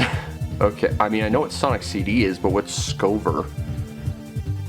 Okay, well, there was apparently some weird Sonic CD version for the PS1. Beatdown? Sounds like some kind of weird beat-em-up crossed with a rhythm game. Not terribly interested. And finally, the greatest thing that could ever grace my collection, NCHL Hits Pro. And that is my entire PS2 collection, or rather, most of my PS2 collection. Some not box stuff, and some random crap someone burned and gave to me and charged me a whole bunch of money. And as I'm trying to stand up to turn off my camera, I appear to have lost all feeling in my legs, and I keep trying to, you know, not fall over and failing bad at that. But that has been my entire PS2 collection. It's been wildly requested. Now you have it. Just before I recorded this, I actually took a look on my game facts list, and I believe I have something like 250 more PS2 games at least I want to get for my collection. And like I said at the top, you know, honestly, a lot of this stuff I feel like it's just filler. Like, you know, I got stuff en masse, but I'm not sure there was too much I was super proud of. Yeah, I've got games I really like, but it's not as intimate as my GameCube collection or my Super Nintendo version or my collections or anything. But I do have some nice things and some stuff I can't wait to share with you once I get this properly running and I can actually show it to you. But, you know, I want to see what you in the comments have for your PS2 collection. What are your favorites and the most special to you? Because I know mine's Steambot Chronicles, I can tell you that much. I want to hear all about your collection, the things you love, the things you hate, things you love and hate about mine, the weird-ass crap someone else dumped on me and charged me money for the, you know, pleasure of, like, what is all this crap? As well as, you know, anything else.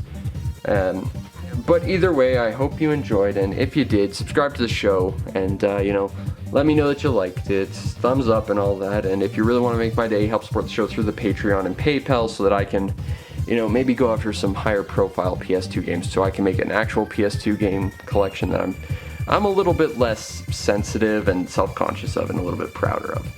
Don't get me wrong, I love my PS2 collection, but there's some stuff I'd prefer to go after if I had the chance and the opportunity. But either way, I hope you enjoyed. Maybe I'll make a vote for the next one on the Discord if you want. But, you know, just let me know what you like, and, you know, I hope you enjoyed. And until next time, peace out, Internet.